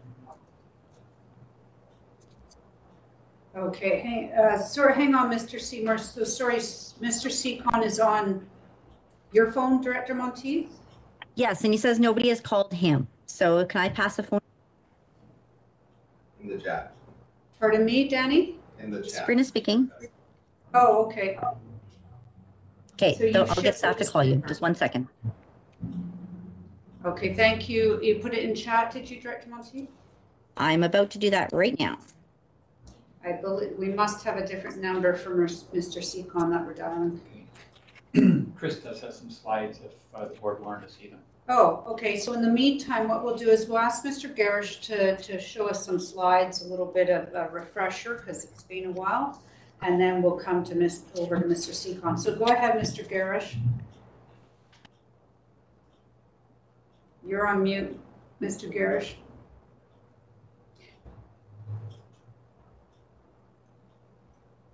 Do you have his slides, Danny, or is he?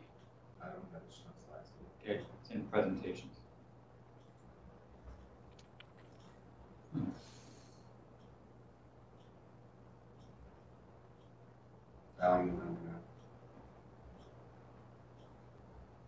You're dialing now, Danny? Is Chris on? It doesn't show Mr. Garish is muted, but we can't hear him. Hello? Hello? Hi. Is that Mr. Suki. Secon? Ah, okay. Yeah, Hi, not sure why Suki. you're... Oops, we're getting some Gonna have to feedback. mute it. Isn't it?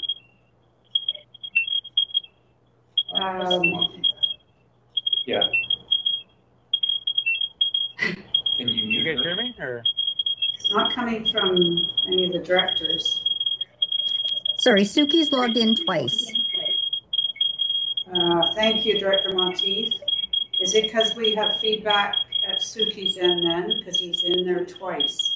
Why don't I just, There, you're good now, because you can you hear me disconnected now? one of them. Yes, Hello? thank you. Okay. Okay, sorry about that. I'm not sure why I've been watching it. I'm not sure why I can't come through on it. Okay, go. So now we can hear you clearly. So Okay. if you would like to give us an update, and I believe you would have heard that the alternative recommendation was made. So go ahead, please. Well, I'm not sure what I'm supposed to say other than I'm just shocked. I have no idea. This is, I got a call from Sabrina yesterday saying that she had a problem with the phase 2 portion of this motion. We worked diligently with the RDOS over a 10-year period, getting all these things into place, community water system, moving the location of the zoning, ensuring that water is safe and so forth. So I'm just shocked. I have no idea why this is happening and why that motion would even be made. I had a meeting with Sabrina 2 weeks ago. She didn't make any mention of it. I had a meeting with staff. They made a recommendation based on what our conversation was. So I am just shocked at why this is happening. Okay, thank you, Mr. Seacon. Let's see if there's any questions, comments from the board. Anybody have a question or comment? Director Knodel, go ahead, please. Just remind me, when was the public engagement completed? We've had several of them, but the last one I think was in December. Okay, just hang tight, Mr. Seacon. I'm going to go to staff with some of these questions. Mr. Garish, can you confirm? No problem. Mr. Garish, are you able to confirm for us, please? Yeah, we should just take questions of the delegate and staff. Oh. I think we've lost Mr. Garish. Hi, can you hear me? Corey here. Corey's on. Oh, Corey's on. Thank you. Hi, so for public engagement, we did have our public hearing on early December. And we did that via online, and we had about 25 attendees. Okay, thank you. Are there any questions for Mr. Seacon while we have him on the line from the Board of Directors? Director Gettens, go ahead, please. Thank you to the chair. I'm just curious if it's possible if Mr. Seacon can stay on the line while we just hear a little bit more from Director Monteith? Or is that against the process? Well, no, he certainly would stay on. Director Monteith doesn't have a hand up though, so right now we're just have questions of Mr. Seacon. Did anybody have anything specifically for him, Director Knodel? Mr. Seacon, has anyone given you any kind of written or verbal assurances that this would go ahead? I mean, it's not uncommon for changes to happen. In the case of Peachland right now, after third reading, Mayor Fortin is looking at making a change.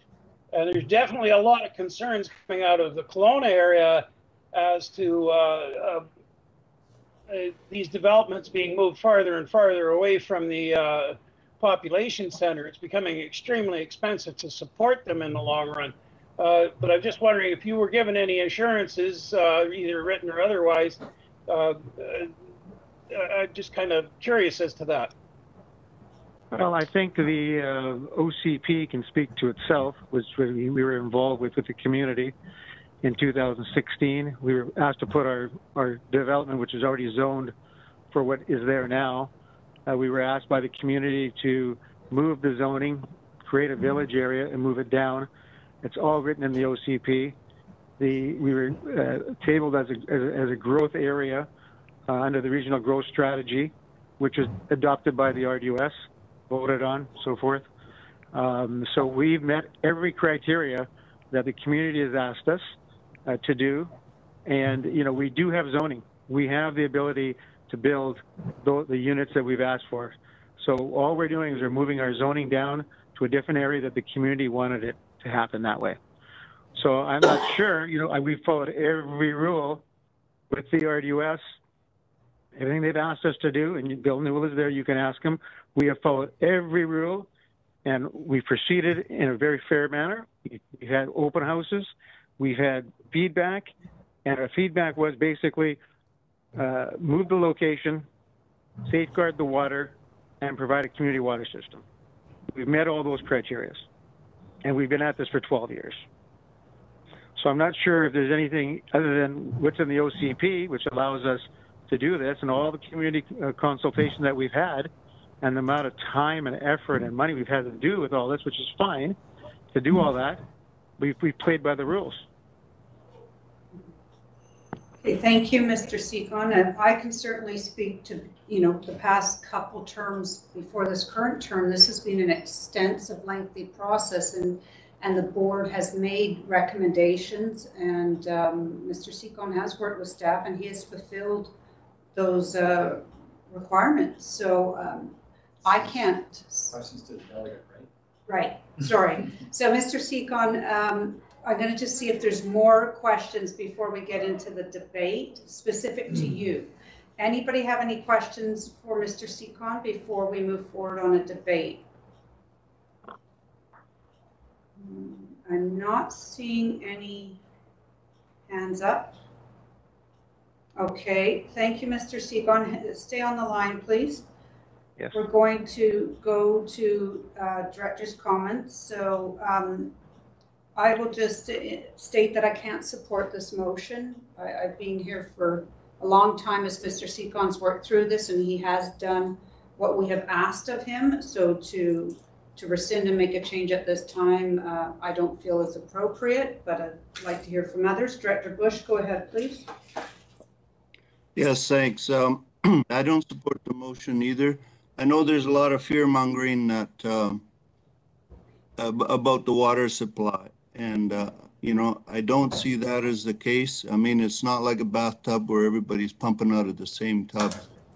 It's like that lake is like a sieve, and that water flows from that lake no matter what. So whether the lake dries up all depends on the amount of water coming in. What amount of water going out is going to be the same. It's not going to change. So if you draw water from below farther down, you're not changing the lake level at all. That's the way I see it. So, and the other thing is the BC government has their what is it, water supply management or whatever, is safeguarded to that if a newer water application is draining somebody else's water that's had a prior application, that their water will be limited. So, I mean, it's controlled by the province, and I don't think we have control over it, and I don't agree with the alternate motion. Thank you. Okay, thank you. I'll go to Director Monteith. Go ahead, please. Alrighty, so I'd like to share some of the comments and questions and concerns that I have. So as the director that represents Twin Lakes, I've had countless hours reading reports, studies. This is my first term. I have not had the experience that others have had on the board, but I do know that the residents of Twin Lakes do not all support the development. It's the density that concerns them. It is bringing 46 units into a community that's, I believe I have something here. The entire community is 131 dwellings. To add 46 to 131 is a huge increase in the community that is focused on water protection, they're focused on protecting the environment. To live in Twin Lakes, it is a total, it's a way of living in Twin Lakes to protect the watershed and to protect the environment. Being surrounded by nature's trust, they're naturalists. They don't want to see densification. I support development. I support it where it makes sense. St. Andrews wants it. Twin Lakes, or Apex wants it. Twin Lakes does not want to see densification. They don't want to see condos. Condos belong in the city, not in a rural community. And that is the feedback that I get from residents. We heard it in public hearing. We've heard it from the residents all along. Nobody's listening. I'm asking for us to listen. I'm asking for us to make a decision that we are not going to force densification into a rural satellite community that's not asking for it. They're asking for a natural environment. I support the golf course. I support them having a viable business, but I can't see bringing 46 homes and then signing a blank check for up to 250 homes, which is more than doubling what was already there. If I said that in Caledon, if I said that I was going to allow 46 homes to be built in Caledon, there would be uproar because it would be changing the complete vision of that little satellite community. Caledon is going through a sewer project right now, and the biggest concern there is densification and changing the community. So here we are allowing a development, possibly, that would change an entire community that has been rural and wants to be rural. They don't want city services. They want to be who they are, and that is focused on the environment, protecting the watershed, and left alone. They don't want city services. They don't want to see condos. That's the feedback I'm getting from residents. And we've heard it through public hearing, through the OCP. I've gone through the RDOS website. I found minutes saying residents didn't want this. I mean, you saw all the letters, that are submitted with this application. Residents are not asking for this. They want to be left a rural community. They don't want to be developed. That's where this is coming from. Okay, thank you. I'm going to go to CAO Newell. Yeah, so this has been a difficult one over the past decade, Madam Chair. So it is identified as a secondary growth area in the regional growth, and the regional growth strategy. So fine for development there. It is already zoned for development. What this application entails is moving the development off the hill to the west, down within the golf course community. So it'll be a town center sort of development right within the golf course. Water has been an issue, and we're certainly concerned about that. We had numerous aquifer studies. So what this process does is say, we're going to place a no-build covenant on the phase 2 part of it. So this approves the phase 1, which can go up to 36 units, and they have to enter into a works and services agreement with us so that they would turn the water and sewer services over to the regional district. We believe that, with 36 units, that will prove out to that there is water there for that amount. And then the idea is that over that development, over the years that it will take to develop and fill up those 36 units, we would be able to determine whether there's going to be water for additional development. And the developer has agreed that that would be an appropriate thing to do. So at this point, they've met the requirements that the board placed on them when this first came forward for first and second reading, in that they would enter into a works and services agreement, and that they consider the no-build covenant to be placed on before the bylaw would get adopted. So from an administrative point of view, Madam Chair, we're certainly not contesting what the director wants to do out there. We're just saying we believe they met the conditions placed on them by the board at second reading. Okay, thank you. So just to clarify that if this, the administrative recommendation, if that went through, it's 36 units, not 46. They can't contemplate the second phase until 36 are full. Right. Like not only built, but occupied. And the 36, if done, may not lead to anything further should the board not permit it. Is that correct? Yeah. Okay. And my understanding when this was debated many years ago is that the change was better by the zoning being removed from the hillside, that the build would not happen on the hillside. Is that correct, CAO? Well, better is sort of a relative type of word. It's just different. Okay. Yeah. Thank you. I saw Director Pendergraft's hand, but I think it's gone now. Did you have something, Director Pendergraft? I was going to mention a lot of what CAO mentioned. I would add one thing, if I might, and that is by putting it onto the golf course and maybe going condos, it's probably going to be a lot less water use than if you had individual homes with lots of lawns and all the rest of it there. You're going to use more water with that other type of development than what he's proposing here. This is a much more water-friendly development than what the alternative is, and he's allowed to do that alternative. Right. Thank you for that clarification, Director Pendergraft. Director Knodel, go ahead, please.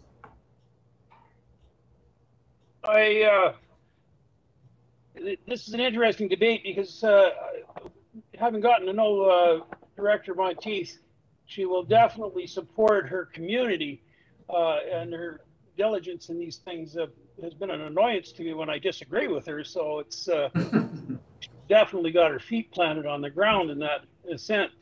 But one of the things that I've noticed is Kelowna right now is in a debate over moving these larger communities away from the center, from the growth centers, from the actual growth centers, and basically cluttering up their urban areas. It ends up costing more money in the end to service them. Secondly, the needs and desires of the community need to weigh in here somewhere. You know, Penticton's currently in a battle right now with the province over what's best for their community as opposed to what some outside government force says they want. Maybe we should take a lesson from that. There's a lot of pieces to this. I have to agree with Director Monteith, though. I'm neither against development, but development has to be in the right places to be proper. And creating another mistake on top of compounded mistakes makes a whole growth strategy even worse. We're going to have to come back and take a look at our growth strategies in the next little while. And I believe even the province is starting to recognize that this is a problem. So for that reason, I'm going to support Director Monteith. Thank you very much. Okay, thank you. So based on what we heard from CAO and Director Pendergraft, the applicant has zoning. So I guess the statement, be careful what you wish for, would apply here, because if this goes as the motion is, the applicant can still go ahead and develop. It's going to be potentially a greater water usage than what is proposed right now. So it's not that there wouldn't be development there. There are other options to the applicant. So it's just want to put that out there for folks to think about. Director Monteith, go ahead, please. To the chair, when we talked about strategy, you know, the reasons Area A and Area C wanted to have their communities removed from the growth strategy are the exact same reasons that the residents of Twin Lakes are asking for the same thing. You know, they don't have the resources to sustain what is being proposed. There's concerns about bringing that density into a that is not wanting it. They want to be rural. If they wanted to live in the city, they would move to Caledon proper or Penticton or any other community that's developed. Twin Lakes is undeveloped. They're all on well water. They all have septic systems. They don't want city services. They want to be left alone. And, you know, it's frustrating because I feel that in many ways we go through processes. Right? We have public hearings, but we're not listening to the public.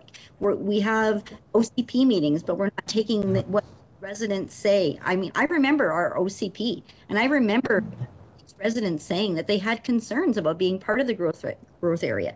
You know, they've been vocal. They've been saying that they have concerns, and I have to support. If they don't want that in their backyard, I get it. Okay, thank you. Director Bush, you're next. Yeah, I just think Knodel is trying to cloud the issue here by referring to other districts and other communities or whatever. But, you know, we already voted on this as a growth strategy.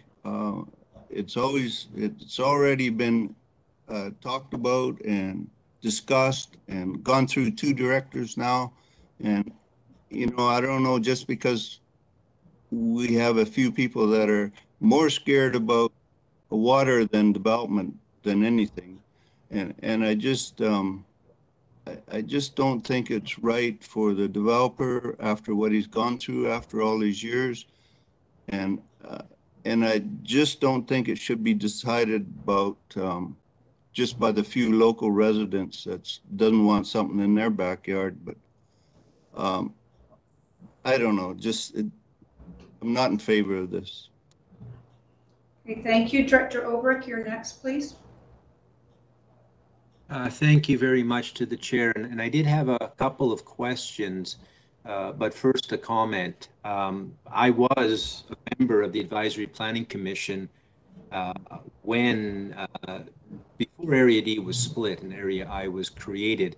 And I can say that this matter came before the Advisory Planning Commission, and there was an excellent amount of work done by staff and by the applicant.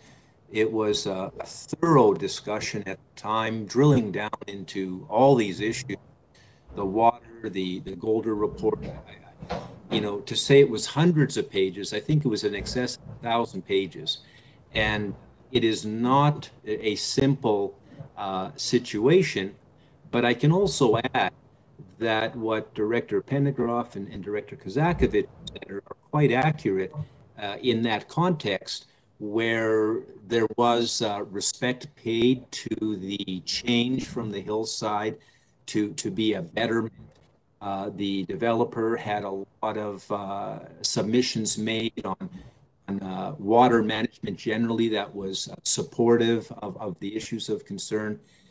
And my understanding was that this was a limited, cautious approach, which I understood the developer was participating in, where it would be limited on a phase one with a little bit of a wait and watch and see and review aspect to it. And I think that information may be relevant to consideration of the members of the board. And my questions, and there's a couple. One question, this goes back years, and my understanding may be wrong, but my understanding was that the water utility would be transferred from the developer to the regional district. That was part of the plan. And so my first question is that understanding correct? Is it still the case? And then the second, of course, is what happens if there are water problems subsequently? Does that put the RDOS into some concern on whether it's liability or obligation? I know the water considerations are a big driver, and so that's why I'm curious to learn if there's been a change or if that's still. Okay, thank you, Director Obrick. I'll go to CAO Newell. Thanks, Madam Chair. So that was one of the conditions that the board put on the developer at second reading, was that they enter into a works and services agreement prior to it coming back for a third, and that the disposition of the water and sewer is covered in that works and services agreement, Director Obrick. So yes, we have an agreement on water and sewer that administratively we're happy with at this point in time. Was there a second? Sorry. What happens if there's water problems? Yeah, so as has been referred to for a number of times, we had initial water studies, I believe, back in the 2008-9 period, and we weren't satisfied with that, and we commissioned another study in sort of the 2011-12, and then because there was some discrepancies between the two, we had a third independent aquifer study. And at this point in time, what the best decision on out of those is that there is enough water to sustain that first phase, and then as Director Obrick mentioned, that we wait and see, and we'll have a much better idea after there is a drop. And I have to say, the golf course is already operating, so they already have water licenses for the golf course. What this would do then is develop that community water and sewer system that a residential development would require. And that's what is proposed for this town center that is now proposed for the golf course, Madam Chair. Okay, thank you. Director Bauer, I believe you had a hand up, or did you not have something now?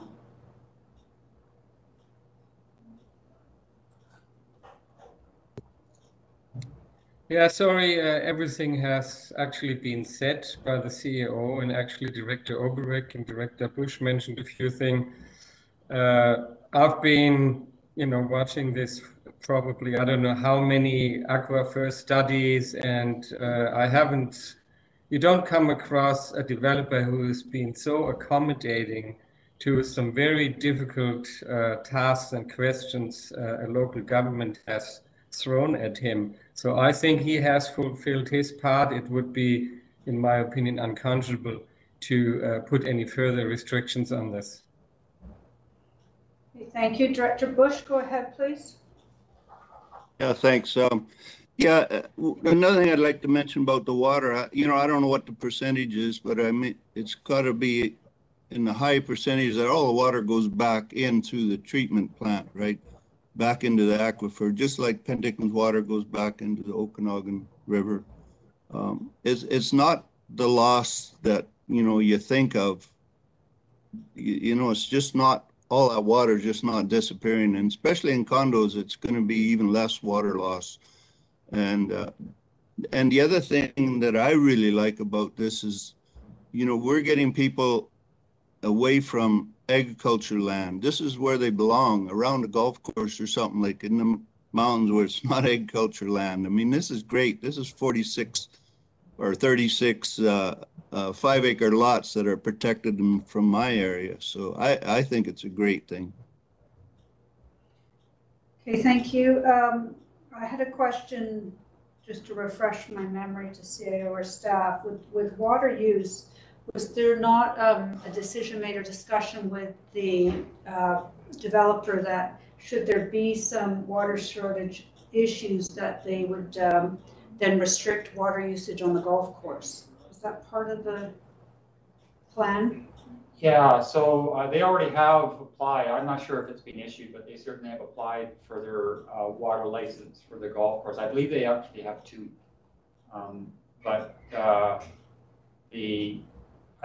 They're going to experience, if there's a water shortage, they're going to experience that at their golf course and at their residential development, just like everybody else in the area would. So the works and services agreement that the board put as a conditional approval on second reading, that turns those systems over to the regional district. So we would control those, Madam Chair. We would take control. Okay, thank you. And then if this current motion passes to rescind and abandon the bylaw, where does that leave the developer with options with his current zoning? He would have his current zoning. There would just be no change. So he could go ahead and develop where he's allowed to, which was sort of the hillside concern. Is that correct? Yeah. Yeah. So just to remind the board that decisions of previous boards perpetuate. So even though we have different members on the board, the decisions that the regional district makes through previous iterations are entrenched. So it's been a long discussion before development gets to this point at the regional district. Okay, thank you. So currently we have a motion on the floor, the alternative number 2, that first and second reading of bylaw number 2457.20 2018, an area I zoning amendment bylaw be rescinded and the bylaw be abandoned. This is a rural vote only. Are there any further questions or comments before I call the question on that motion? Director Gettens, go ahead, please. Thank you to the chair. Just for confirmation, because I'm trying to get things clear in my head as well. If this motion passes and the developer is able to keep his current zoning, how many units, and they're larger units, full houses, I understand that, but how many is he currently zoned and allowed to build?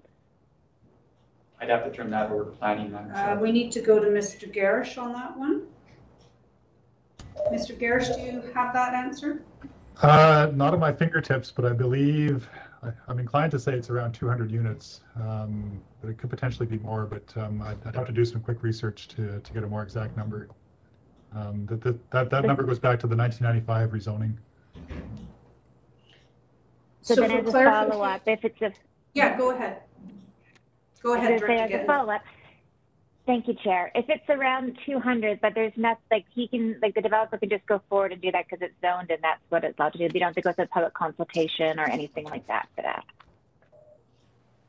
Mr. Garish?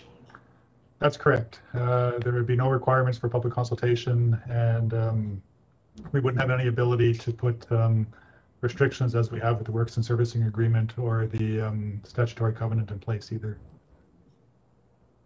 Okay, if I could do one more follow-up. Sorry. Yes. Are the Twin Lakes residents, has that been brought up at the public hearings, and the Twin Lakes residents understand that?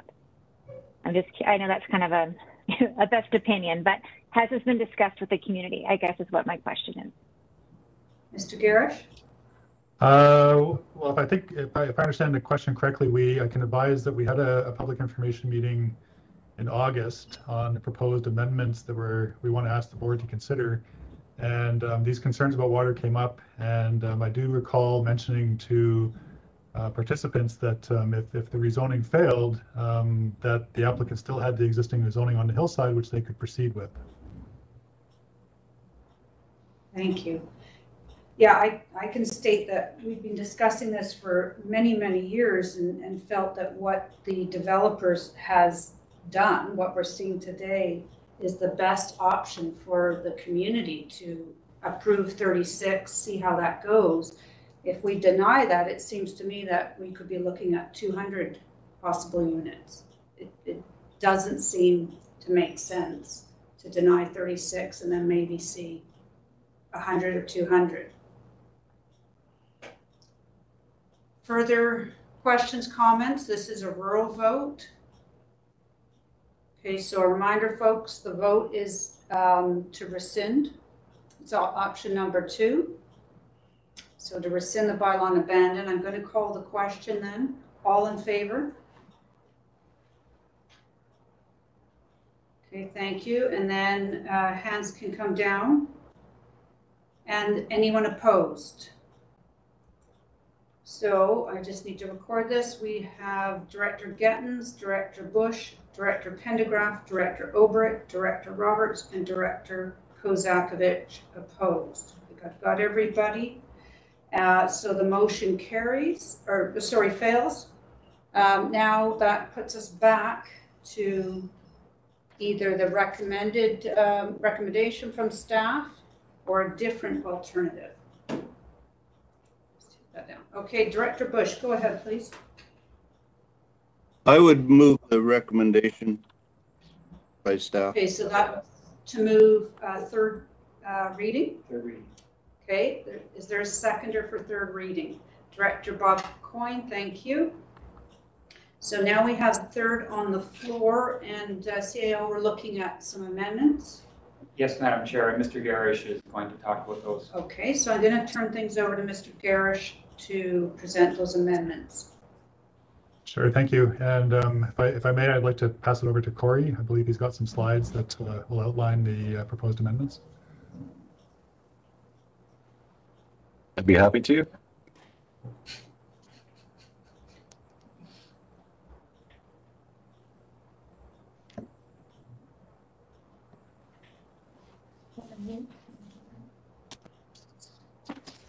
So, due to a request from the applicant to amend their proposal to retain the campground use at its existing location.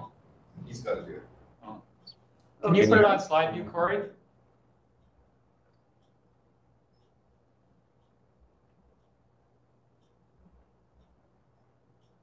Thank you.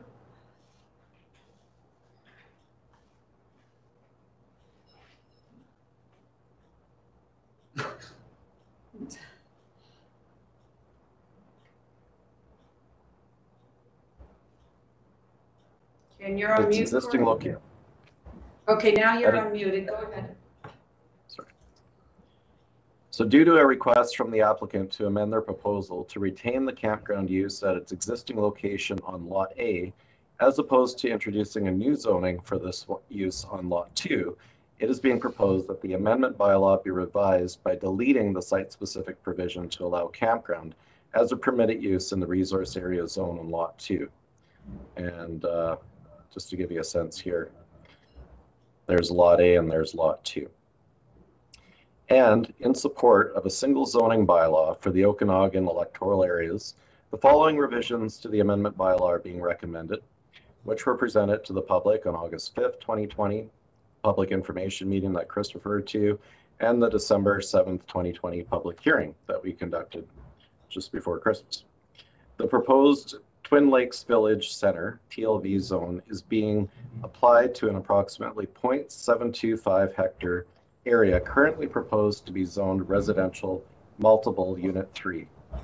And permitted uses in the TLV zone were amended by replacing multi-dwelling units with apartment buildings and townhouse, adding campground, community hall, duplex, and deleting accessory dwelling.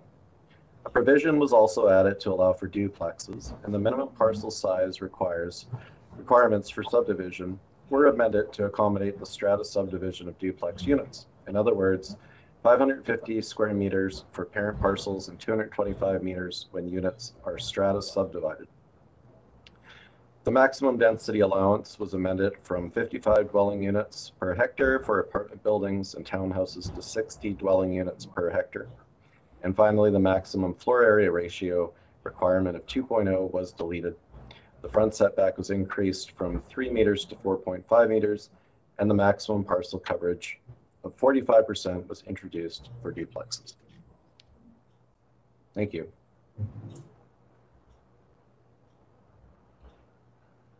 Okay. So we need somebody to move that amendment. Okay, is somebody willing to move that amendment?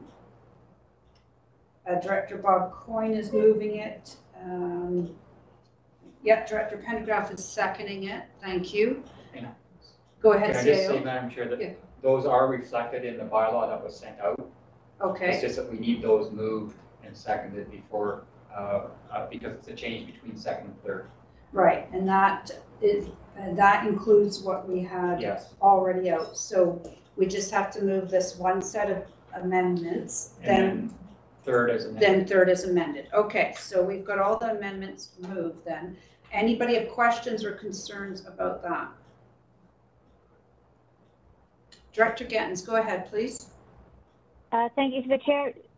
I just want clarification on the amendment again. Is that what we're seeing underneath the administrative recommendation? You see, where are the, sorry, I'm not following this. Where are the amendments listed in our agenda? So in the, I think Director Gettens is asking CAO, in the report, we see that there's A and B. This is part of it. The amendments that we just had presented. Okay, I don't have that The up. groundwater sustainability and availability is proven to warrant further development, and 36 dwelling units in phase 1 have been constructed and issued occupancy permits. Okay. But they can't proceed until that's done. Right, so, okay. We're only giving it third today, and then that work will be done between third and adoption. Okay, the no build statutory covenant. Yeah. Okay. So it'll be registered on title. It'll be registered on title. Okay, thank you. Director Gettens, did you have a further question? Was that clear or not? No. Not clear or no further question? Can someone just read out what we're voting on, including the amendments, please? So the amendment is just that those slides that Corey just presented. It's hard to see them from here. Yeah. It's hard to read. Yeah. Corey, do you mind just reading that again, the amendment, please? It's hard, it's a bit small print. Sure, no problem. Sure. No, I don't mind at all. Can you hear me though? Yeah, go ahead, please. Okay, great. Okay, so first of all, we had a request from the applicant to amend their proposal to retain the campground use at its existing location on Lot A. as opposed to introducing a new zone for the same use on Lot 2. So it's being proposed that the amendment bylaw that we showed at second reading, and we've done this already in the package, it's been deleted as a site-specific provision to allow campground as a permitted use in the resource area. So in reality, that was sort of a negotiation, a decision that was made, you know, back in, say, the fall. It's just we need the board's formal recognition of that. So we did mention that to the public. And the other set of amendments that were already made to the bylaw that's in your package that were introduced back in August and December to the public was that in support of a single zoning bylaw for Okanagan electoral areas, the following revisions to the amendment bylaw were being recommended or have been made, and those were presented. So the proposed Twin Lakes Village Center zone is being applied to approximately 0.725 hectares, the area currently proposed to be zoned residential multiple unit 3. So the RM3 zone had to basically be tossed away because of the changes that were made. So what we've done is basically taken the Telford Lake zone, applied it to a 0.725 area, and we upped the Telford Lake Village zone so it wouldn't impede on the developer's original proposal. And that was for making sure that he could have multi-dwelling units, apartment buildings, townhouses, adding a campground, community hall, duplex, deleting accessory dwellings. So basically we're taking that Telford Lake zone and making it into the RM3 zone plus. A provision was added to allow for duplexes, and the minimum parcel size requirements for subdivision were amended so that essentially you could take a 550-meter parent parcel, subdivide it into two parts, 225 square meters each. And then the maximum density allowance was amended from being 55 dwelling units for apartment buildings and townhouses, just up 5 to 60 dwelling units per hectare. And then finally, the maximum floor area ratio requirement of 2.0 was deleted. It was seen as unnecessary. And the front setback was increased just slightly from 3 meters to 4.5 meters. And then finally, the maximum parcel coverage of 45% was introduced for duplexes. So duplexes can cover up to 45% of the lot that they're sitting on.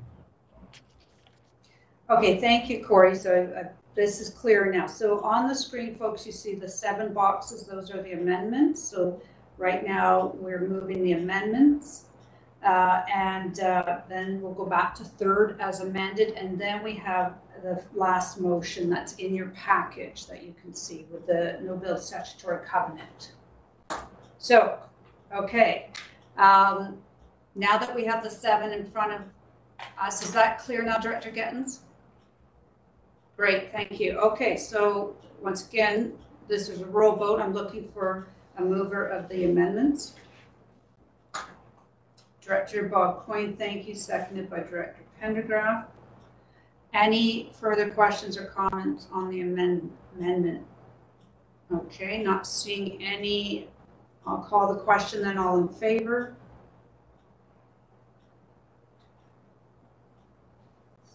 Thank you. Hands can come down. Anybody opposed? I'm not seeing anybody opposed. That motion carries. Okay, then I'm going back to the motion third as amended. Any further questions or comments there? Okay, I'll call the question. All in favor? Thank you. Hands can come down.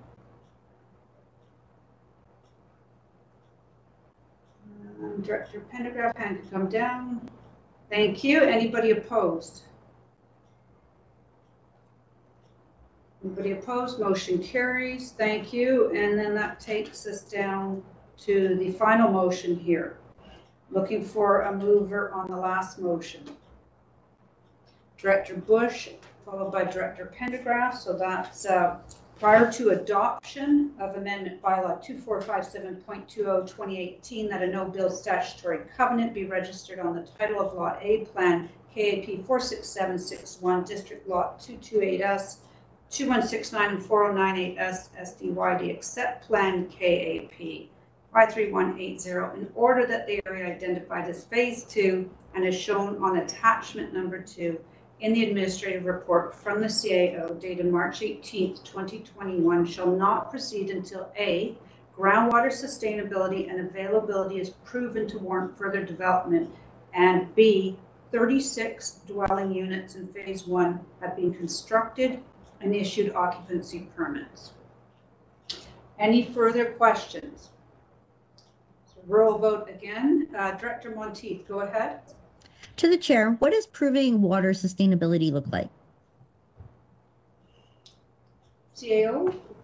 I believe the intent at that point is that we would have a before and after measurement, and that we want some substantive proof that there was going to be enough water for before commencement of Phase 2. Okay. And can I ask, is that done over a specific period of time? No, it's based on occupancy. We really won't know until we get those 36 units and they start using water, and then we'll know before we commence Phase 2, but we want proof of sustainability. Okay, thank you. And I'll go to Director Gettens. Oh, no. Okay, Director Knodel, go ahead, please. After those 36 are completed, is there a time frame, or does it just carry right on in regards to proving the water? Would you not have to have a course of 1 or more years to prove sustainability of the water after they were all completed? CAO? Boy, on process, I'd have to refer to planning. Okay, we'll go to planning to Mr. Garish.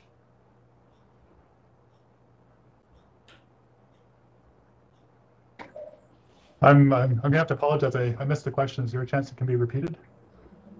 Yeah, so once the occupancy, item B there, the last part that we're working on, 36 dwelling units in Phase 1 have been constructed and issued occupancy permits, and we're trying to prove groundwater sustainability. What is the time frame? Is it immediate? Is there a period of time that there would be testing done before the developer could look at moving beyond those 36? Yeah, so I can probably answer the first part of that question. So it's really going to be dependent on the developer and how quickly their building schedule allows them to get to 36 dwelling units. But beyond that, in terms of how many years or what period of time would be required for us to be satisfied that there's sufficient water, unfortunately I don't have that at my fingertips. I can. If the board's willing, I can go grab our development engineering supervisor and see if he's willing to or able to shed some light on that. I think the concern, Mr. Garish, is the part about water being proven and how long does it take to prove that? Is there a designated time frame? Is it 1 month? Is it 6 months? Or is it just one particular test that proves that there is adequate water? Okay, I've got Stephen Juke here with me. So he might be able to help answer that, and just indulge me here while I repeat the question. Is basically when he meets the 36 unit build out, at what point after that would we be satisfied that he's satisfied the water requirements that would allow him to go to Phase 2? Is there a set period of time? Is there a threshold at which we would be comfortable? It's more of a threshold rather than a period of time. With the establishment of the water system for Twin Lakes, we're also entering into a monitoring program that was mentioned, I think, just before as part of second reading. There will be a monitoring program as part of the water system, monitoring the water use, not just for this development, but really monitoring also the aquifer, determining whether or not the use is sustainable. So the threshold of the 36 was really to give us an opportunity for the water use, because the developer has said that he'll be doing this development in phases. So there will be a certain duration of time between the initial build, the first phase, and whatever phase it takes to get up to the 36 units. But then also he may have the ability, like the phase 1 is ultimately designed for 46 units. So we wanted him to have a certain point where most of the development was built, and we thought that the 36 was a reasonable point in time for that. Okay, thank you, Mr. Duke, for joining us. Director Gettens, you have a hand up? Yeah, thank you to the chair. We just received a letter, I think it was last night or yesterday, from the Twin Lakes Stewardship Society about the aquifer. And I just wanted to ask about the groundwater sustainability and availability is proven. When we say groundwater, do we also talk about the aquifer and the recharge of the aquifer? Like, will we be measuring that as well? Yeah, that is all one. We know that back in 2018, when everything was flooding, that the reason was groundwater, and consequently Twin Lakes flooded as well. When the groundwater is low, then the aquifers are low. Okay, thank you. Director Monteith, you're next. Go ahead, please.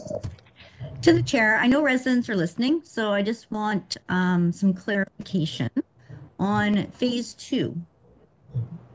There is no turning back. Like, basically, this is okaying phase 2 as well as phase 1, because we know that phase 2 kind of has to happen for economy of scale to make sense for the building of the wastewater treatment facility.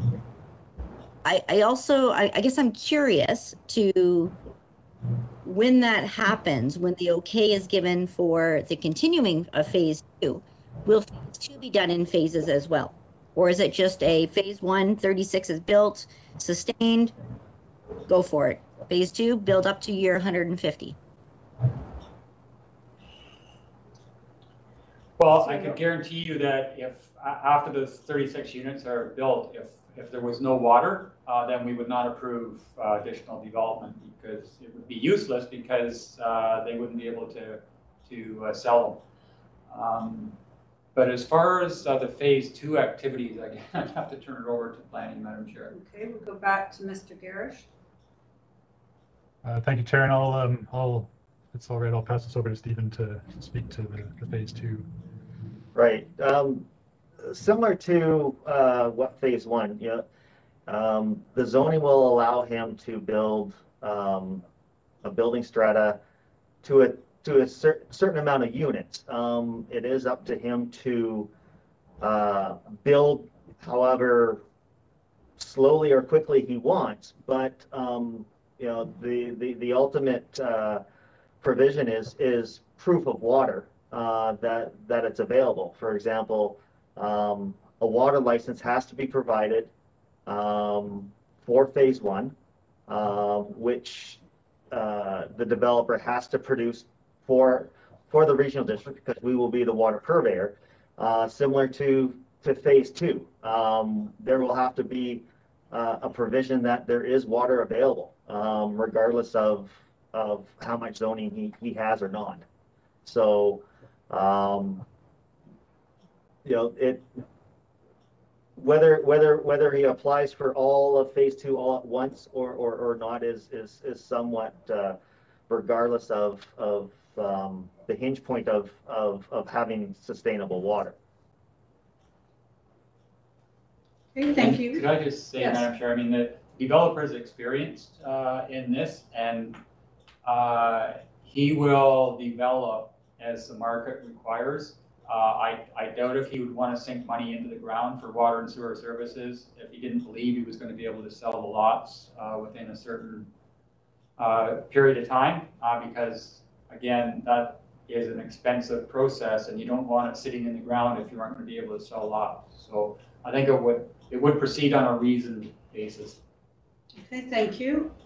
Any further questions or comments? We do have the final motion on the floor, and it is a roll vote. I'm not seeing any hands up. I'm going to call the question. All in favor? Okay, thank you. Hands can come down. And anybody opposed? Okay, nobody opposed. Motion carries. Thank you. We're going to move on to C4. Zoning bylaw amendment, electoral area D 1655 Maple Street, and that one we had a public hearing this morning. CAO? We did, Madam Chair, and this is the property previously known as the Warehouser property, where we're changing the zoning from heavy industrial to light industrial. Okay, thank you. I'm going to go to Director Oberk on this. Yes, and thank you very much. I will be making the motion for the administrative recommendation. This is a wonderful project for our area. It's got tremendous support. It's for people who've been around long enough. This is a good improvement over the previous experience for 15 to 20 years. The amendments are excellent. We move away from community concerns of heavy industrial. The asphalt plant, anybody who's been around long enough will remember, was a major contentious issue. The indoor agriculture is impressive. This is world-class technology. It was spoken about at the food security workshop at the local government leadership academy forum in the first week of February 2021. And if you look at the improvements coming to the area, the sewer, the roads. So I just wanted to mention that because I'm very familiar with concerns that have been raised, which are very, very few, and the support for this is just tremendous. So I'd like to just make the motion for administrative recommendation. Thank you. Okay, thank you, Director Oberk. Director Oberk is moving third in adoption. Director Bush, are you seconding that? Yes, okay, thank you. Any questions or concerns on this? Director Bush, you have a question? Yes. I just wanted to make sure there'd be no restrictions on the road that Warehouser talked about. Okay, I'll go to CAO on this. No, the road is still owned by Warehouser. But there wouldn't be restricted use? Not unless Warehouser puts them on. Okay, thank you. Any further questions or concerns? This is a rural vote with a 2/3 majority required. Director Pendergraft, go ahead, please. Is there an road if necessary? Yeah, so an alternate road, I guess is the question. Yeah. No. So again, another long-standing issue. Warehouser does own the road, and they are concerned about load limits, especially in the spring.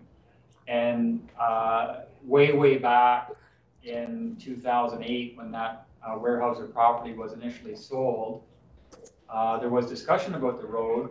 MOTI doesn't want to take it unless the road is brought up to provincial standards, which Warehouser is not prepared to do.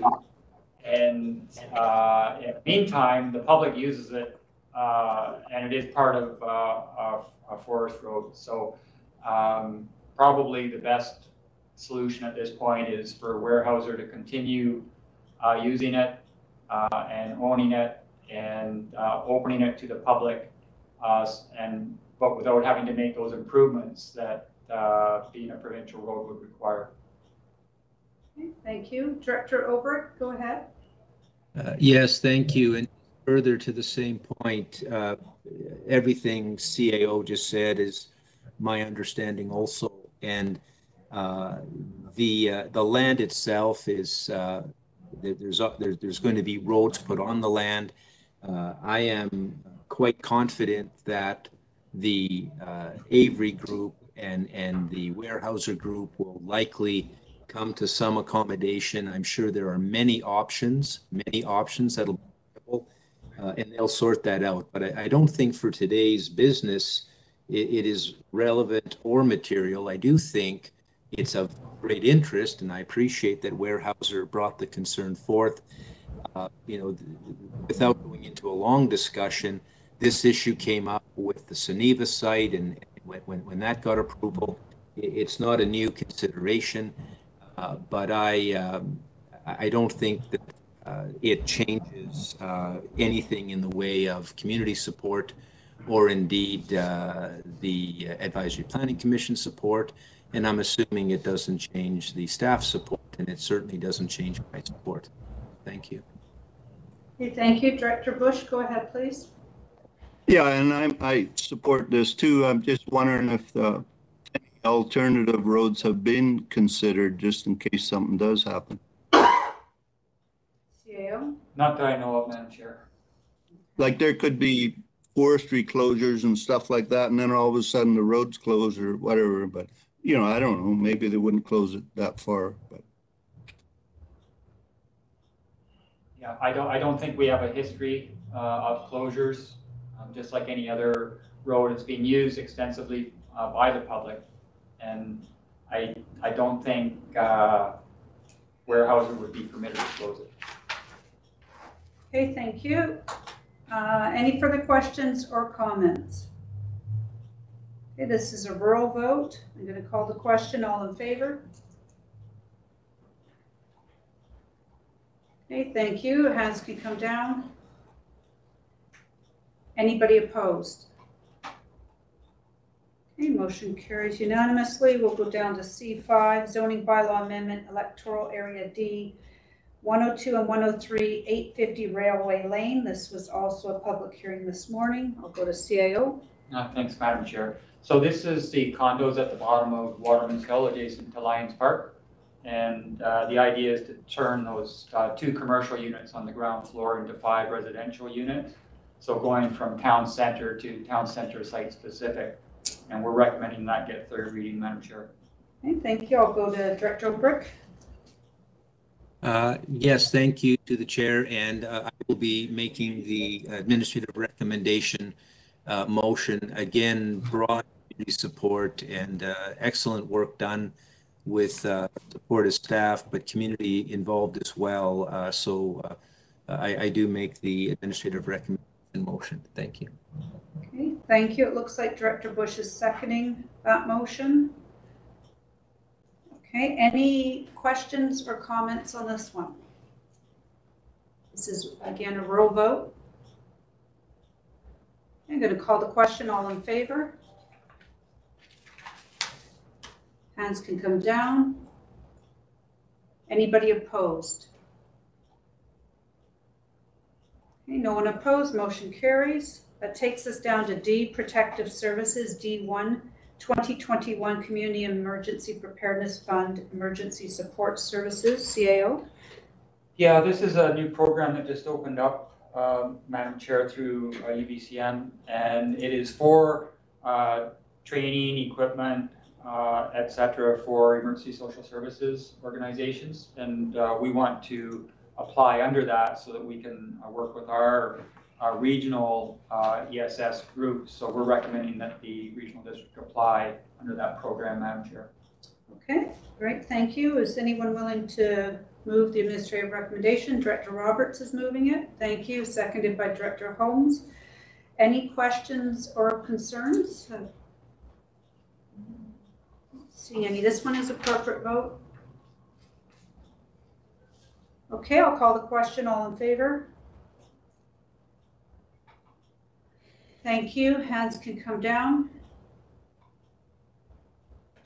And is anybody opposed? Director Knoll, I think your hand was from in favor. Yes. Okay, thank you. Motion carries. We'll go down to E, Finance.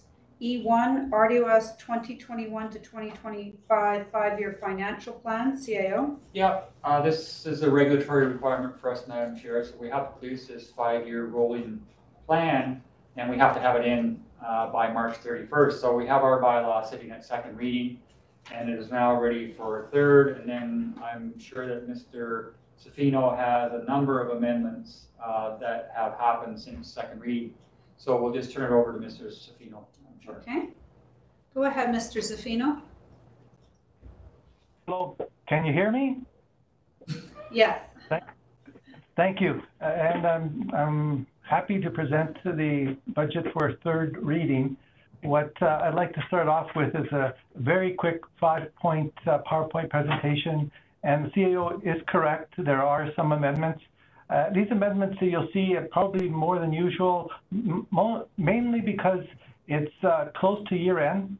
And with the year end, we're able to have a closer look at what the actual costs are. So the majority of those amendments that you have seen as part of the budget is essentially fine-tuning the actual amounts, where a manager may have estimated that $10,000 left and the actuals might be $9,900. And so we or plus or minus, and so we just adjusted it. The majority of these changes do not affect the tax requisition. There are some that they do, however, and I have them shown on here. So what I'd like to start off with is the next slide, Danny. So this is the tax requisition summary as presented for second reading. And you'll see the total at the bottom where it's $20,432,219. So starting with that number, I took a look at all the changes that do affect the tax requisition, and that's on the next screen. So in the number of the requisition changes that are requested, these are the ones that only affect the tax requisition. The majority of these are from the directors, specifically increasing reserves or adjusting specific accounts for user fees. So with that number on the very top, the $24,32,219, the adjustments that you see where they're in Naramata, West Bench, Falder, and the subdivision services, the tax requisition, as you see soon, is $20,468,973. One area that I do want to point out, and it is part of the report, and that's the last two items on the sheet. That's the subdivision servicing. Because there was a major deficit last year in 2020 for surplus, the surplus was mistakenly overstated. We started off 2020 with a $47,000 deficit. So there was a request to move over or carry forward $50,000 for a specific project that has been committed, and the money was not there. So we talked to the manager of what we can do, and we came up with the solution, and it can work, and Chris is here to answer any questions that you may have, is we took $30,000 from the electoral area planning and moved it to the subdivision services. What that does is essentially, it does have a minor change on the tax requisition, but mostly it's positive. And then there's a $3 rounding area. I've been having that $3 has been hounding me for the 6 months that I've been here. And someday I'll find it, but it's not material. But I do want it to balance to the exact tax requisition that we have. So with that, I'd like to go to the last slide. And this is the tax requisition that you have for the third reading, and with the amendments also, this would have the to adopt the changes. So it would be the $20,468,000. As you see, the tax requisitions.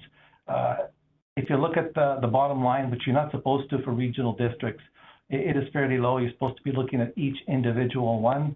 And as I mentioned, and as a few of you have brought up to me, you also wanted to talk about the non-market growth. The percentage increase that you see here is actually excluding of the non-market growth. So the percentage change is actually lower than what you see here. This is how it's been done in the past. But I wanted to be consistent this year, and next year we could expand on that, although I do have the actual percentage increases for every one of the areas, including the municipalities. So with that, in your report, there are a number of changes that I have submitted under Appendix 1. And for the budget to be approved, the board would have to actually approve these amendments. And on my report, I've got the administrative recommendation.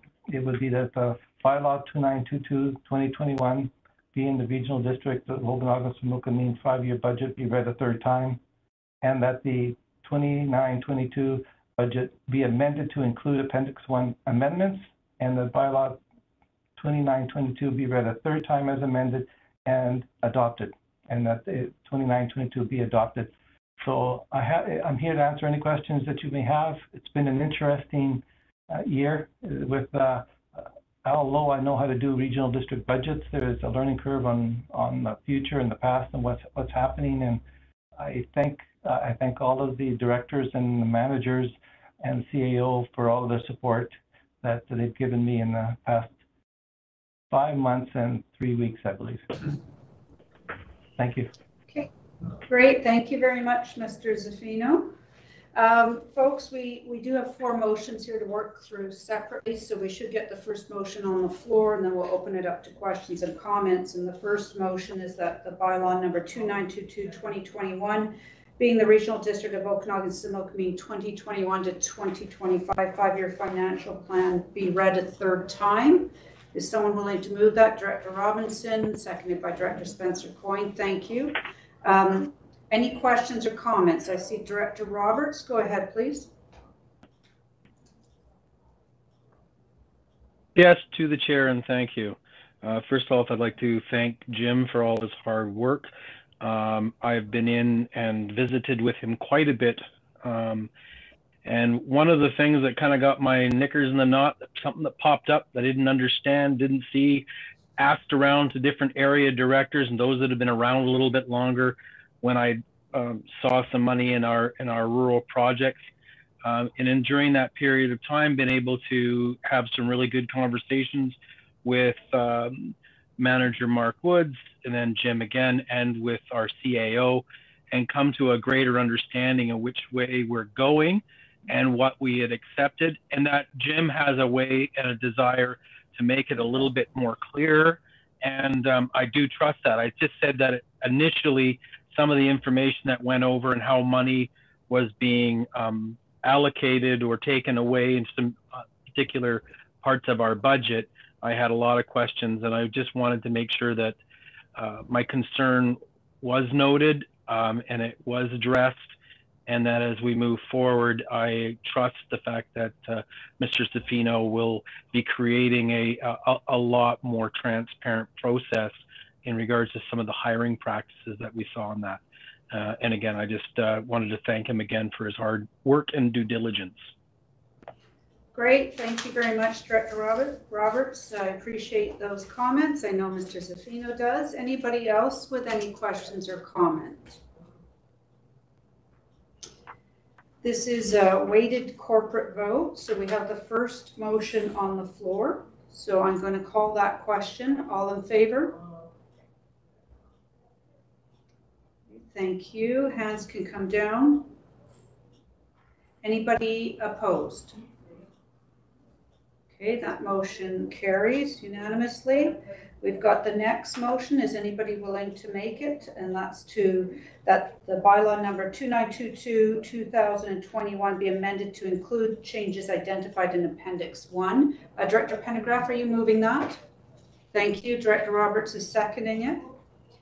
Any questions or comments? Once again, weighted corporate vote. Not see any hands up. I'll call the question. All in favor?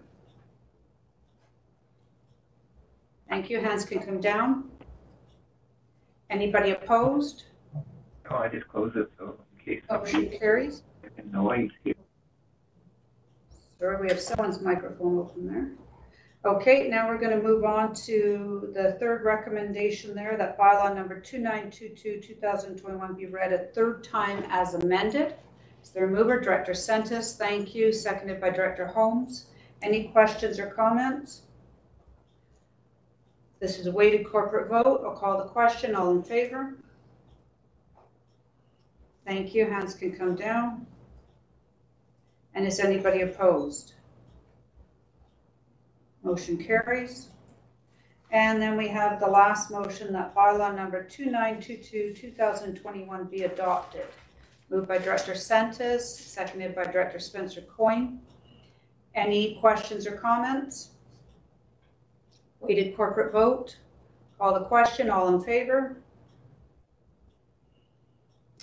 Thank you. Hands can come down. And is anybody opposed?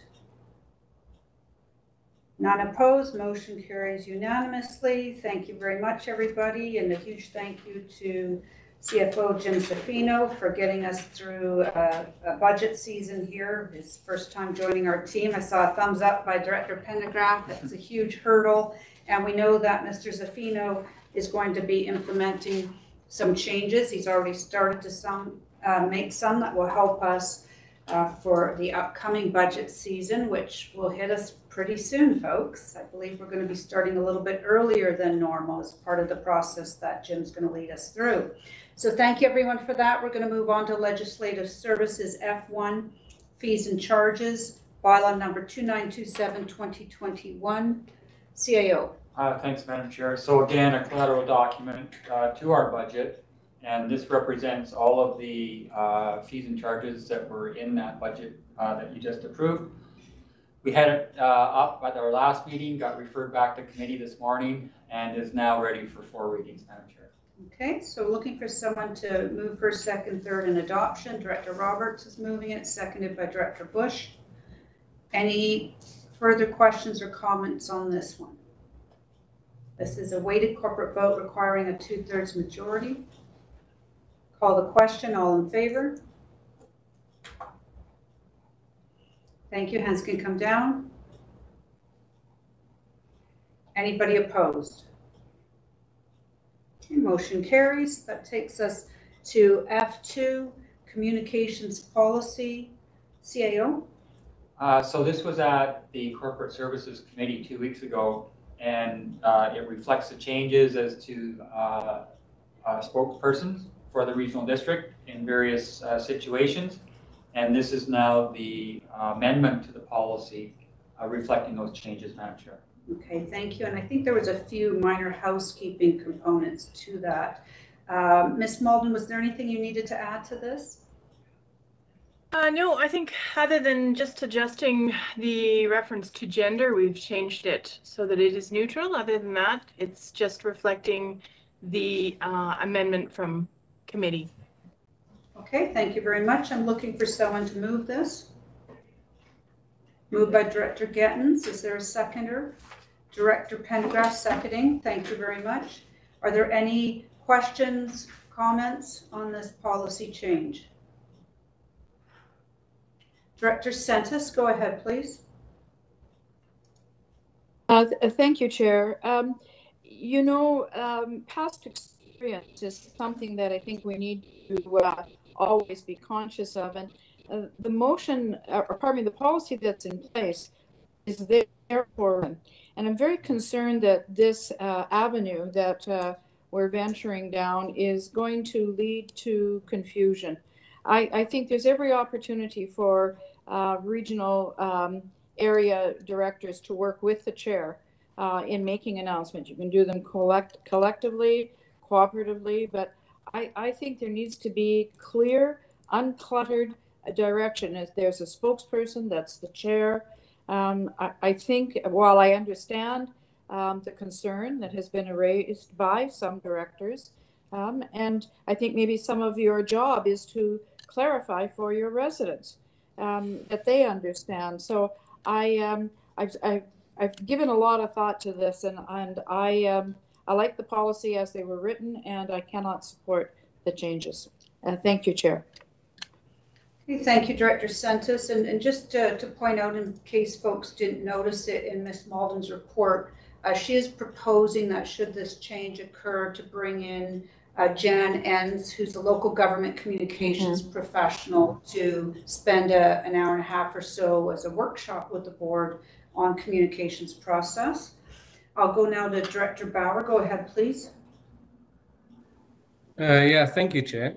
So I did do a little bit of snooping around in terms of best practices, what other regional districts do.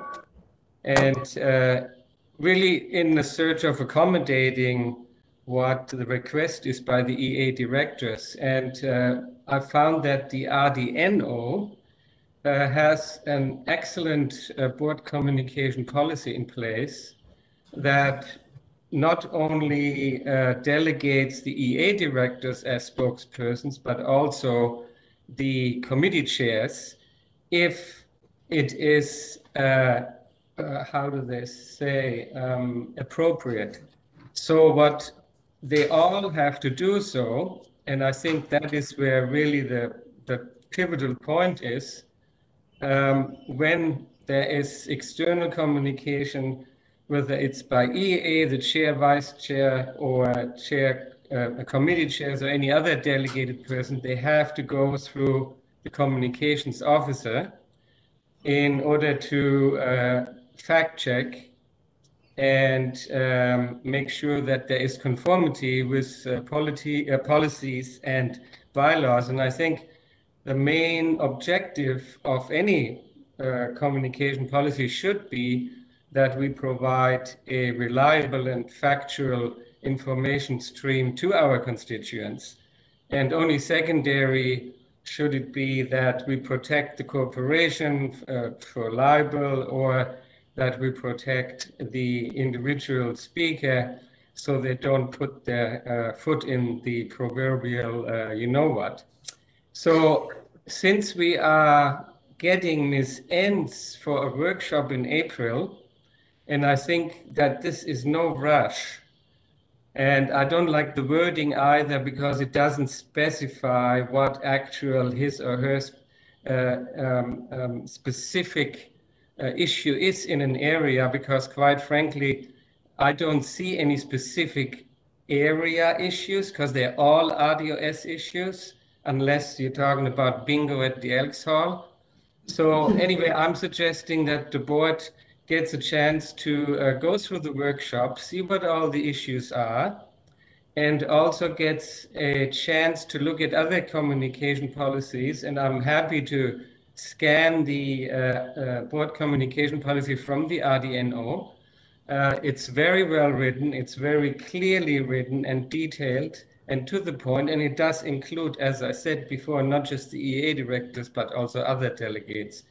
So I did send it to 2 directors just to kind of probe it, and they both liked it. So I'm making the motion to postpone this to the first meeting in May, which is May 6th, I believe, until we had a chance to look into this a bit further, because, yeah, I think we should follow best practices. Thank you. Director Robinson, are you seconding that? I'll second that. So the motion is to postpone till May 6th. Was that the correct date? Yeah. Okay, thank you. And I'm assuming, Ms. Malden, then that during that time, you would be able to book in Jan Enns to do a workshop. That would be helpful as we move forward on this. Is that correct? So Jan Enns is scheduled for April 15th. Yes, so we plan to spend about an hour and a half or 2 hours with her. We will talk to her about you know, some of the information and the dialogue that we've heard up till now, and then it's a great opportunity for the board and communication staff to have a conversation with her about that. And so I do have a copy of that Nord one, and I'm happy to share that with the board as well. Okay, thank you. Yes, if you could send that out to the board, Ms. Malden, that would be helpful. Okay, folks, I'm going to call the question then on the motion to postpone to May 6th. There's no discussion on a motion to postpone, board, so I see some hands up. We need to go straight to calling the question on this. This is a corporate vote. Director Bauer, I just have you remove your current hand off the screen, please. Thank you very much. So motion to postpone till May 6th. I'll call the question. All in favor? Thank you. Hands can come down. And those opposed? I see Director Bush opposed. Anybody else opposed? Not seeing any others. Motion carries. Thank you. So we'll see that back on May 6th. And in the meantime, we'll book in Ms. Enns to assist us with communications. Okay, folks, that takes us down then to G, CAO report. CAO. Just a couple things, Madam Chair. So we had a CAO group meeting on March 11th, and just wanted to report out a couple of issues on that. We've been working diligently with regards to the emergency management program, probably for about a year now. The board will recall that we did change our regulatory bylaw to establish protective services as the policy group and the CAO group as the management team that would support protective services. And the idea was that we would do a review of the regional emergency management program to ensure that there was value for money for all participants. And we had an extensive review process that occurred, and I believe we have agreement on a way forward that was established at our March 11th meeting. So my plan is to bring that forward to protective services on April 1st, and we'll have a go at it with committee. So just a heads up on that, Madam Chair. The other stuff we discussed, there is currently a fire mutual aid extension going around. The Regional District Board approved that for our 7 departments, and then the fire chiefs for the other regional departments were bringing that up to their councils as far as a 1-year extension, so that the fire chiefs group could review the mutual aid agreement in more detail. So I understand that that is underway. So just for our municipal members, you should see that, unless you've delegated that to your CAO, you should see that at your tables. Hopefully they'll get that signed off and under review shortly. We talked about COVID. As everybody knows, it's been a year since we had the declaration by the World Health Organization of the global pandemic. And at this time last year, we were all getting our COVID-19 plans ready to go. We discussed at the CAO group, now is our time when we're sort of talking about a re-entry plan as to with the vaccines out and being applied, and with the rules of separation being more understood now, it's our expectation that some of the conditions by the public health officer and even some of the provincial restrictions will start to be relieved, hopefully over the summer, and that we can get back to a more normal type of business. So I know all of the CAOs are starting to look at their re-entry plans as to how they're going to do that within our own organizations. And again, we'll try and provide consistent messaging out to the public so that they understand what's going on. And then perhaps we can get back together in person at some point in the future. And then the only other thing we discussed, Madam Chair, was we did provide notice that we were going to be doing a tabletop exercise on March 24th. Because of COVID, that is going to be an electronic exercise. A tabletop is really just a discussion, so it's only going to involve the CAO group, the emergency management coordinators for those municipalities that have them, and our communications emergency management group. So we had hoped that there would be an opportunity for those interested board members to observe. We understand now from Red Dragon, who is a consultant that is managing the tabletop on the 24th, is that his software does not permit that. You're either a participant or you're not. It's like a gaming software. It's not like a WebEx or some other platform. So, you know, this will lead into a more robust mock disaster later on in the year. And at that point in time, we'll make sure that we get the board involved in that. And hopefully, we could actually do it in person. So with that, anybody who has blocked out March, was it 24th? 24th, you're relieved, and you can take that out of your calendars. And that is it for me, Madam Chair. Okay, great. Thank you, CAO. Chair's update. I take 24th off my list. CIO Newell and I had a excellent meeting on March 8th with Chief Gabriel and CIO Johnson. Talked about some different areas of interest and provided some information to Chief Gabriel that he requested. Things like the former Penticton River Channel Agreement. We had some directors will remember back to 2013, we had an agreement to do a cleanup and maintenance. So we're looking at that again. He wanted to have a review, have a look at the geotechnical report from West Bench Sage Mesa, wanted the contact for Okanagan Falls Irrigation District. So we provided that information to him. And we also did a letter of support that went out to the provincial government regarding their concerns about Sickle Point and the species at risk and protection of Sickle Point. So that letter of support just went out. And also Chief Gabriel is going to be reaching out to the other chiefs in the RDOS so that we can try and move forward on re-engaging with our joint council meetings. So we're hopeful that some of that will get rolling again as well.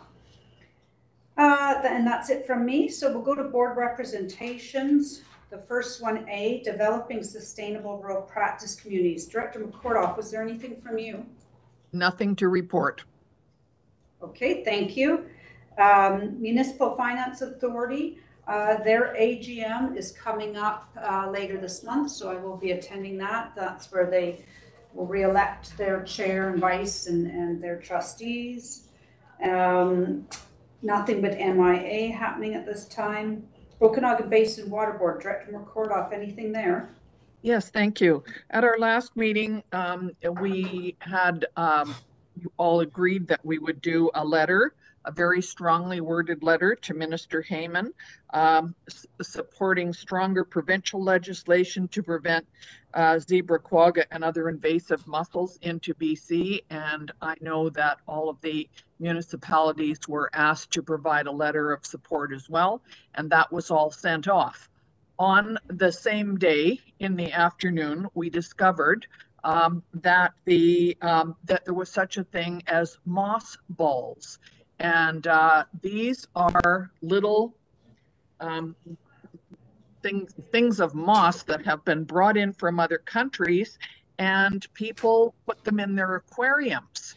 And they discovered that there were some zebra quagga mussels living in the moss balls. So you might have seen this on the news. So what you need to do, if you have an aquarium, you check to make sure that you don't have these things in.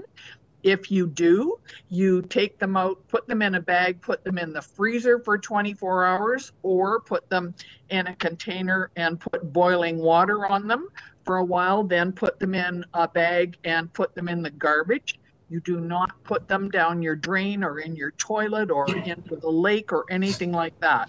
It was pretty scary. Please don't go and buy any of these things at any Petco or any of the stores that sell aquarium supplies. So, you know, we try and do one thing, we get it all organized and do it really well, and then we discovered that there's another little glitch to it. So I wasn't sure whether you had seen that, just wanted to point that out. That's from OVWB. Thank you. Great, thank you very much, Director McCordoff. Next is Okanagan Film Commission. Director Gettins, any update?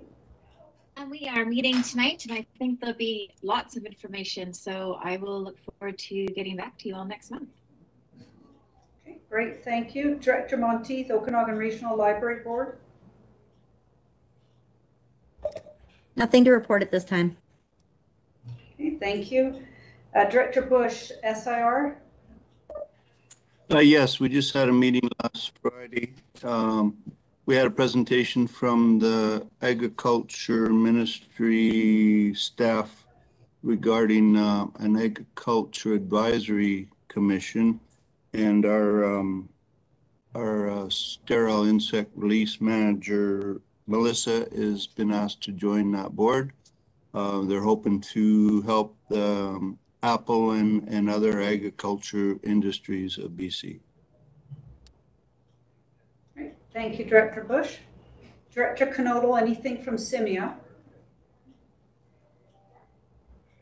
Nothing from Simia. Thank you. Back to Director Bush for Starling Control. Nothing from Starling. Okay, Director Pendergraph, anything with Fire Chief Liaison Committee? We did have a meeting a couple of weeks ago and need to meet again in the near future, and probably need to have a discussion with C.A. Newell at some point as the committee members, and you and I could get together at some point. But that's it for now. Okay, thank you. And I already mentioned joint council. We're trying to get those happening again. And then that takes us down. Director Sentis, anything from hospital board? Not at this time, thank you. Okay, thank you very much. That takes us down to H3, director's motions. And we have a motion that came out of last meeting from Director Obrick. Oh, I see some hands up though. Director Gettens, go ahead. Thank you. I'm not sure if this should be a motion or just a question on process, but prior to the vote on the administrative recommendation regarding the amendments for the environmental sensitive development permits, I confirmed that agencies like the South Okanagan-Similkameen Conservation Program will be part of the consultation that was confirmed. But I wanted to be clear that some of those agencies, they weren't consulted because the board's direction in October was for staff to consult our APCs. So I'm assuming now that all relevant stakeholders, like the South Okanagan-Similkameen Conservation, the bands, everything will be consulted on that amendment. Is that correct? Dale? I believe there will be lots of opportunity, including a regulatory public hearing. Yeah. Okay. So yeah. Just as a quick follow-up then. Oh, sorry. I was just going to say, usually we have public information meetings and public hearing. Okay, perfect. So the agencies that did provide some feedback, the referral agencies that did provide some feedback, some of the comments were like the ecosystem from Flynn Road. Their comment was the branch is recommending that a more focused amendments be considered, and Environment Canada wants the board to consider a more modified approach. Will those agencies, or is there an opportunity to reach out to those agencies to ask them for more input and more clarification on what they're recommending? Or is that something that I have to put forward a notice to ask staff to go back to those agencies and ask for more as to what they're meaning? I would say give us a chance to discuss consultation process, and then we can bring that back and the board can tell us. Fair. Yeah, I'm just sort of curious to hear what they mean by more focused amendments to be considered. It's just pretty broad, so I'm curious if they have any good ideas. Okay, thank you, Director Gettens. Director Spencer Coyne, you have a hand up? Yeah, I do. I don't know if this is a notice of motion or not. I've just been made aware that BC Ambulance Service is undergoing some major changes, which will see the way rural remote deployment is going to be handled.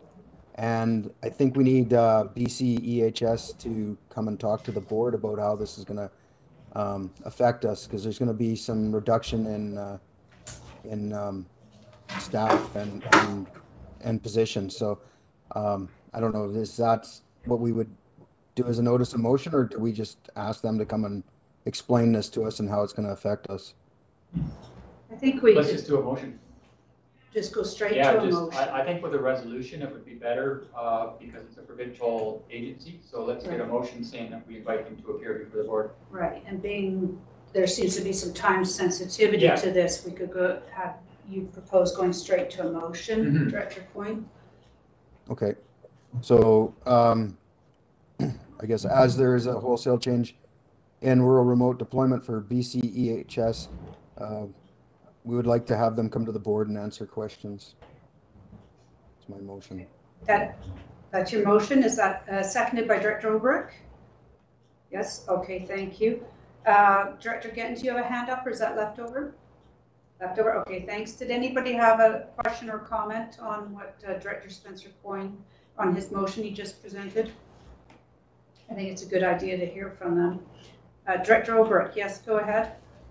Yes, thank you. And thank you to Director Coyne. I think this is real important. I've heard about concerns from our fire department And so it's something that we do have the Fire Chief Association Committee, which maybe can deal with it separately.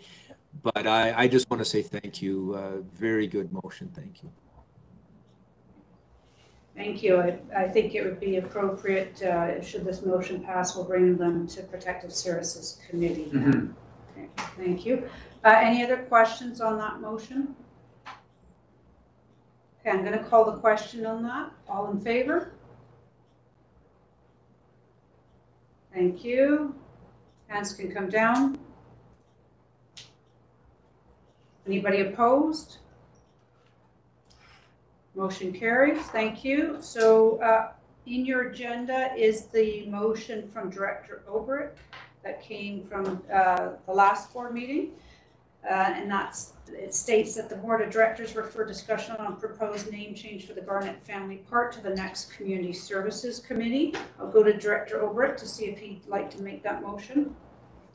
Yes, thank you. I would like to make that motion. Okay, is there a seconder for that motion? Director Gettens is seconding that motion. It's on the floor now. Any questions or discussion on this motion? Director Bush, go ahead, please.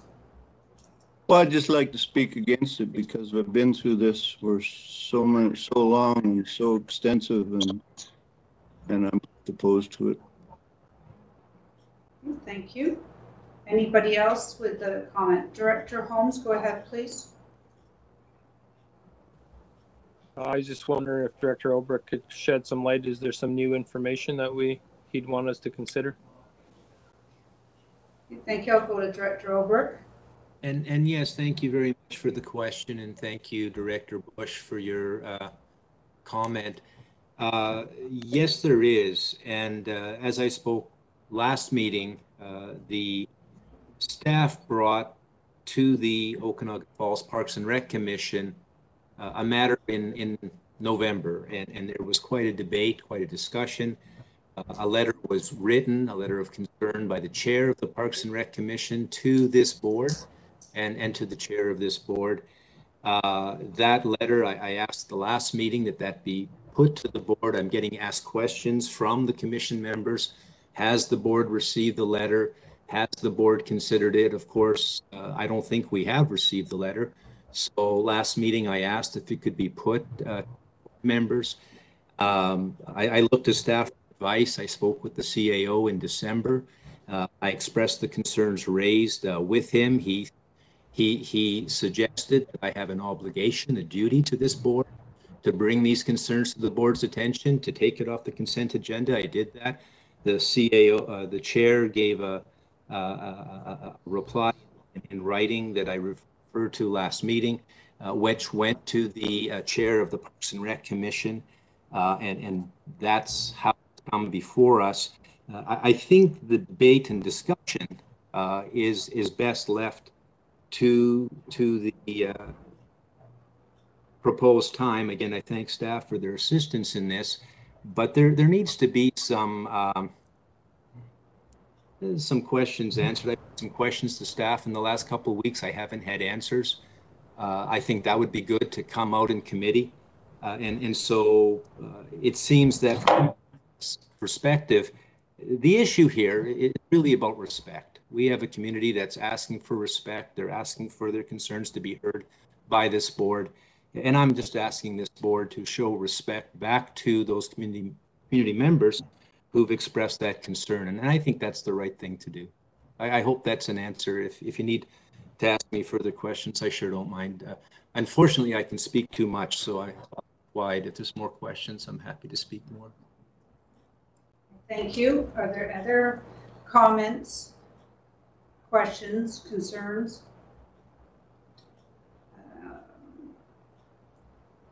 Okay. I do know that a year and a half ago approximately is when we did debate the name at this table and voted through Garnet Family Park. We do have a sign. The park sign has gone up.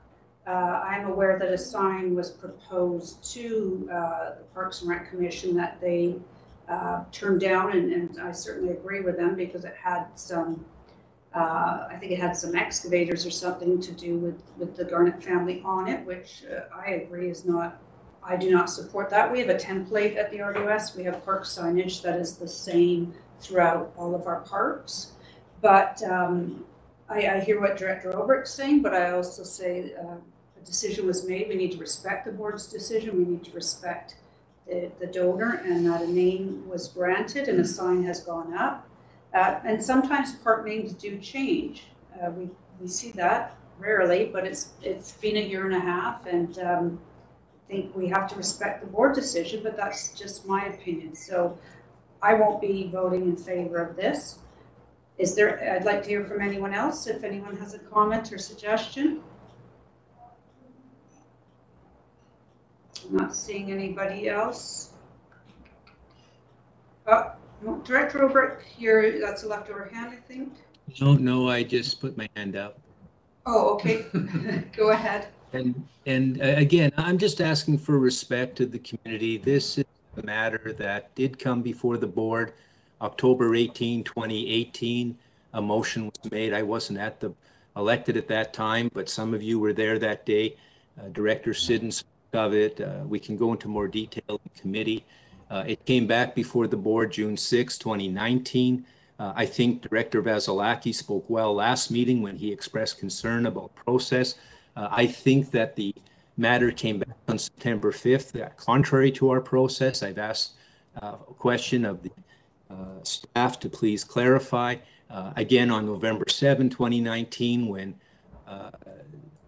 Legislative Service Manager gave us a legislative workshop and spoke about that process, I put a specific question forward about what she had said and asked if it was could be brought back by changing one word. She said no. I asked, how do you explain that in the context of the September 5th matter, which was brought back on agenda? She did not answer. The CAO gave a helpful answer. He said that was different. That was reconsideration. And Director Vasilaki last meeting spoke about reconsideration rules. It didn't fit the rules, but the concern that I'm hearing in the community and the letter written to this board, which still has not been delivered, I think the proper process is we respect the community, we respect the letter, we get the letter circulated, we let questions be asked, we let questions be answered, and we don't predetermine the matter by not going through that fair process. So thank you very much. Again, I talk too much, and I appreciate that concern. Thank you. Okay, Director Bauer, go ahead, please. Yeah, thank you, Director Oberwick. You really brought back with all your elaborations what a long and intensive process this board has gone through to come to that final conclusion. And I absolutely can support that. This seems like another run at the door, and maybe it opens this time.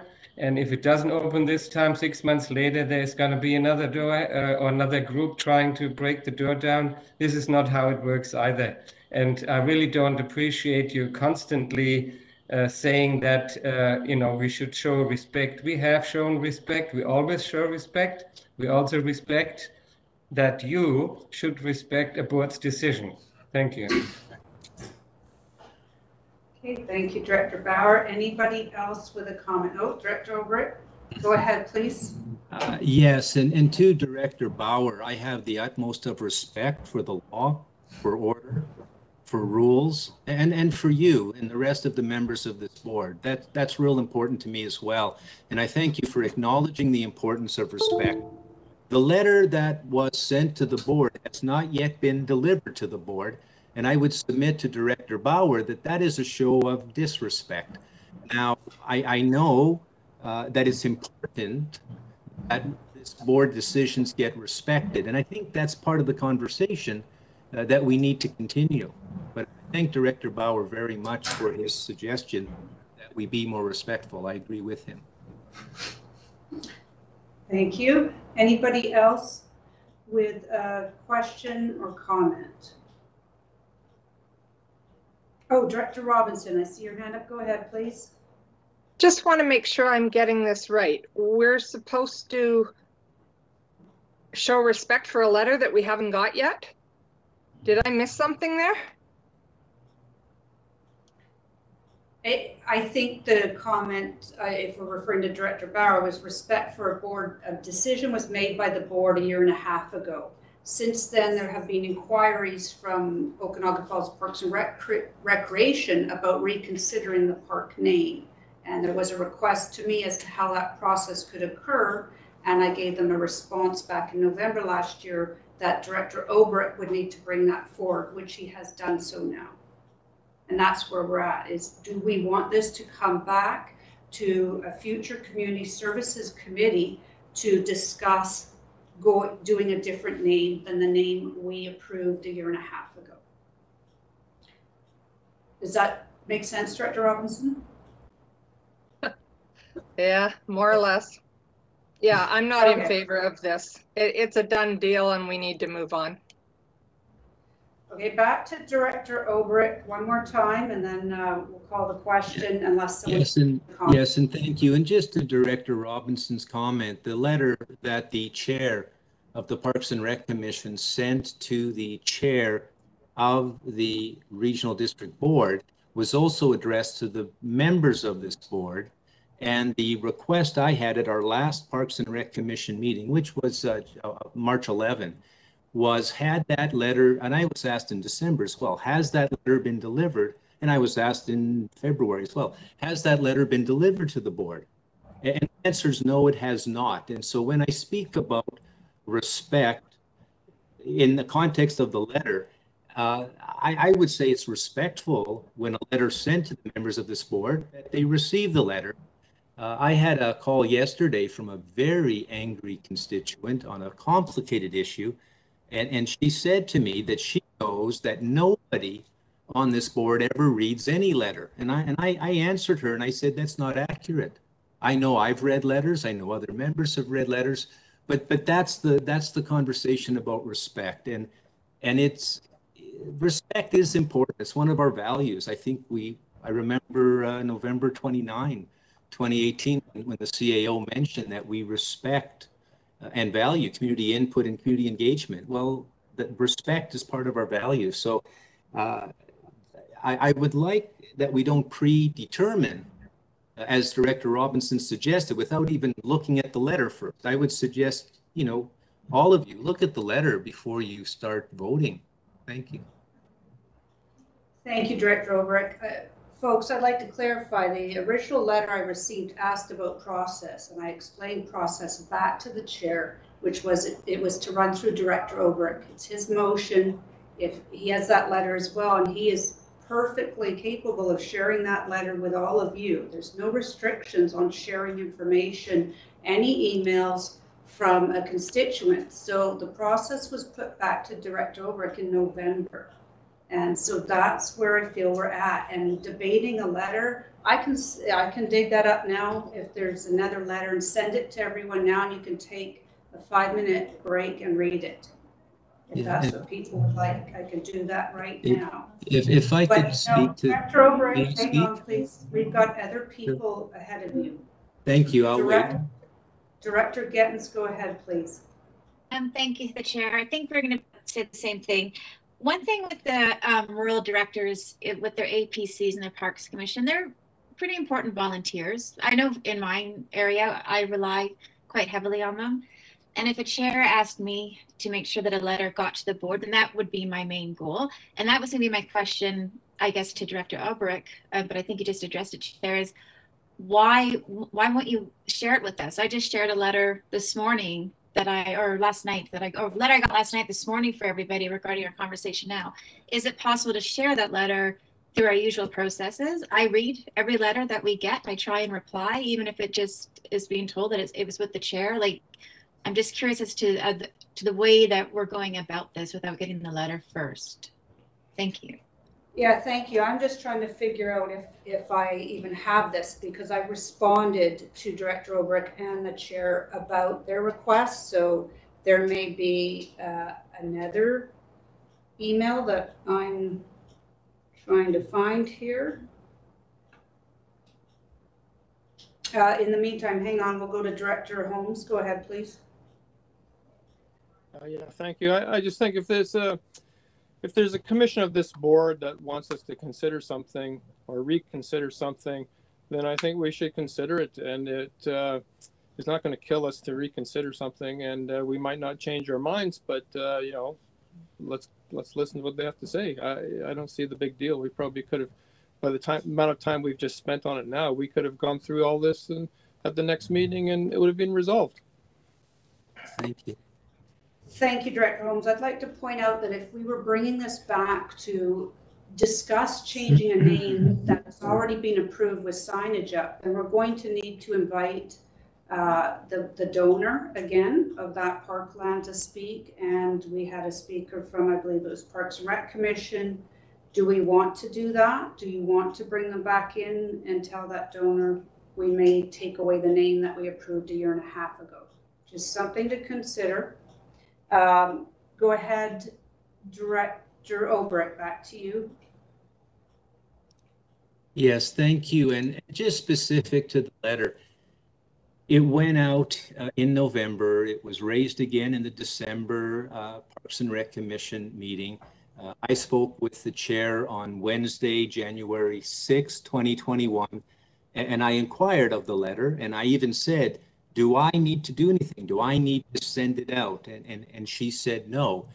And I spoke about it at the last meeting, and I asked if it could be distributed to the board at the last meeting, and it still hasn't gone out. Now, I can certainly, just like the chair can, I can find the letter, but the letter was sent by the chair of the Parks and Rec Commission to the chair of this board and to the board members and all of them. And now it's being put on me that I didn't properly deliver it to the board. And that's notwithstanding that it was requested politely on January 6th and again last meeting and again today. I agree with the chair. I have no problem with delegations appearing before the Community Service Committee. If the donor needs to be there, if the delegation from the community or from the Parks and Rec Commission need to be there. I am a messenger. These are concerns being put forth by the ratepayers of Area D. And they're asking this board to listen. And I'm not sure that dismissing it today is consistent with listening and respect. And I know Director Bauer doesn't like to use the word respect, and I wish I could find a better word right now, and I'll think on it. If I think of one, I'll use it. Thank you. Okay, thank you. So I have dug and found my response I sent out and the letter, and I see that I had sent it to staff, CAO, legislative manager, and community services manager at that time that it came in. So I did not understand that 2 weeks ago that Director Obrick was asking me to send that out. So my apologies there, Director Obrick, but in preparation for today, if you did not see that go out, you could have sent it out, you could have emailed me and said, I didn't get it. So we need to communicate a bit better there. I didn't understand 2 weeks ago you were asking for that to go out because I had said I gave a response to it. I gave direction as to what needed to be done, and that's why you brought forward a motion 2 weeks ago. So it's sent out. Yes, CIO Newell, go ahead. Madam Chair, why don't we administratively send the letter and the response out with the community services agenda for the next meeting? Well, I just sent it out. Oh. So everybody has that now. It's gone to the whole board, and so that we don't need to necessarily further delay. We could defer this motion. There's not a problem to defer this. Or you can take a 5-minute break and read the letter right now, and we can come back and vote based on the letter being received. And that might be better than deferring this. Director Obrick, one more time. Yes, and thank you. And my apologies, but I completely misunderstood. I sent both voicemail and email communication to Legislative Service Manager without a reply. I saw the agenda. I saw the recommendation to put this over to Community Service Committee. That sounded like a step in the process. Indeed, I did not know why the letter had not been sent. I did not know why answers to questions I posed at last meeting and again in the last 2 weeks, both by voicemail and email, were not replied to. So I can't speak to the miscommunication, but I certainly see no urgency to this. It could be put over, postponed if you like. It can, if people would rather talk about it now. I just wanted to advocate on behalf of the concern that's been expressed to me so that this board heard it. I just think that's fair. Okay, so I don't know what else I can do. The CAO told me that's my obligation under the law, and I think he's right to be quite blunt about it. Okay, hang tight there. Would someone like to make a motion to postpone this to the next board meeting, or a motion, or we can recess and you can read the letter now and we'll come back in 5 minutes. Director Holmes. I'll move to postpone. Okay, is there a seconder for that? Sorry, who was that? Director Gettens is seconding that. Okay, and before I call the question, Director Gettens will just, yeah, good, thank you. You got your hand down there. I'm going to call the question on postponement. All in favor?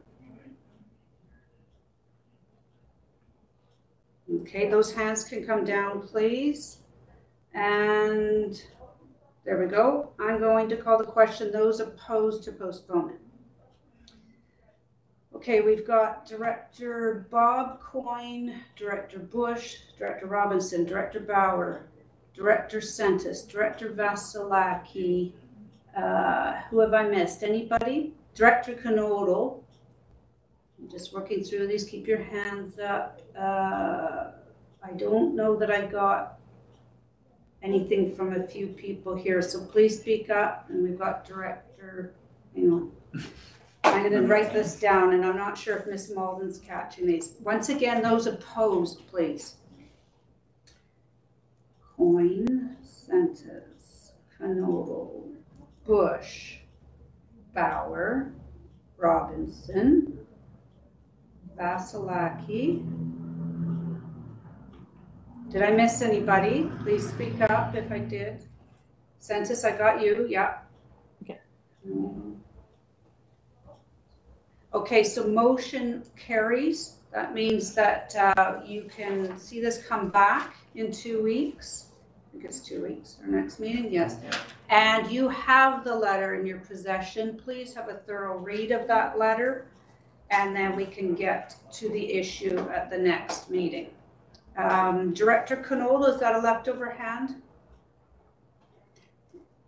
Director Spencer Coyne, is that a leftover hand? No. Or were you voting against? No, I want to ask a question. Okay, go ahead. So are we just going to bring the same notice of motion back in 2 weeks? Is that the plan now? The motion. It's a motion. It's a motion, not a notice of motion. Or the motion, yeah. To take it to committee. To take it to committee. Yes. Correct. Okay. That motion will come back. Now you have the letter. You can make an informed vote and when that comes back. Okay, Director Sentis, go ahead, please. I'm just curious because this obviously happened at a time when I was not at this board table. I presume, and can you advise me, was due process observed in the naming of the park? Like, did appropriate acknowledgement go out? Were people given the opportunity to comment? Like, this is coming in quite a bit after the fact, isn't it? Yeah, I think it would depend who you asked. If you asked Director Obrick versus other people on the board on the process, we had presentations made, we had letters. Yes, some people were against it. There was a donation of land through Mr. Anchez. You know, it was a process. This started with the previous board under Director Sidden, but the decision was made under this board. So thank you. So it's debatable. the process then was observed and a decision was made. So Yes. I'm somewhat confused as to why we would revisit something when due process had been observed and everyone was given opportunity for input. I guess I'm very leery of if we're going to throw the word respect around, respect for a decision of the board made in due process. Thank you. Right. Thank you, Director Sentis. Hold that thought because we postponed this for another time, right? So we need to move on here. Director Bush, did you have something new? Notice a motion? Yeah, I refuse to comment because everything I say can and will be used against me. Awesome. Okay. Did anybody else have a notice of motion or an urgent motion for today? Okay, I'm not seeing any hands up. Okay, folks, board members' verbal updates. Did anybody have an update from their community that they'd like to present today? Director Obrick.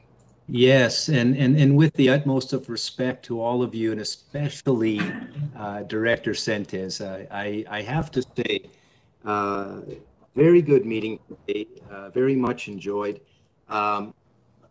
Update from our area, and this is of significance, I think, to the whole region, speaking regionally. You may know and you may not have heard, but it was last week we received confirmation that our Area D, Okanagan Falls Visitor Center has been officially approved full status member of the Destination BC Visitor Center Network program. Now, this comes with $10,000 a year funding. Some highway signage. Some of you who were on the board in 2019 may recall one of the 5 meetings I requested at UBCM was with Ministry of Tourism, where we discussed this is a success. It took us some time. It's a step towards Destination Marketing Association. But I just to share that with everybody because it's very timely. And then further to that, there was, I circulated something that came to my attention again out of our Okanagan Falls Economic Development Office, Gail Scott, just doing a wonderful job there. And I think she deserves the success on the VIC acknowledgement. But she also circulated this vacay.ca. This is Canadian travel journalists have ranked the South Okanagan #1 in the 20 best places to travel in Canada. We're #1. So our VIC status is timely. I think the summer is going to be exciting for our tourism, for our business community. I think it's very positive. Thirdly, I just wanted to mention that one of the Area D community members has written a song called the Okanagan Song. I don't have permission yet to release the lyrics or the tune, but it's wonderful, and I will when I can. But watch for it. It may be on the radio and maybe elsewhere. And finally, we have the Visit South Okanagan. If you haven't looked at the website, the Okanagan You Remember, just spectacular. And again, this is good work done out of our office with connection to other members in the South Okanagan. And I just encourage everybody who hasn't looked at the website, please take a look. It's spectacular. The artwork is amazing. If you haven't looked at it, I think you'll all want to look at it. Naramata covered, and Osuyus is covered, and Oliver is covered, and Penticton, and Peachland, and Sunland, and Okanagan Falls. And I think the Similkameen crew are missed, but this is about the South Okanagan. So thank you very much. Thank you. Director Spencer Coyne, go ahead, please. Yeah, thank you. I wanted to let the board know that on March 9th of this year, we signed a historic MOU with the Vermilion Forks Métis Association. It is the first one in British Columbia, and it could be possibly the first one in Canada, where a municipal government and a charter Métis community is signed an agreement to cooperate and work together economically and socially. Excellent. Thank you for that update. Okay, anybody else with an update to provide? Okay, I'm not seeing any hands up. That takes us to the end of the board meeting, directors. So if there's nothing further, I am looking for a motion to adjourn for the day. Director Bush, seconded by Director McCordoff. Call the question. All in favor? Thank you. And anybody opposed? Motion carried. Thank you, directors. We'll see you in April. Take care.